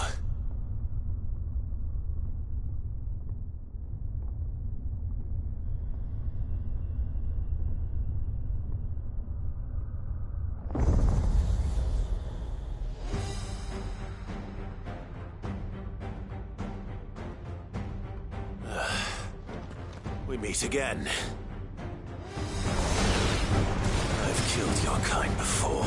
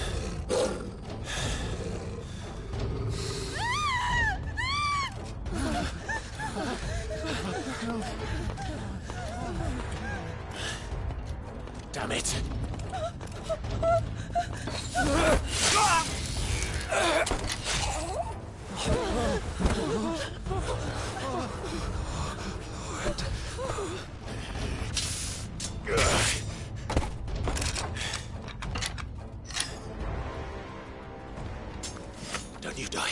Come on, speak to me. I had to save them, that they might have a chance to find true salvation by devoting themselves to the service of their Lord.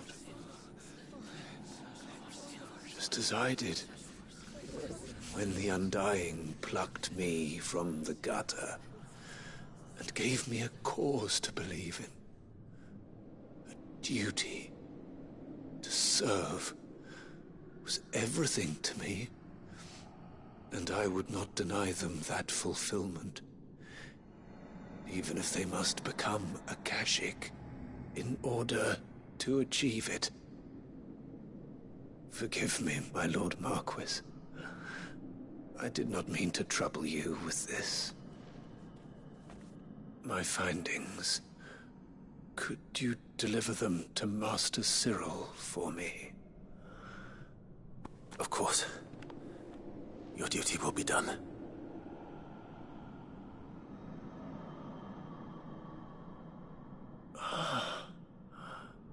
Look, my lord. They are saved.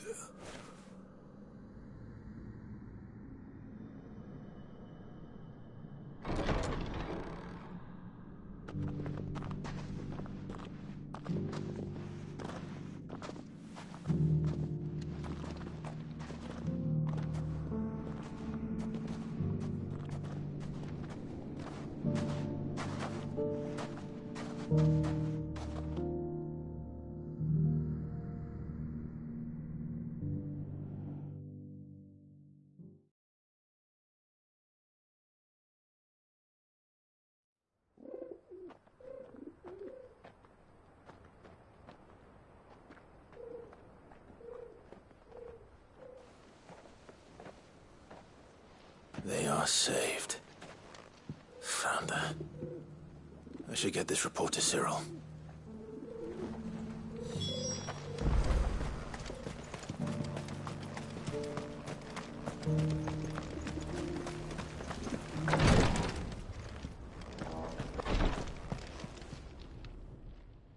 My Lord Marquis, welcome back. I am glad to see you hale and whole. I met with your third chair, Cyril. He bade me deliver his findings to you.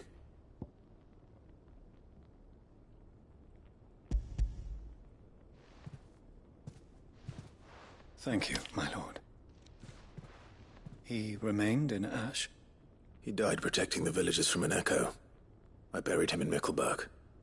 I'm sorry that I couldn't save him. If you could not save him, no one could.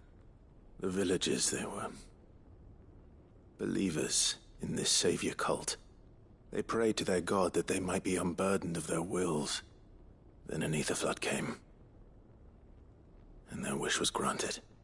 Your brother sacrificed himself that they might live, even knowing that that life was death by another name. Then he perished defending liberty. A hero's end. For the right to choose how one dies is no less sacred than the right to choose how one lives. Sid would agree. He wanted to build a world where people could die on their own terms. A noble ambition. To die for one's cause is the most perfect expression of one's faith. It matters not how misguided others might judge one's decision to be. Only that the decision is one's own. We live according to the teachings of our order. We believe in them, we protect them, and yes, we die for them. For better or worse, that is our creed.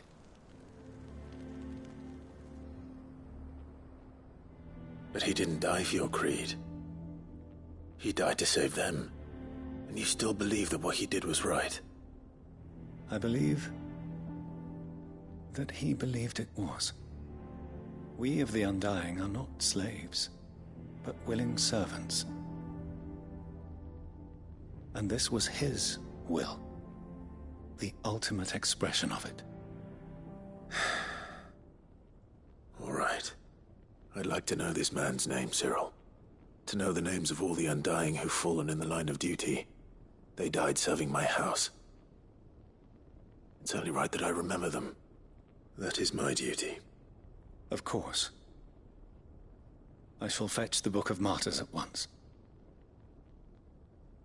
My lord, it has been, and shall ever be, the greatest honor of my life to serve House Rosfield.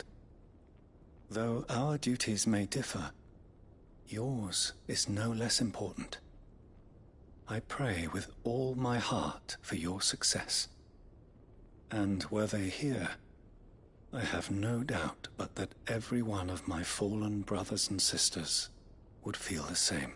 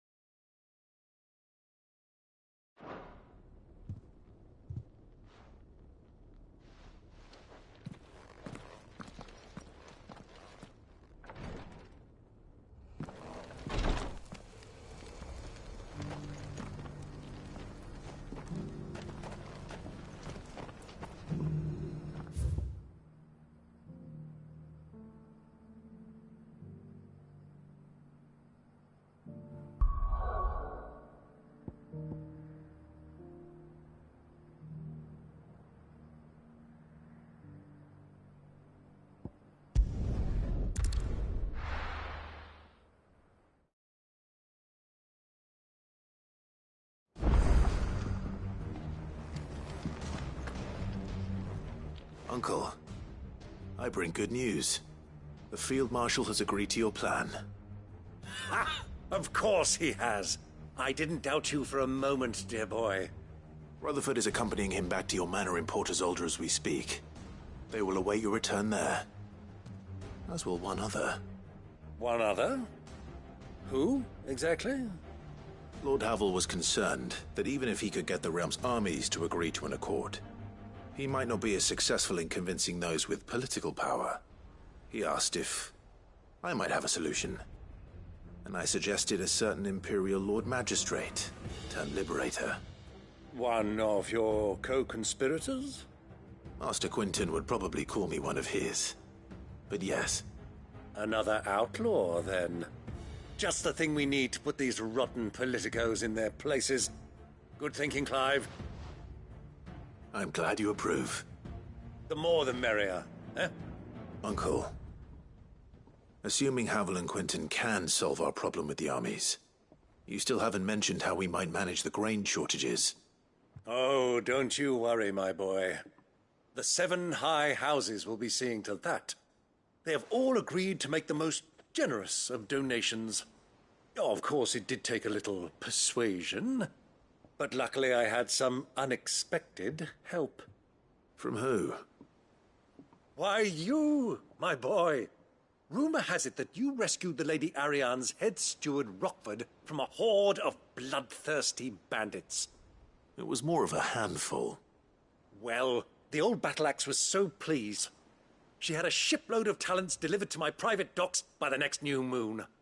And when the other houses saw the parsimonious old crone's purse strings finally loosen, they as good as tripped over themselves in the rush to follow suit. I'm happy to hear it. Now, I must be getting back to the manor. Join us there at your earliest convenience, would you? Of course, Uncle.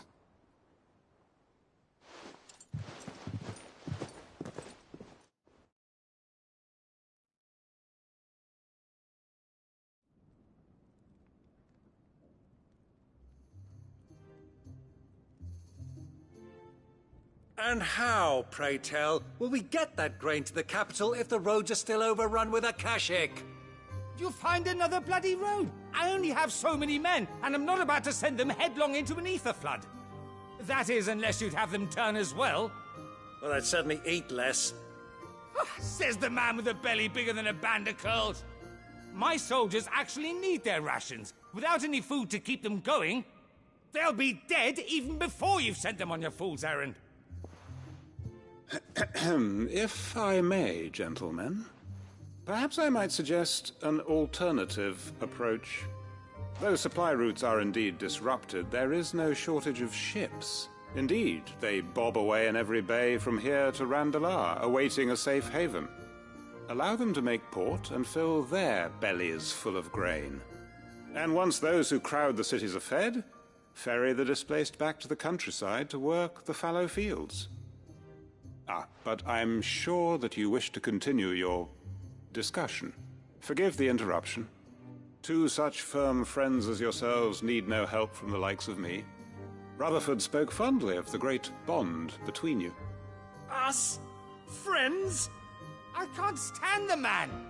Clive, I'm beginning to question the quality of the company you keep. And what kind of company are you expecting him to keep? The man's a criminal! Criminal? How dare you? You are not fit to breathe the same air as this fine, upstanding young gentleman. Upstanding? He calls himself Sid the Bloody Outlaw! Once more unto the breach.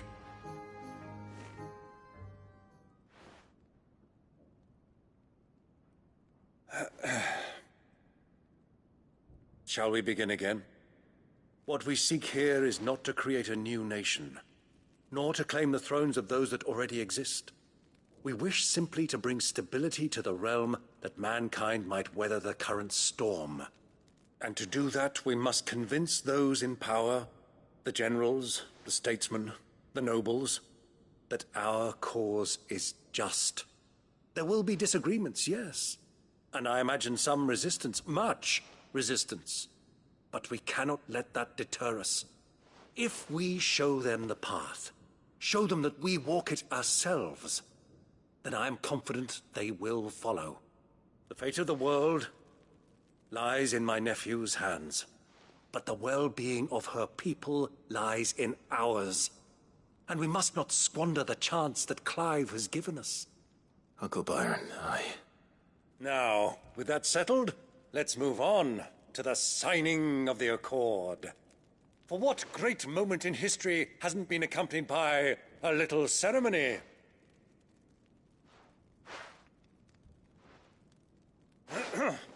Citizens of Valisthea, I present to you the Triunity. Rutherford, Mike Will.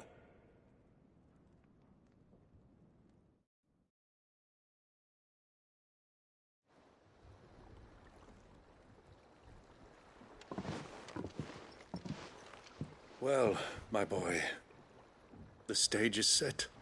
That it is. This is the role you were born for. Now I ask only that you trust in the talents of your supporting cast. We shall play our parts to the best of our abilities, that you might have the opportunity to shine. The realm needs its Sir Crandall. And there is no better Crandall than you, Clive. I want you to keep this signed accord as proof of our faith in you. I will. Thank you, Uncle.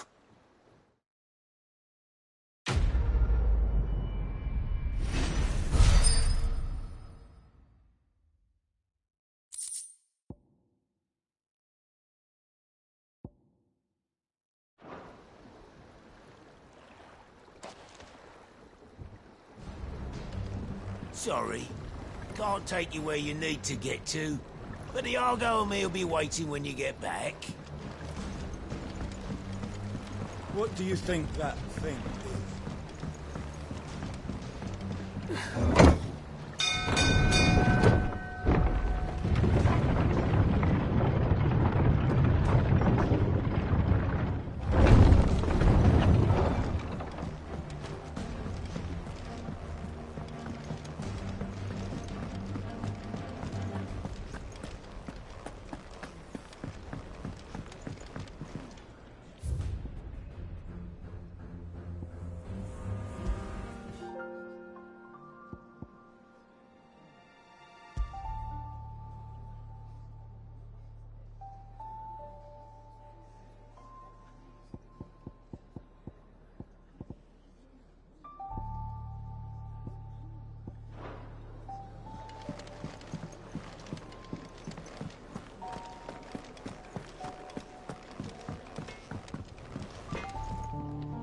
Trouble with your gear, or something falling, dear?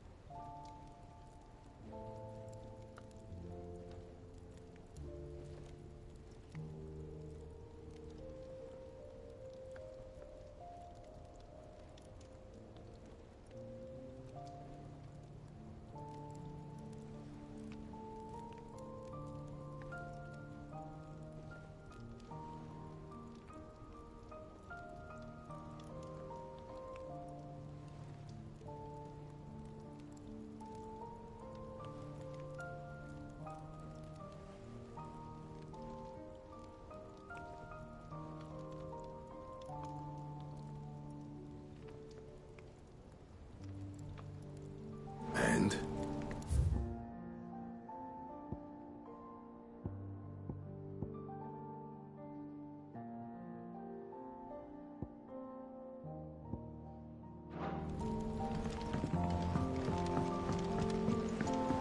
Say what you will. Lady Karen has seen us.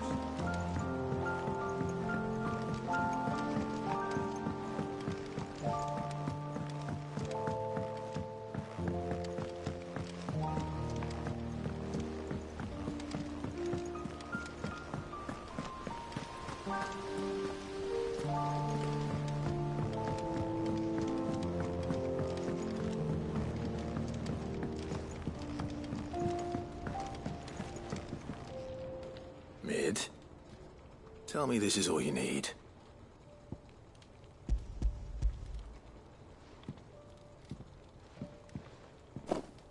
Aw, you make it sound like I asked you to save the world or something. Tell me this is all you need. It's most of what I need. After you left, I went over the figures again, and I realised I'd forgotten a 1 and a 0. And a cogwheel. Just a tiny one. Though, that's the problem. Gears that small are a bastard to make, and I may have lost the one Blackthorn spent a fortnight toiling over. Wait. The children. When they took apart your scales, there was a tiny brass gear. Now that I think about it, they didn't use it when we put the scales back together. The young'uns? But why would the... You know what? I don't want to know. I'll keep working on the model. You go and find that cog.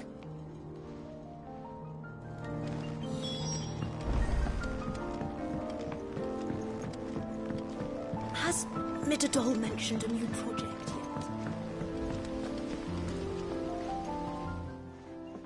yet? Sid!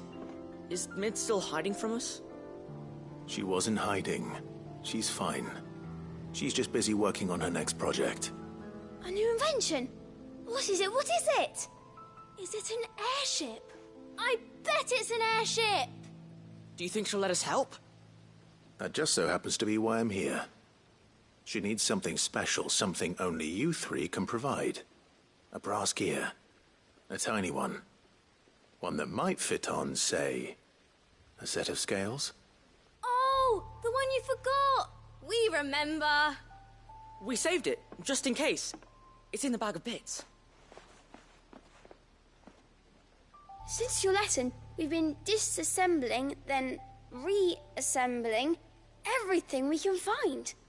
All the pieces that are left over, we keep under our beds, just in case. That's good to know. Look! I found it!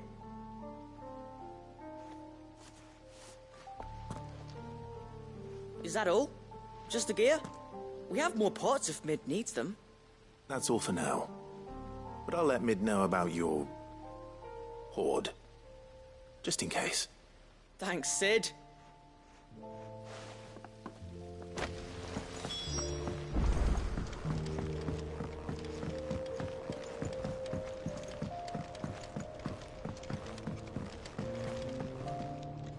Well, did they have it?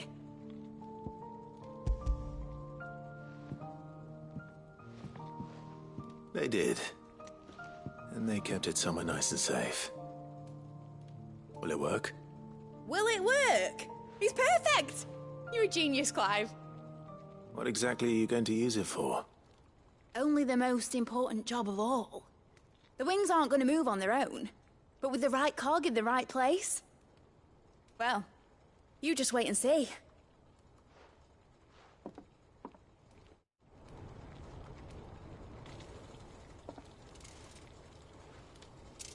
That should do it.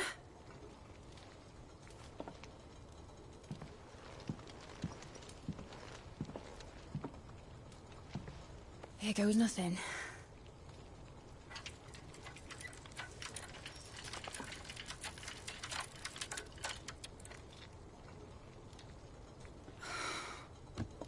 Titan's tits. It wasn't supposed to fly, was it? Of course it was supposed to fly. Wouldn't be much of an airship if it didn't. Honestly, these bloody engines are driving me mad. I was so sure this would be the day she soared. The Mithril engine was made to make dreams come true.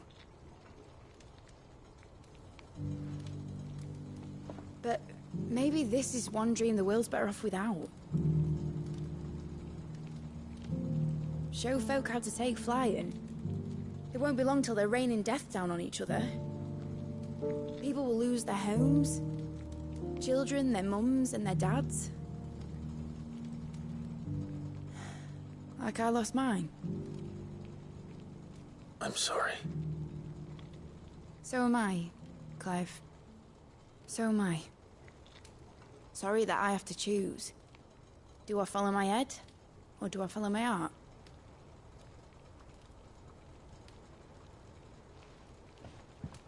Good question.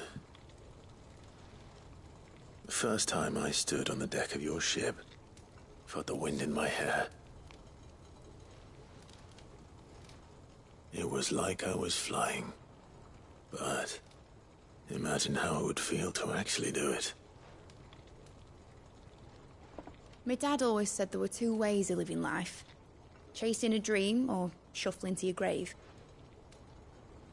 And he were right. Right about a lot of things. Not that I like to admit it. People need dreams to chase. Especially in a world like this.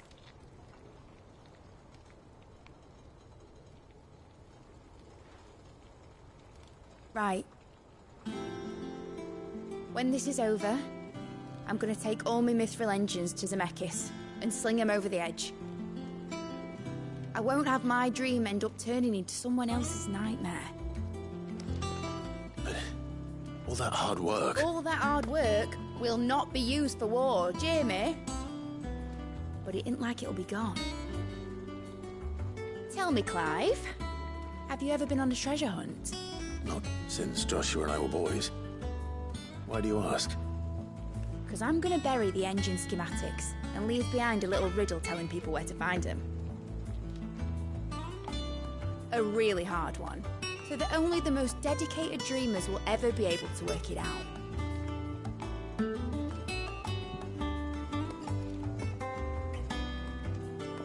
Ooh, I can picture it now. Some daft general squinting at the words with a gormless expression on his mug. Like that one, yeah. Right.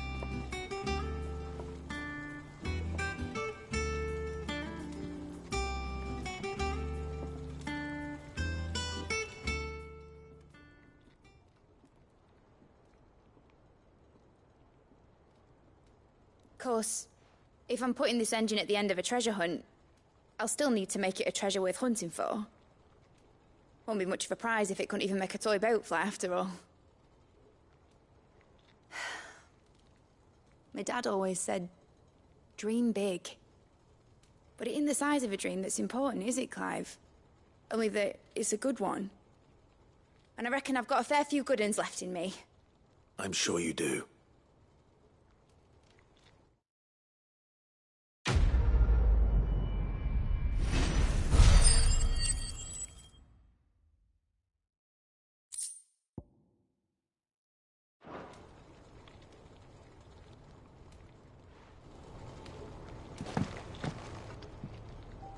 What shall I do with your model? You spent a lot of time on it. We both did. What, that old thing? Not healthy to cling to your failures, Clive. They'll weigh you down, you know. Sound advice. Still, I suppose my prototypes will probably be worth a fair bit when I'm as famous as Bart's the Builder. Seeing as you're always strapped for coin, suppose I can give it to you. Just make sure you get a good price when you do come to part with it. I'd say that was up to you as much as me.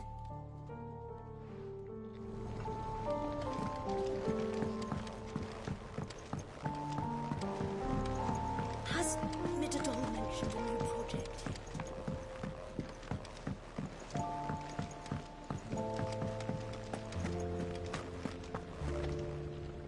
I hear that you traveled to Ash, Sid. Did you by any chance recover the names of my fallen friends? I did. Yes.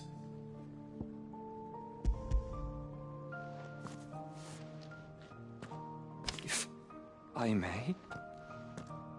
The bearer registry.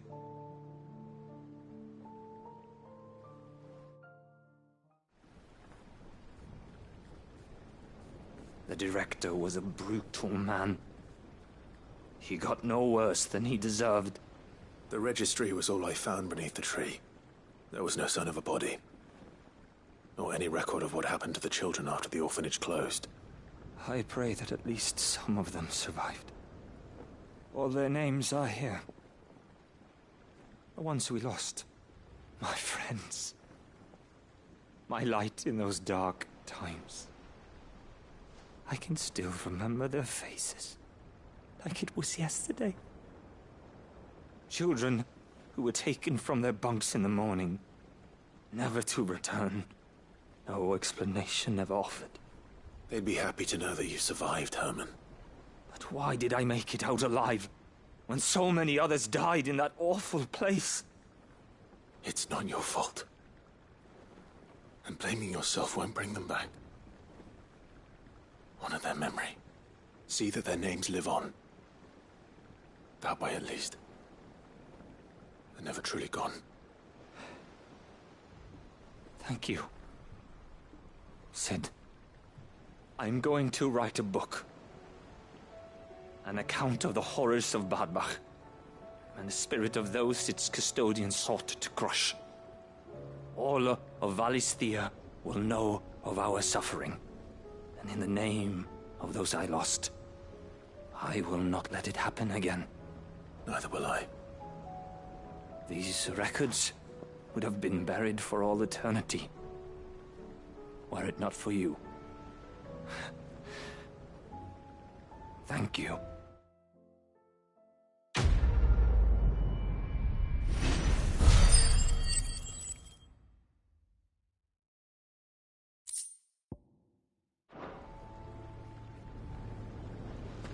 The realm will hear of Bad Bach. And I pray that the tale of my fallen friends will spare future generations the horror we endured. Thank you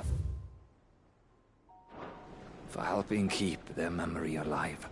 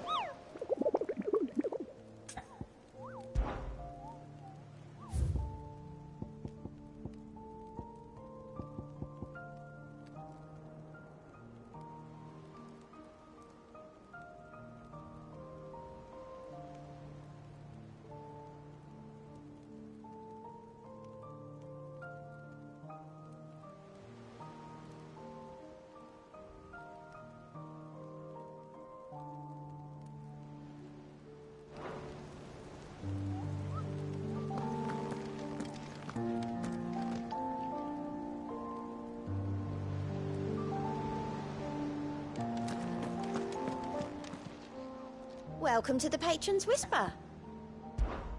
Come to claim your just desserts? You earned this. Come again. I may have more for you. How may I help you today, Clive?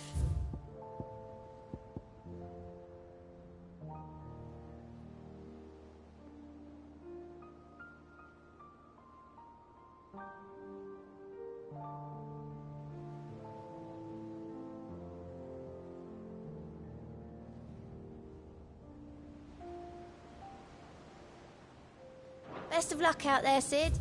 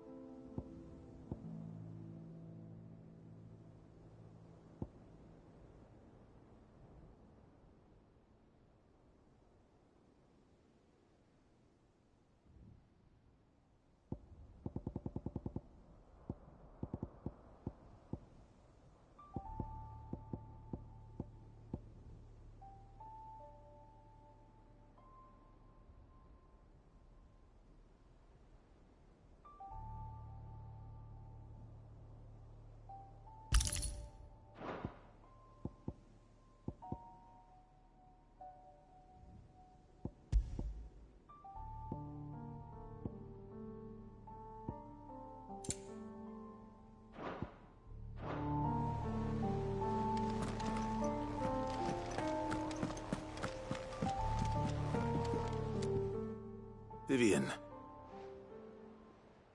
I found it. The book you lost.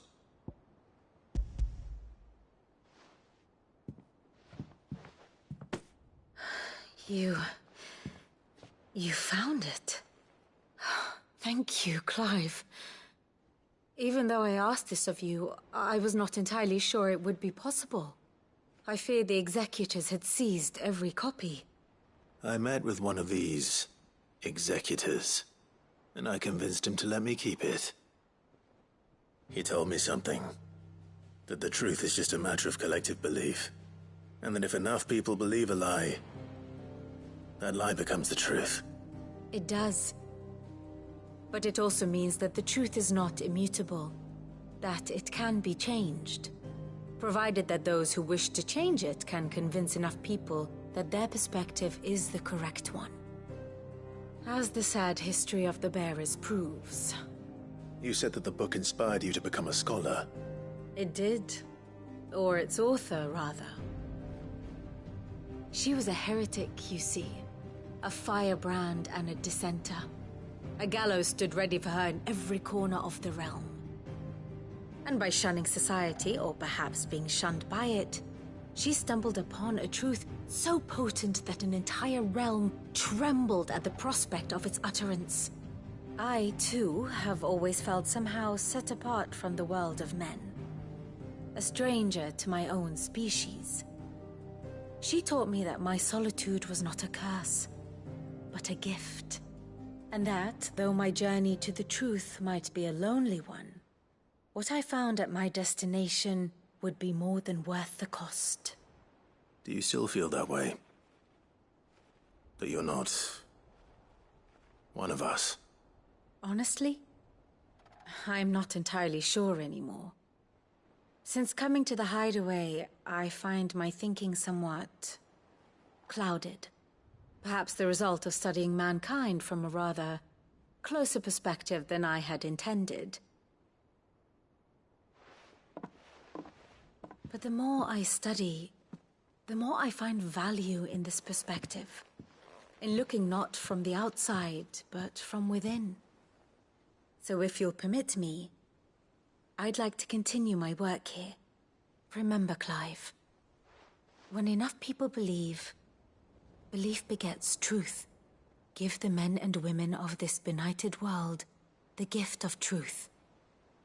Make them believe in you, as I do. I'll try, Vivian. I'll try.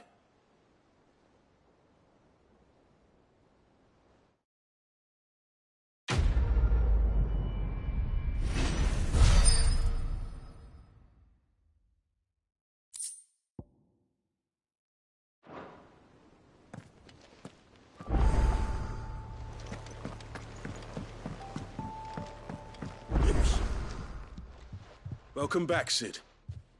Welcome back, Sid. Yes. Welcome back. Trip wasn't too much of a pain in the arse, I hope. Truth be told, it was me who suggested roping you in to help with the trial. But from what I hear, things didn't go quite as planned. No, they most certainly did not.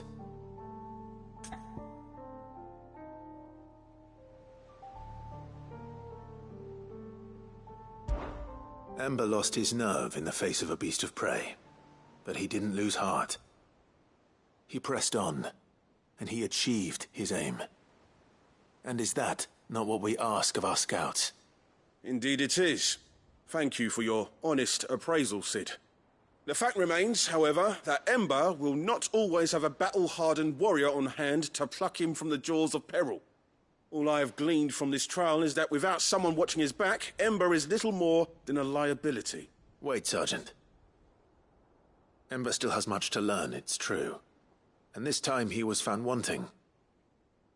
But I'd say he's due a second chance, nonetheless.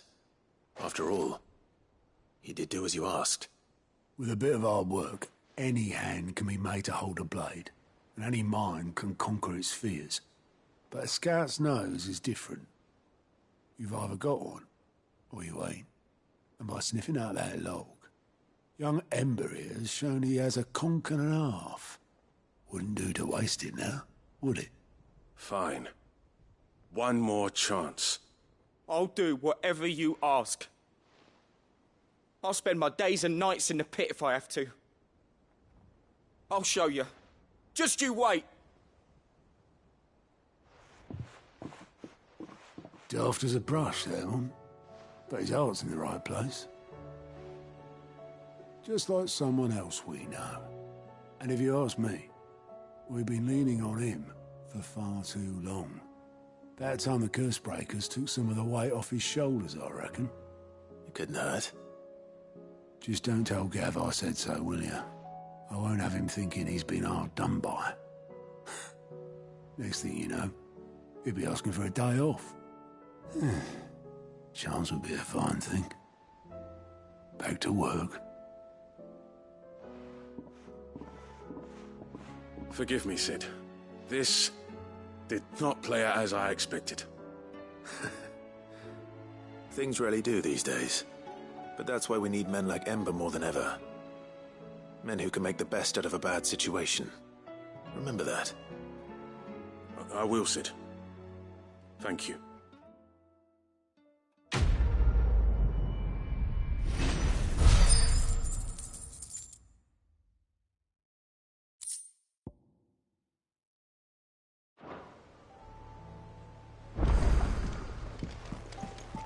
There's something about it.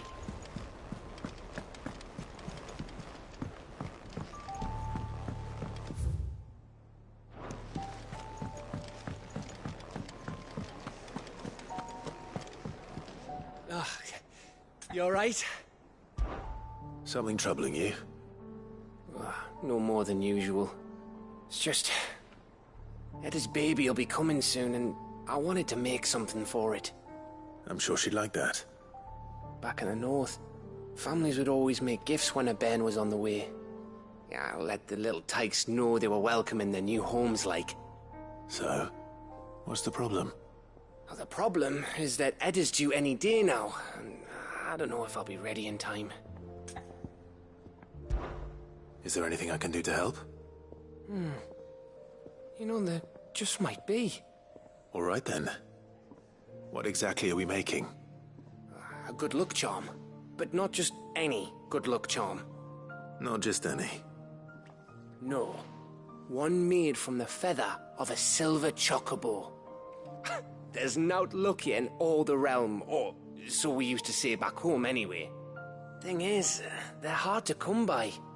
Had Otto and Karen check with their suppliers, but nothing. I'd try and track one down myself, only... Only the big day is fast approaching. And that's all you need, a feather. That or the bird whose horse it's attached to, aye. I was gonna start by asking around with traveling traders plying the northern borders. Well, there's no shortage of those passing through Martha's. I think I might make that my first port of call. I'll let you know if I find anything. You're a good friend, Clive. I won't forget this.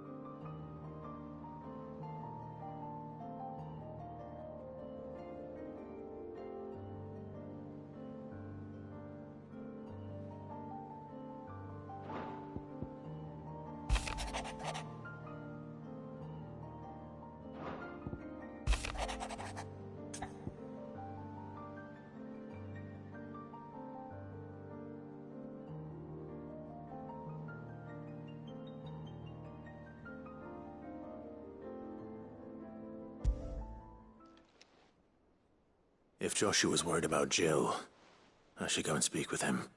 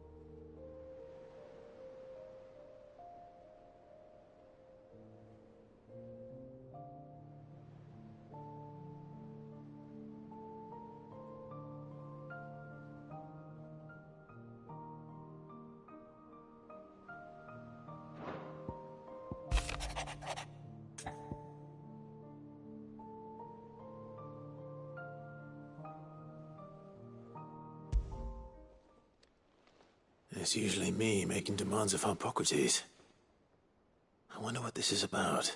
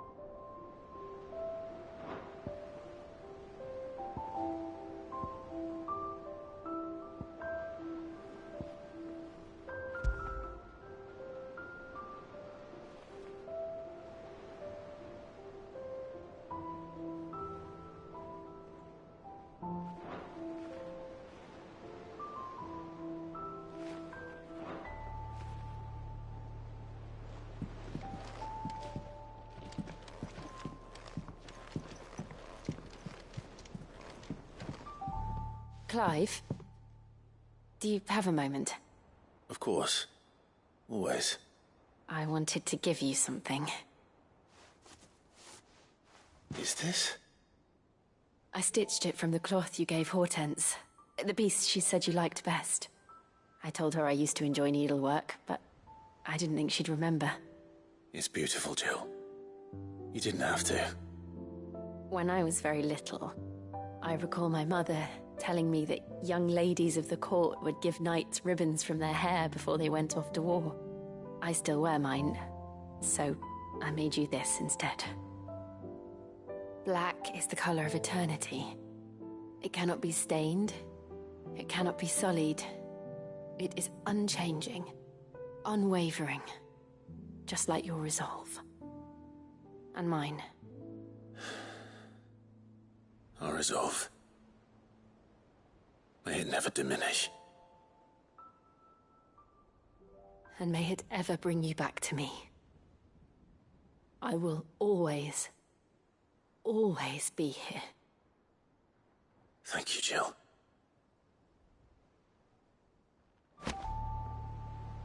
What's on your mind, Clive? Right.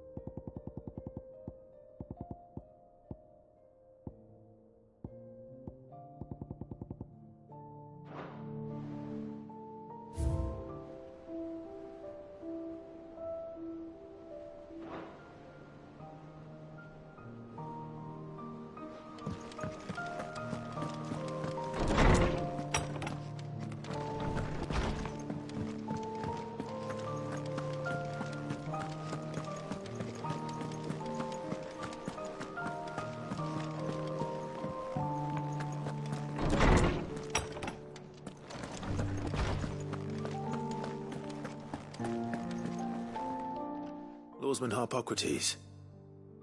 I received your note. Ah, yes. I expect you're wondering what this is all about. You spoke of making amends with Dion, but I can't imagine what for. Then I should begin by telling you that I was once his tutor. This was some years ago, of course, before I joined Cid in his hideaway. At that time, I was counted among the foremost scholars of Oriflamme, and was accordingly invited to the palace to supervise the young prince's education, all to ensure that the future emperor had a firm grounding in, well, everything an emperor should. History, religion, commerce, government. Alas, our time together was cut short when Dion left to join the Dragoons, his studies no longer being deemed necessary. I had not expected to meet with him again, least of all here. Have you spoken with him? No, I have yet to find the right moment. His Highness always seems so preoccupied, especially when alone. I would not wish to disturb his ruminations with idle words of greeting. Not when I know he dwells upon the evil Ultima had him commit in the Dominion. The guilt weighs heavily on him, I know. But as you say, that was Ultima's doing. Surely you can't blame yourself. When I first met him, it was not guilt, but his people's expectations that weighed heavily upon him. And I did nothing to ease that burden. He bore it alone, until the day he could not bear it any longer. It is one of my greatest regrets that I only ever offered him my wisdom, when what he truly needed was friendship. The blame for Dion's transgressions lies not only on his shoulders, but on mine. I see. I'm ready to help you in any way that I can. Then I beg that you bring me a wild wyvern tail. Apothecaries across the ages agree that even to glimpse such a flower is to be granted inner solace. Fabulists and fraudsters all, of course. But there is oft a seed of truth to be found where even the most outlandish opinions align. Well, it can't hurt to try. Where can I find this flower? And how will I know it? You have seen cultivated wyvern tails before, I trust. The lily-white blossoms from whose roots the poisonous ink for the brand is distilled. Well, those which grow in the wild differ only in their purple hue. The harsher the environment in which they are raised, the deeper the colour. There is a waterfall in Rickmal's roost across the strait, where the flowers once grew in abundance. Whether they still survive there, I know not. But try as I might, I can find no likelier location. It's all right. I'll find you a wyvern tail one way or another. Thank you, Clive. And please, be safe.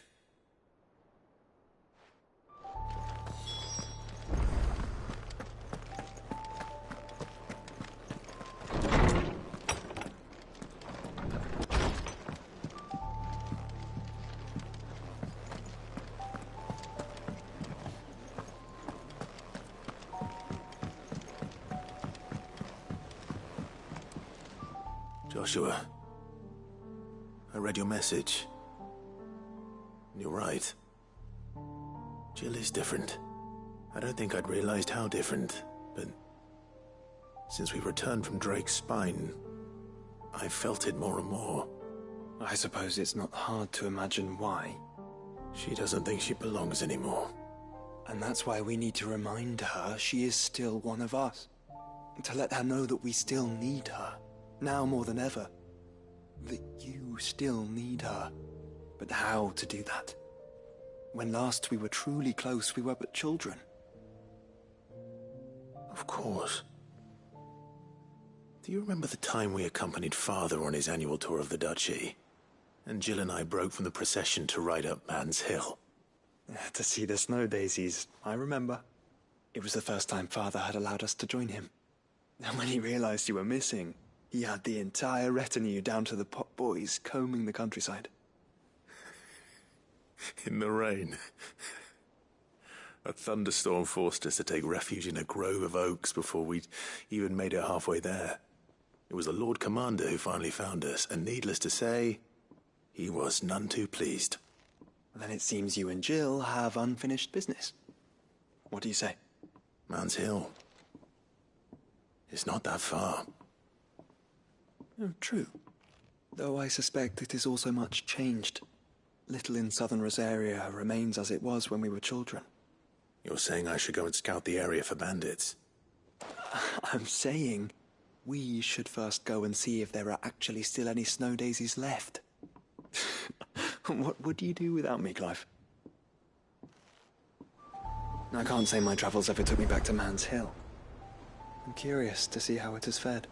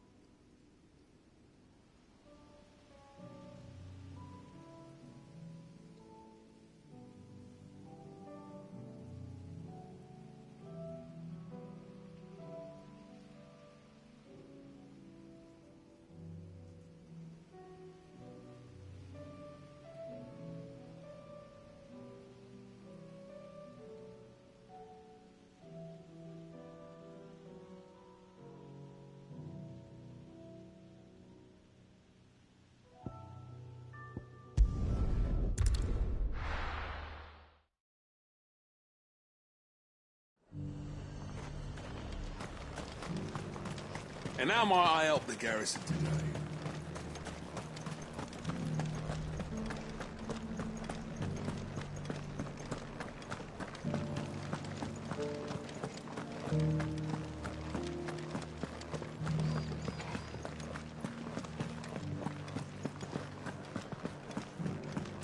Haven't seen any of those beastly blue eyes.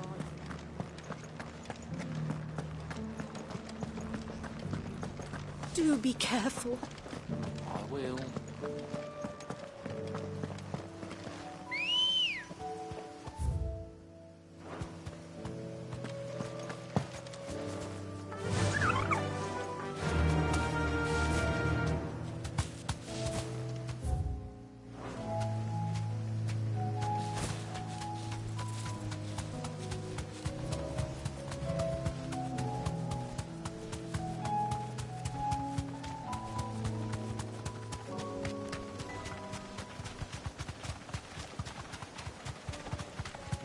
Quiet. Just the one of you, eh?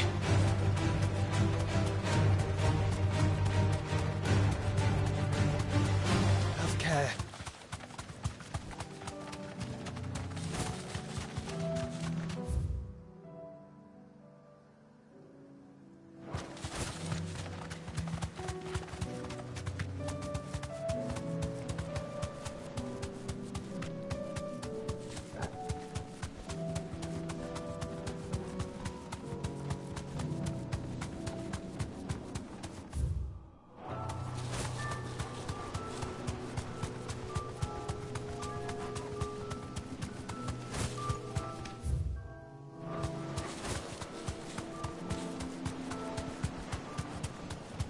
Caution, brother.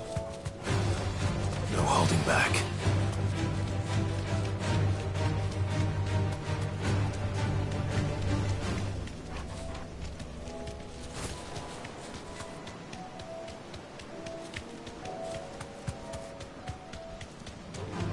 All right.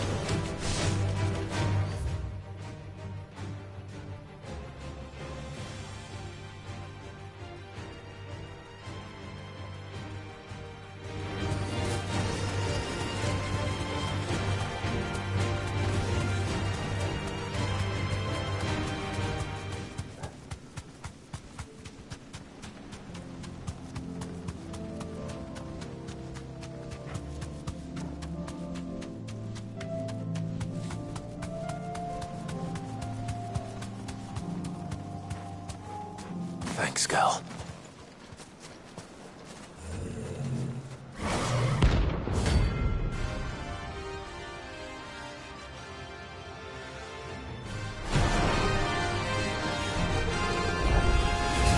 That's another one.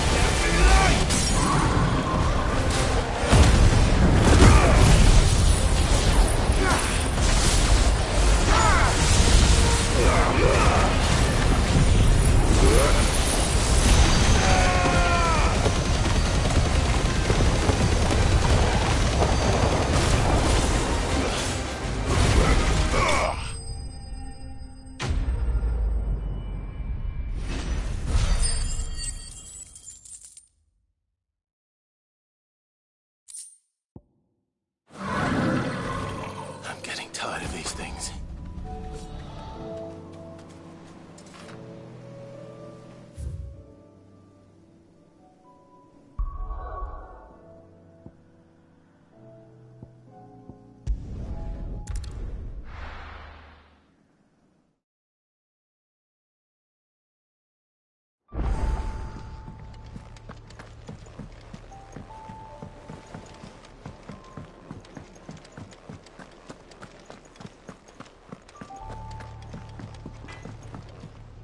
What do I owe the honor? What do you want? No scratches, all right? That it? Fine.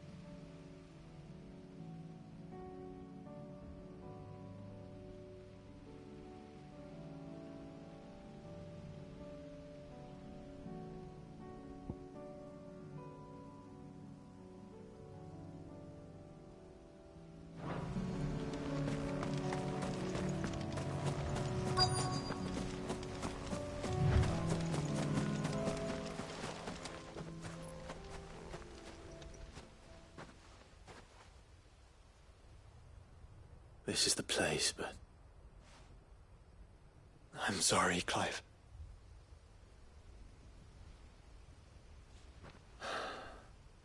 There's nowhere been spared. What do we do now? We keep looking. Man's Hill cannot be the only place where snow daisies grow. Perhaps, but... it's the only place I know of. Knew of. Then why not ask someone who might know of another? Someone in the backyard? To the hideaway, then.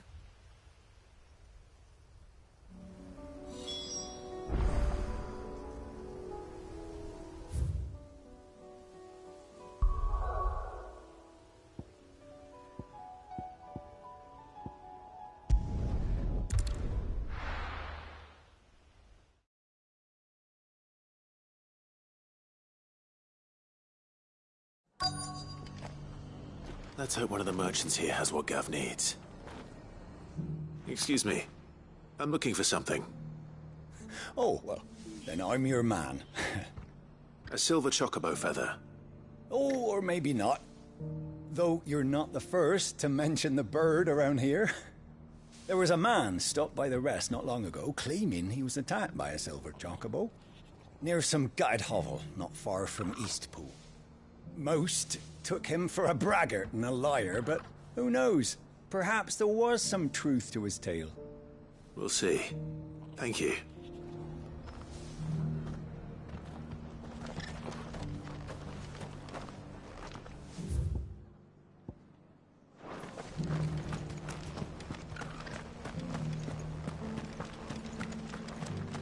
Whoever's idea it was to take those bears.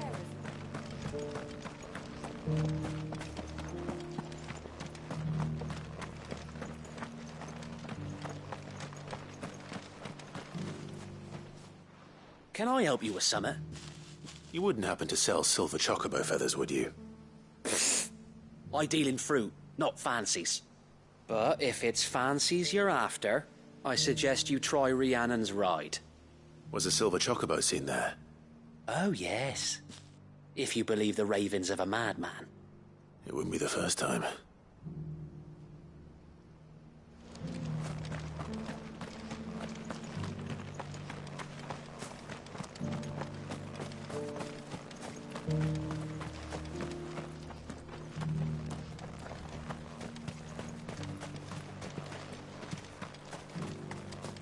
It doesn't still hurt, does it?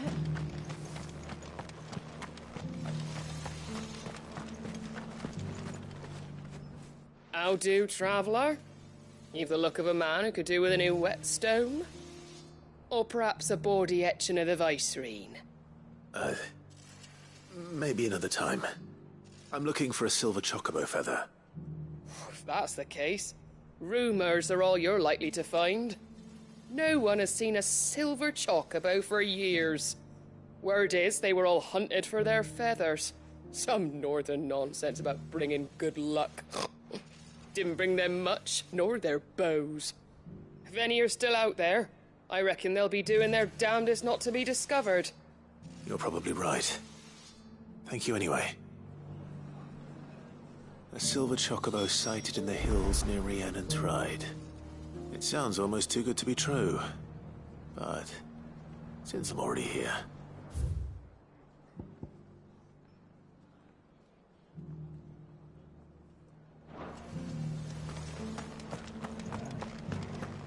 Just because the heavens have gone to wreck and ruin it, don't you?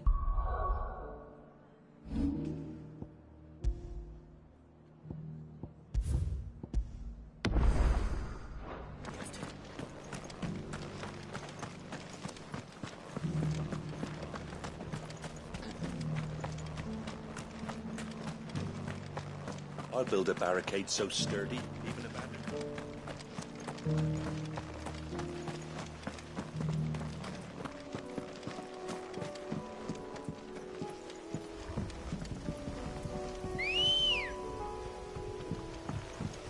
Good girl.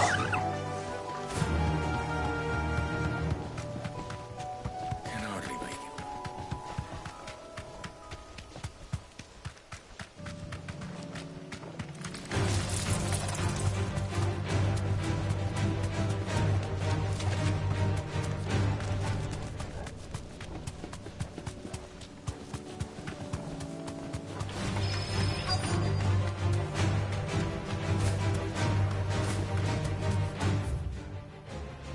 Tracks. Not left by bandits for a change.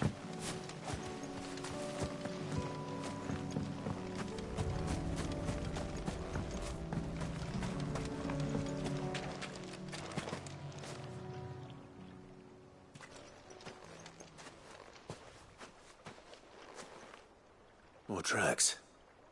And these look fresh. The Chocobo was here. And recently. Perhaps it still is.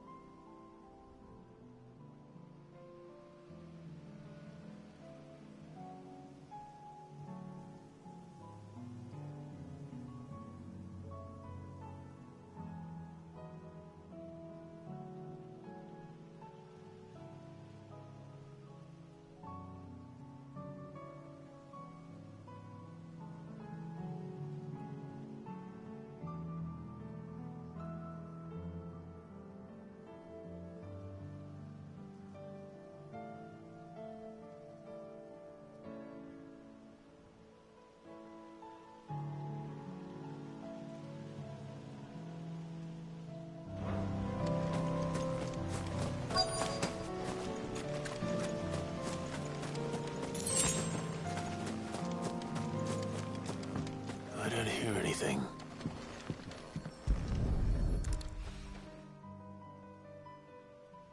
Well, I'll be damned.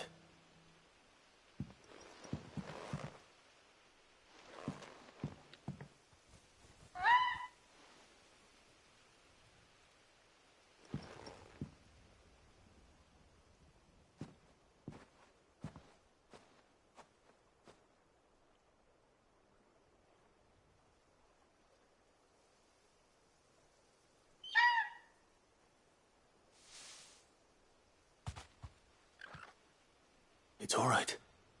I'm not going to hurt you. Just borrowing a feather for my friend.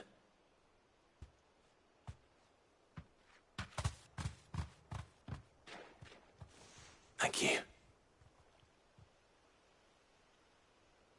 Let's get this back to Gav before they change their minds.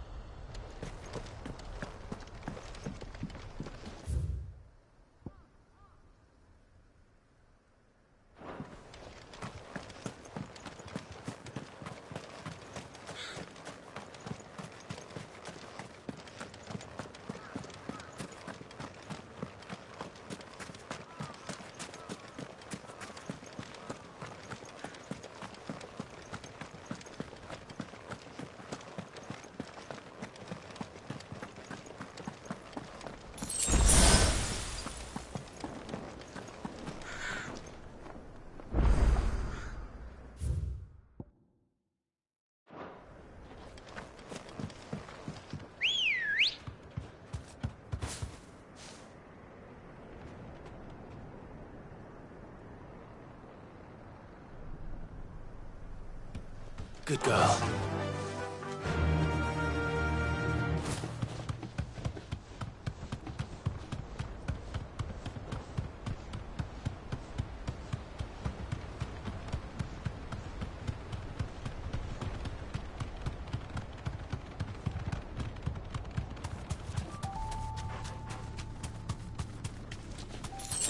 Caution, brother.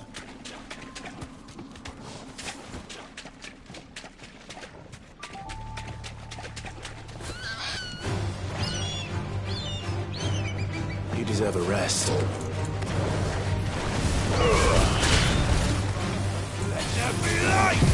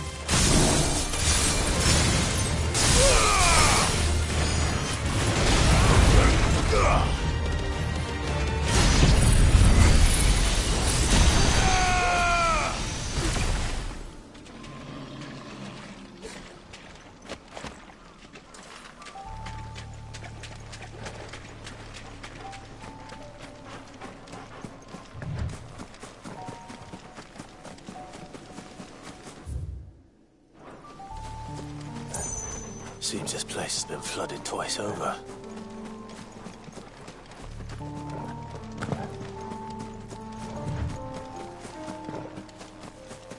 Purple flowers blooming next to a waterfall. Shouldn't be too hard to find.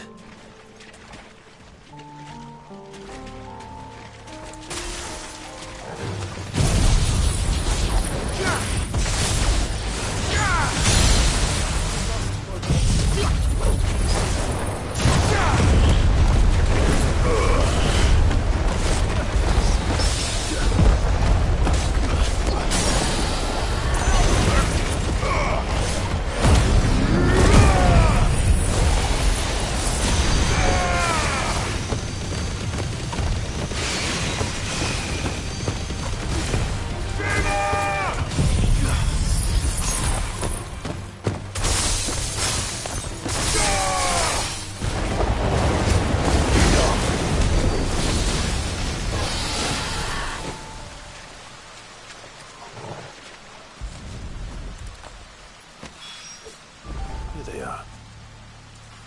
Might as well pick enough for a bunch, I suppose.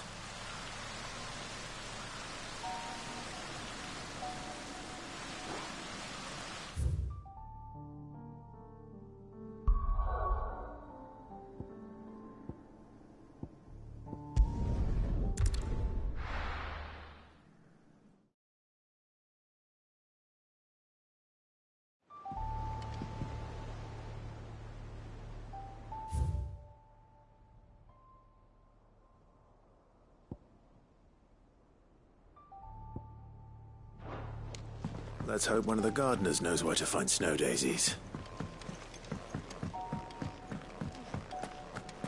It was no trouble at all. Clive, you're back. How'd you get on? Any luck? Any luck, you say?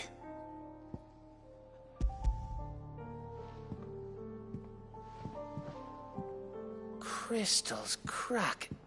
Is this what I think it is? Where in the hell did you find it? It's a long story.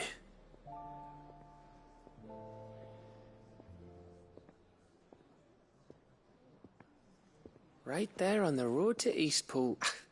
Who'd have thought it? Everything up there's been abandoned for years. The empty cabin made for the perfect shelter. Though I fear my presence may have forced the poor creatures to look elsewhere. Don't blame yourself, Clive. The Blight's right on Eastpool's doorstep. They'd have had to move on before long, even if you hadn't have turned up. They'll find a new home. Trust me.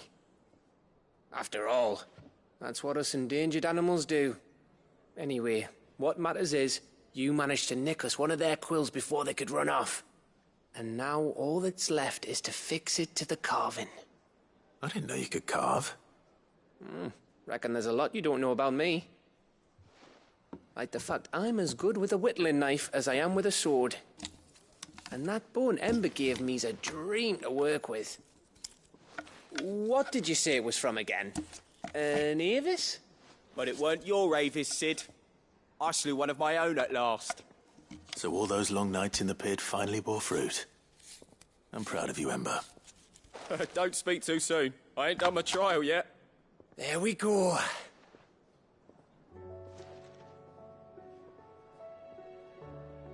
What do you think? I think if you ever hang up your scouting cap, you'll be able to make an honest living. Oh, will I? I should go and see if Ed is awake. Give it my best. You can give it to yourself. Come on.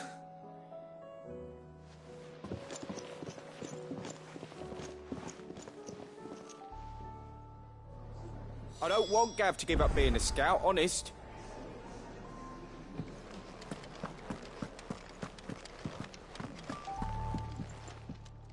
I don't suppose you're here to reprise the Saint and the Sectary. We'll be fine, Clive.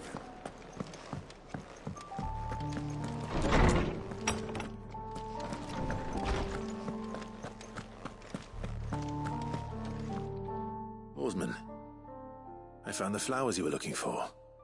You did? I think I did.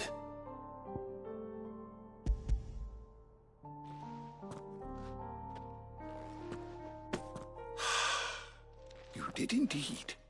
My dear boy, thank you. You wanted to make Dion a gift of one, did you not? Shall I invite him to join us? Oh, I don't... It's no trouble. I'll go and fetch him.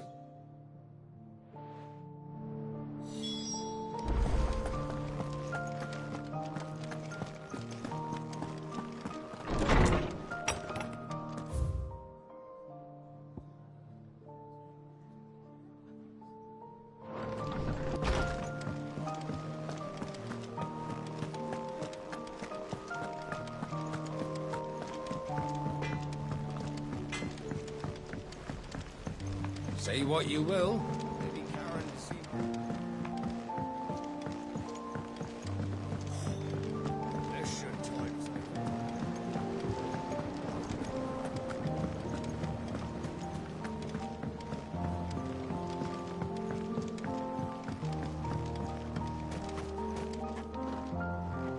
Oh. What brings you down from the heavens, Sid? I need your advice. Joshua and I are looking for a place where snow daisies grow. Preferably in abundance. Snow daisies. Then you'll want somewhere not too hot and not too cold. And where the winds are strong enough to carry the seeds. I reckon Man's Hill would be a good place to start. There in the Royal Meadows, perhaps? Both have similar climbs and the right elevation. If the Blight hasn't claimed them yet. Right. Thank you. Did you learn where we might find our flowers? The gardener here mentioned the Royal Meadows in Sambrak. The fields beyond Northreach. Well, if that's the case, then Yote was right. I recalled that she kept the record of our travels, you see. So I asked her if she'd perhaps noted anywhere that snow daisies grew, and she mentioned Oilafeist Bay. Whose shores border the meadows. Off we go then. The winds that blow across the royal meadows from Orlefeist Bay are strong indeed. Strong enough for snow daisies, it seems.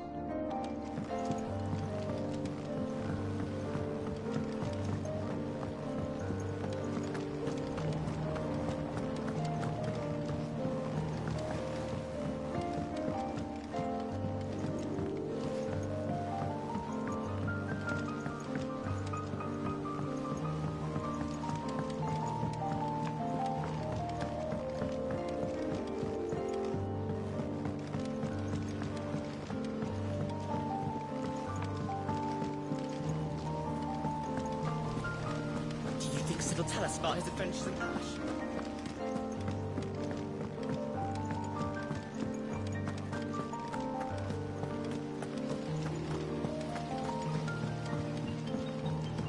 I was just about to go in. But then I thought it might be better if you went first. What with you being the head of the family and all.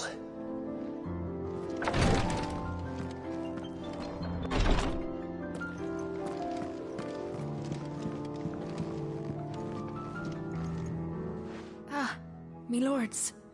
How are you feeling? Well, thank you. Is something wrong? Wrong? No, nothing like that. What it is... Go on, please.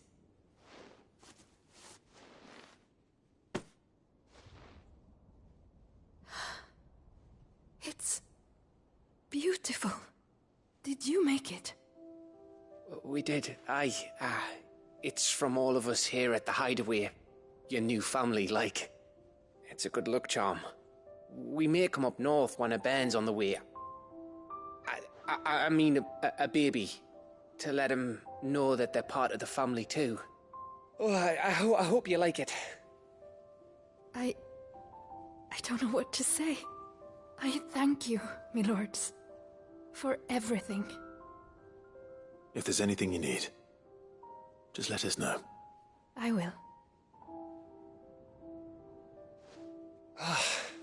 Clive, fancy a swift off? I'm thirsty. I could be convinced.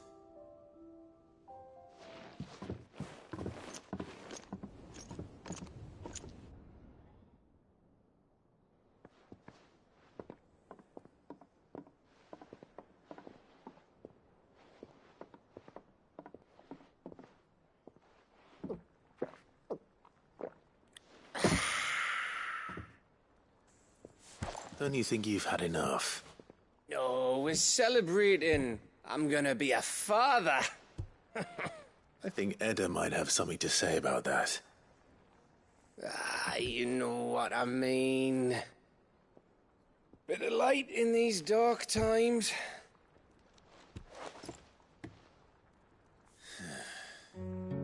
Wasn't long after me 10th name day. My mum told us she was with child again. I was over the fucking moon. I was looking forward to having a little one to lord it over. What with me being the runt of the litter. Thought I'd finally have a chance to prove to the world that I could be a big brother. Imperials came the day she went into labour. Had myself a baby sister.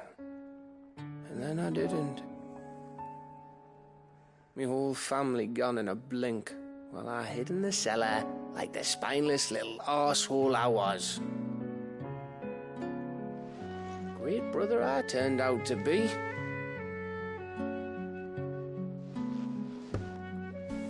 I'll never be a leader. And I'll never be a hero. I'm just a daft little dog who comes running when his master calls. I'll never be like you, or Sid, or Jill, or even Torgal. Have you finished? Maybe.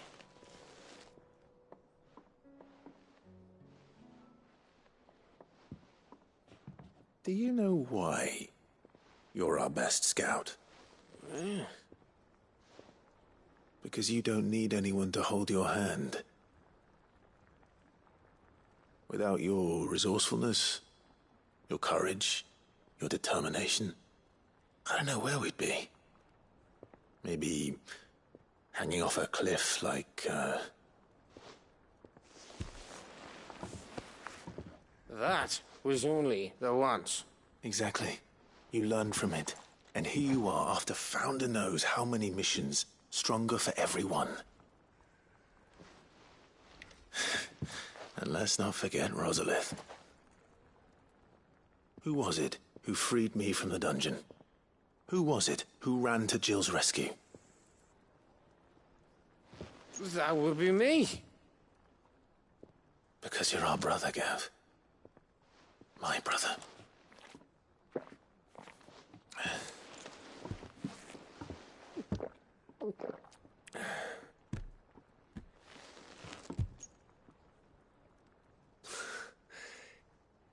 Your brother.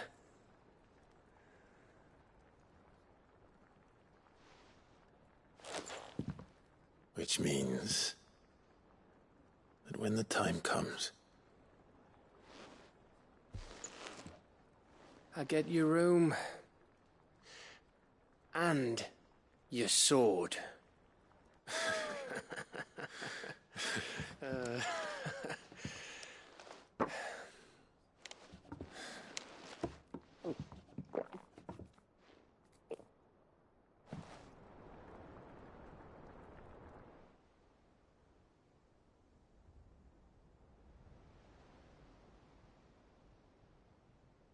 I may have had one too many. You may have had 10 too many. I said I was thirsty. Better get back to work anyway. After I walk this off. Clive? What is it?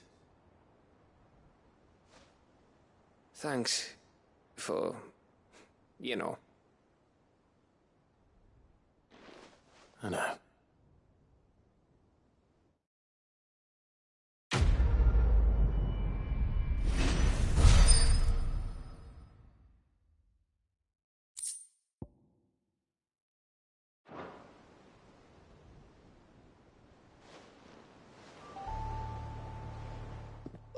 One of these days. One of these days, I swear it's gonna be me who drinks you under the table. If by under the table you mean retching on my boots half the night, I reckon one of those days was yesterday. Ha ha, you think you're so funny. But just wait till we crack open the bottle I left in your chambers. That stuff's strong enough to burn the horns off a behemoth. Sounds like I'll be needing some new boots.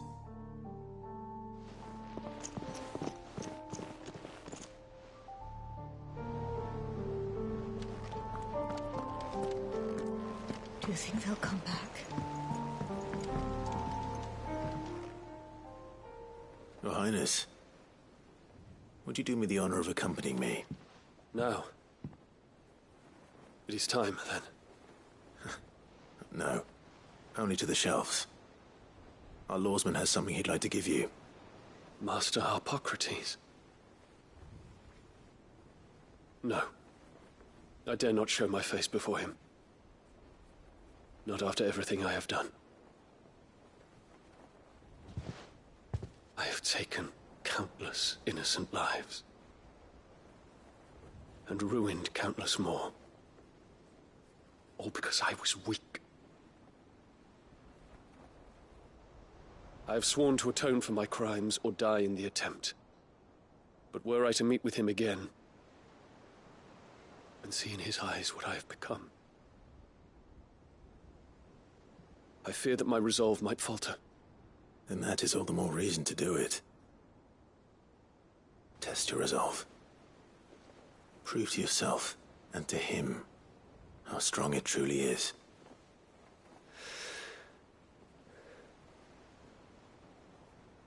You are right. I must, at the very least, offer him my gratitude. Very well, then. Take me to him. Follow me.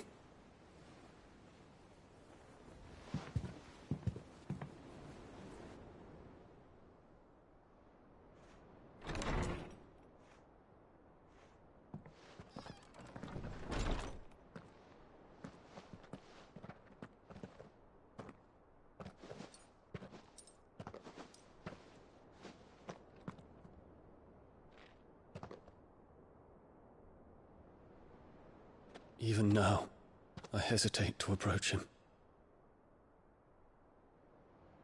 What must he think of me? You'd be surprised.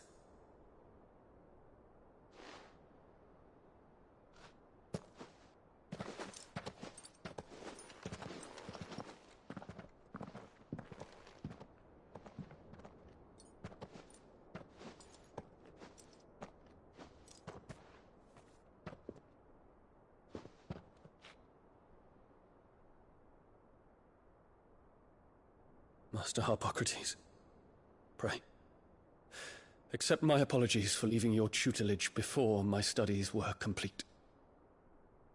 Your lessons opened my mind to a world quite unlike the one I had imagined from within the gilded confines of the palace.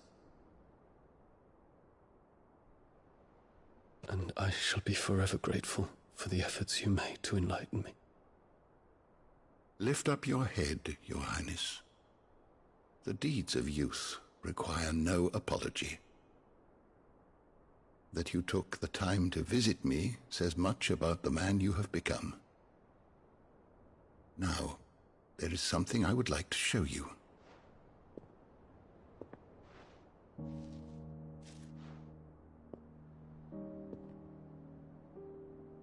Is that a wyvern tail? The color is unfamiliar to me. Because it is unique to those found in the wild.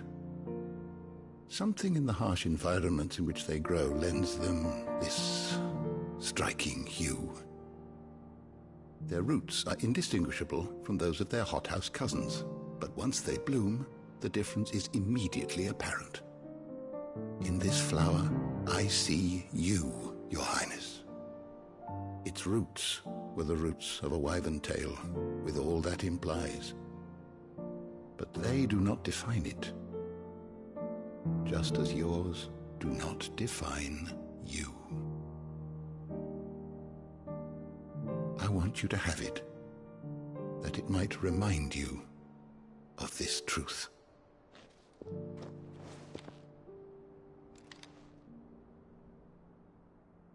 Master Harpocrates, I would ask of you a service. Keep your gift until I have fulfilled my duty to the realm, for only then shall I be deserving of it.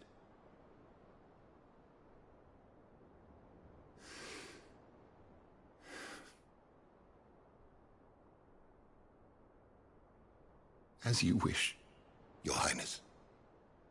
I shall await your return.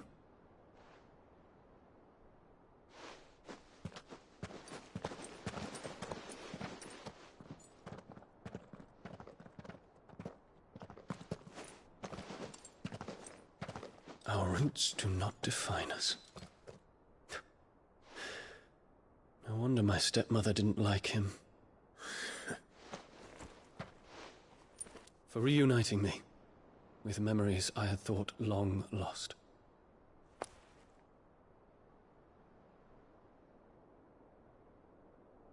I shall not forget this.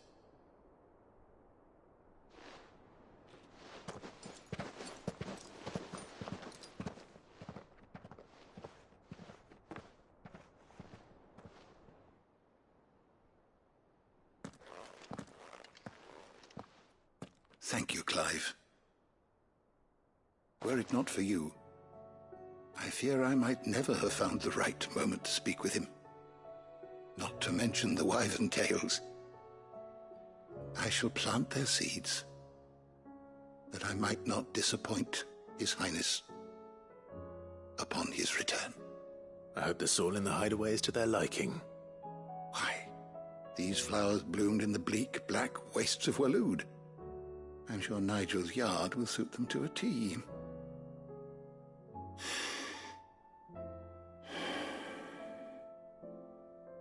When it comes to expressing one's gratitude, I find that words are seldom sufficient. Here. What's this? A Stolas quill. Or more precisely, my Stolas quill. 'Tis said that an owl's feathers are steeped in the wishes it hears over its long lifetime. All those words just waiting to pour out onto the page. So consider this my wish for you. That one day you may put down your sword and pick up that pen. Well, when that day comes, I'll certainly have a lot to write about. Thank you, Harpocrates. It shall have pride of place in my chamber.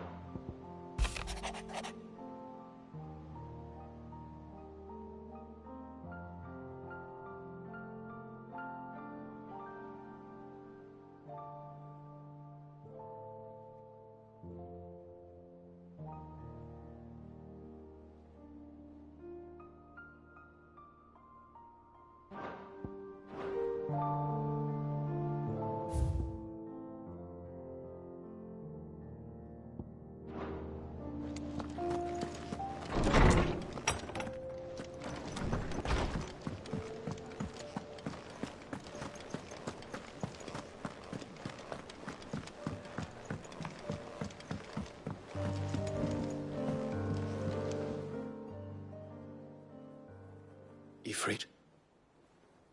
Your resolve didn't falter. No. Though I continue to be bewildered by fate. But I should meet with my old tutor here. At the very end of the world. I thank you. With all my heart. For giving me this chance. And I thank you for taking it. I should like to look upon that flower once more. When I am worthy.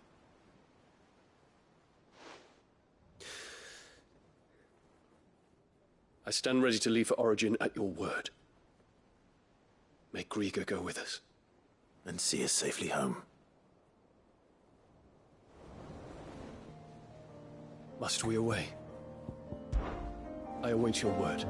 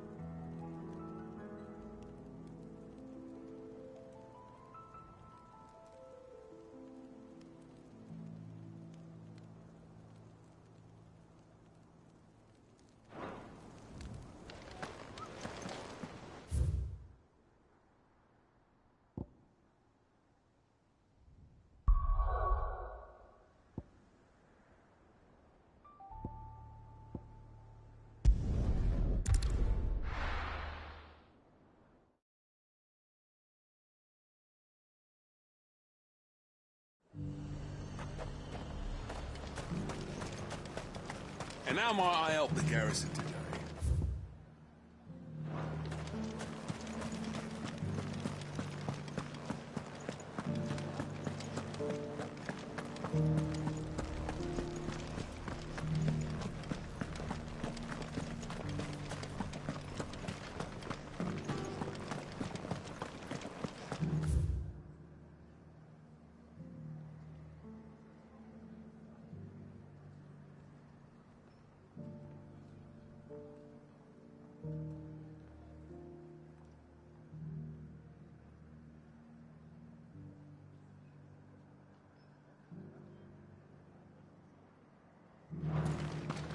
Haven't seen any of those beastly blue-eyed...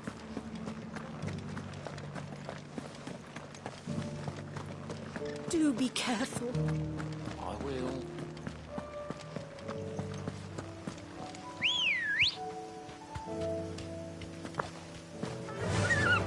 Faster!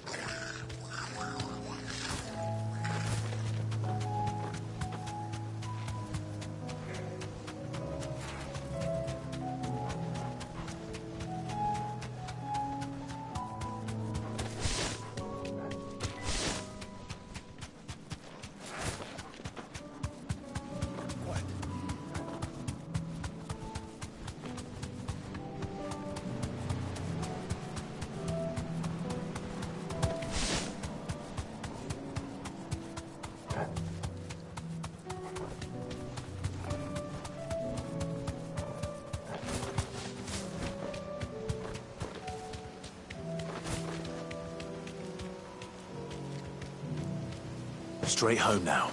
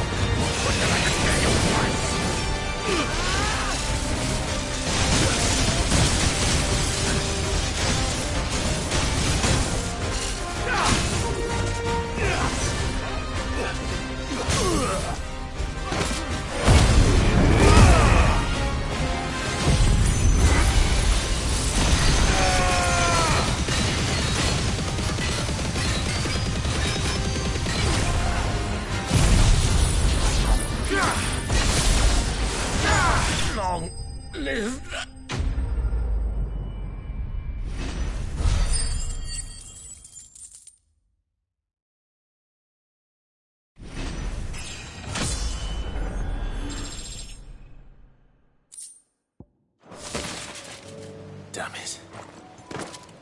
Dion would have been glad to have you back at his side.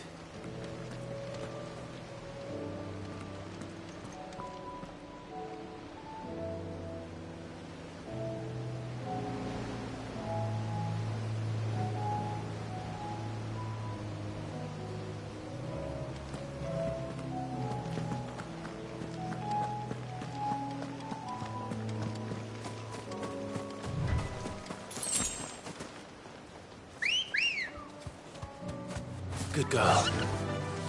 Fly, Ambrosia.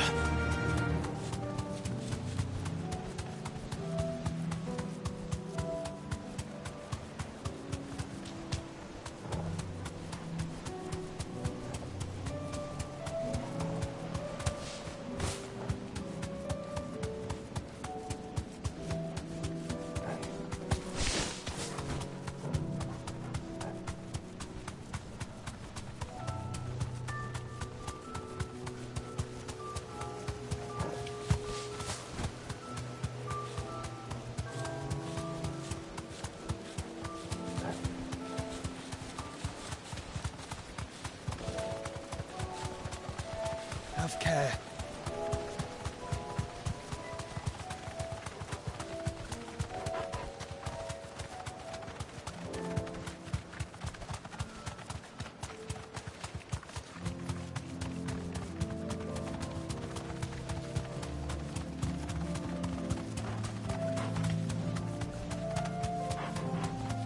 The meadows are vast.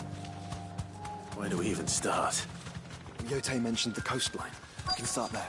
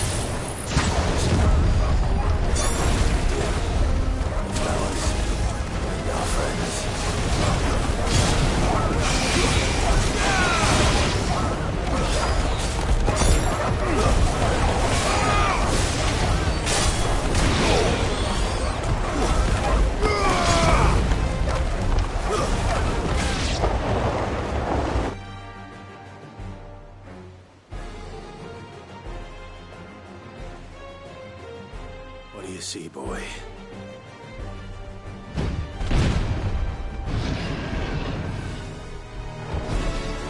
Let's hope this is the last one. Only one way to find out.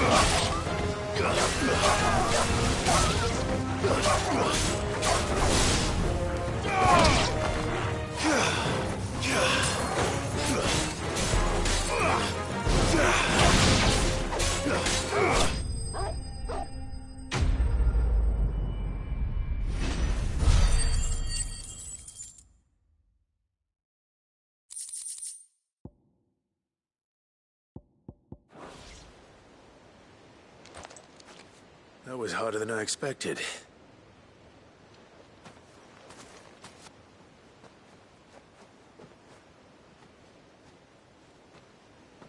But found her. It was worth it. They're beautiful. Do you think Jill will like them? She'll love them.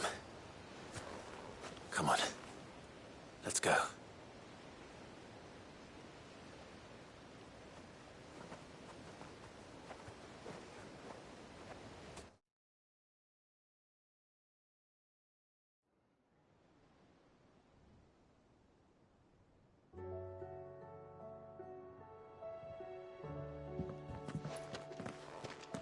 It appears my work is done.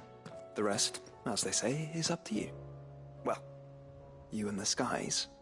We wouldn't want another thunderstorm now, would we?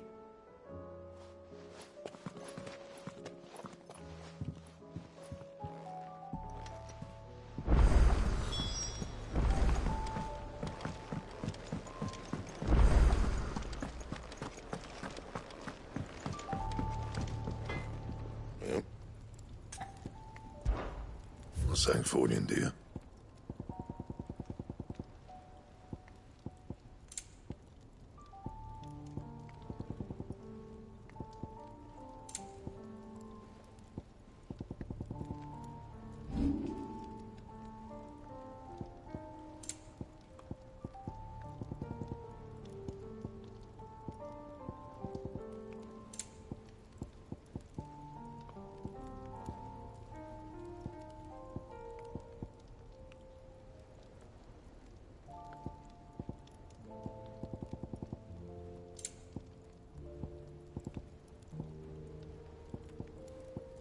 Anything else?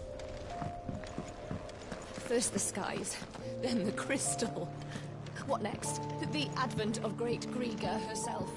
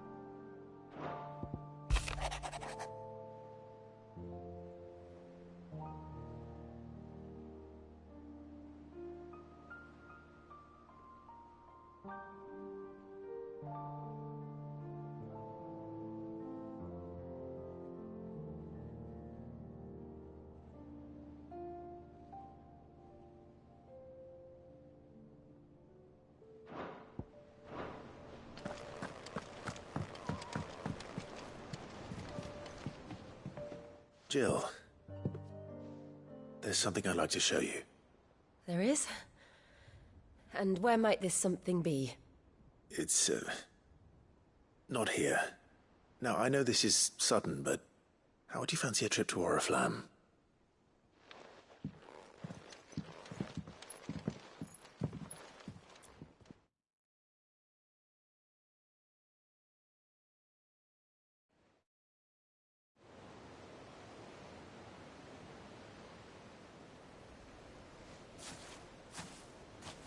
There are so many. This is what you wanted to show me. Yeah, I don't know what to say. You don't need to say anything. The smile on your face is enough. We've been worried about you, Joshua and I. Do you remember when I took you to Man's Hill? Or tried to? How could I forget? You saw me crying and thought a change of scenery might lift my spirits. In the end, it earned me a nasty cough and a stern scolding from your mother. but I felt wonderful nonetheless. I'm sorry. I had no idea what I was getting us both into. But I couldn't bear to see you like that. Before we left, my chambermaid told me she'd overheard your mother talking about my marriage prospects with some of the noblewomen at court. They were debating whether it would be more profitable to marry me off to one of the high houses instead of saving me for the ducal line. No one thought to ask me what I wanted. I was nothing to them. A pawn at best. I felt so trapped. So lonely. I didn't know. But I wasn't alone. You were there. Your hand in mine as we ran for those oaks. And I knew then, no matter what happened, I would be all right. I'll never forget that feeling.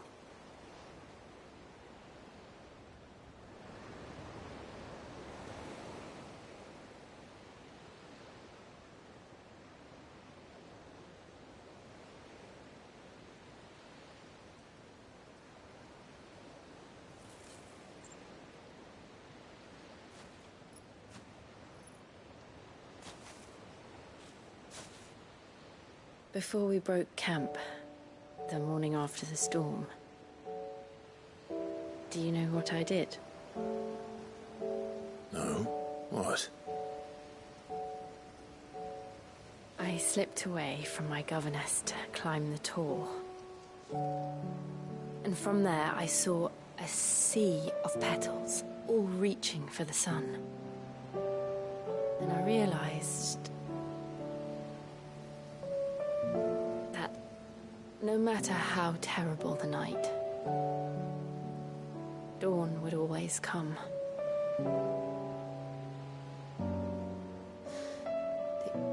That you would always come for me. And you have. Again and again.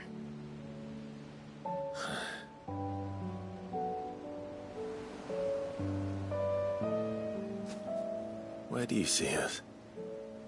When all this is over?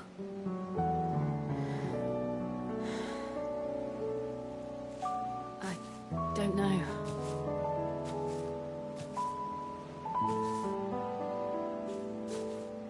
Not here, though. I think I've outgrown the twins. After everything we've been through, the realm just seems so small. I'll need some space to spread my wings.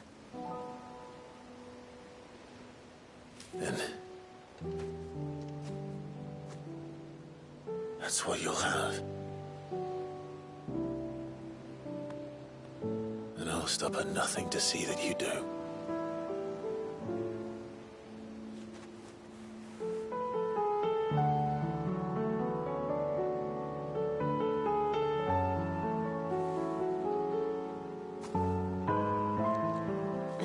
Much good at garlands, but it'll have to do.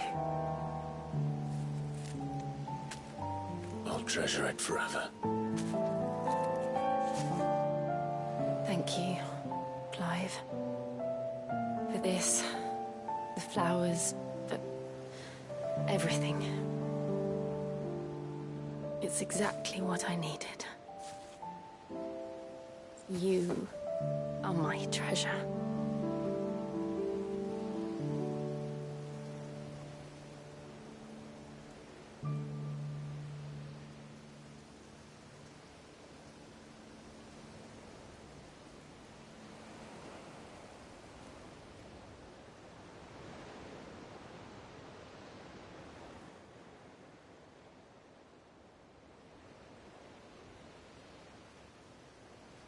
We should probably be getting back. I expect the others are wondering where we are. You're right. There's still much to do. And we'll do it together.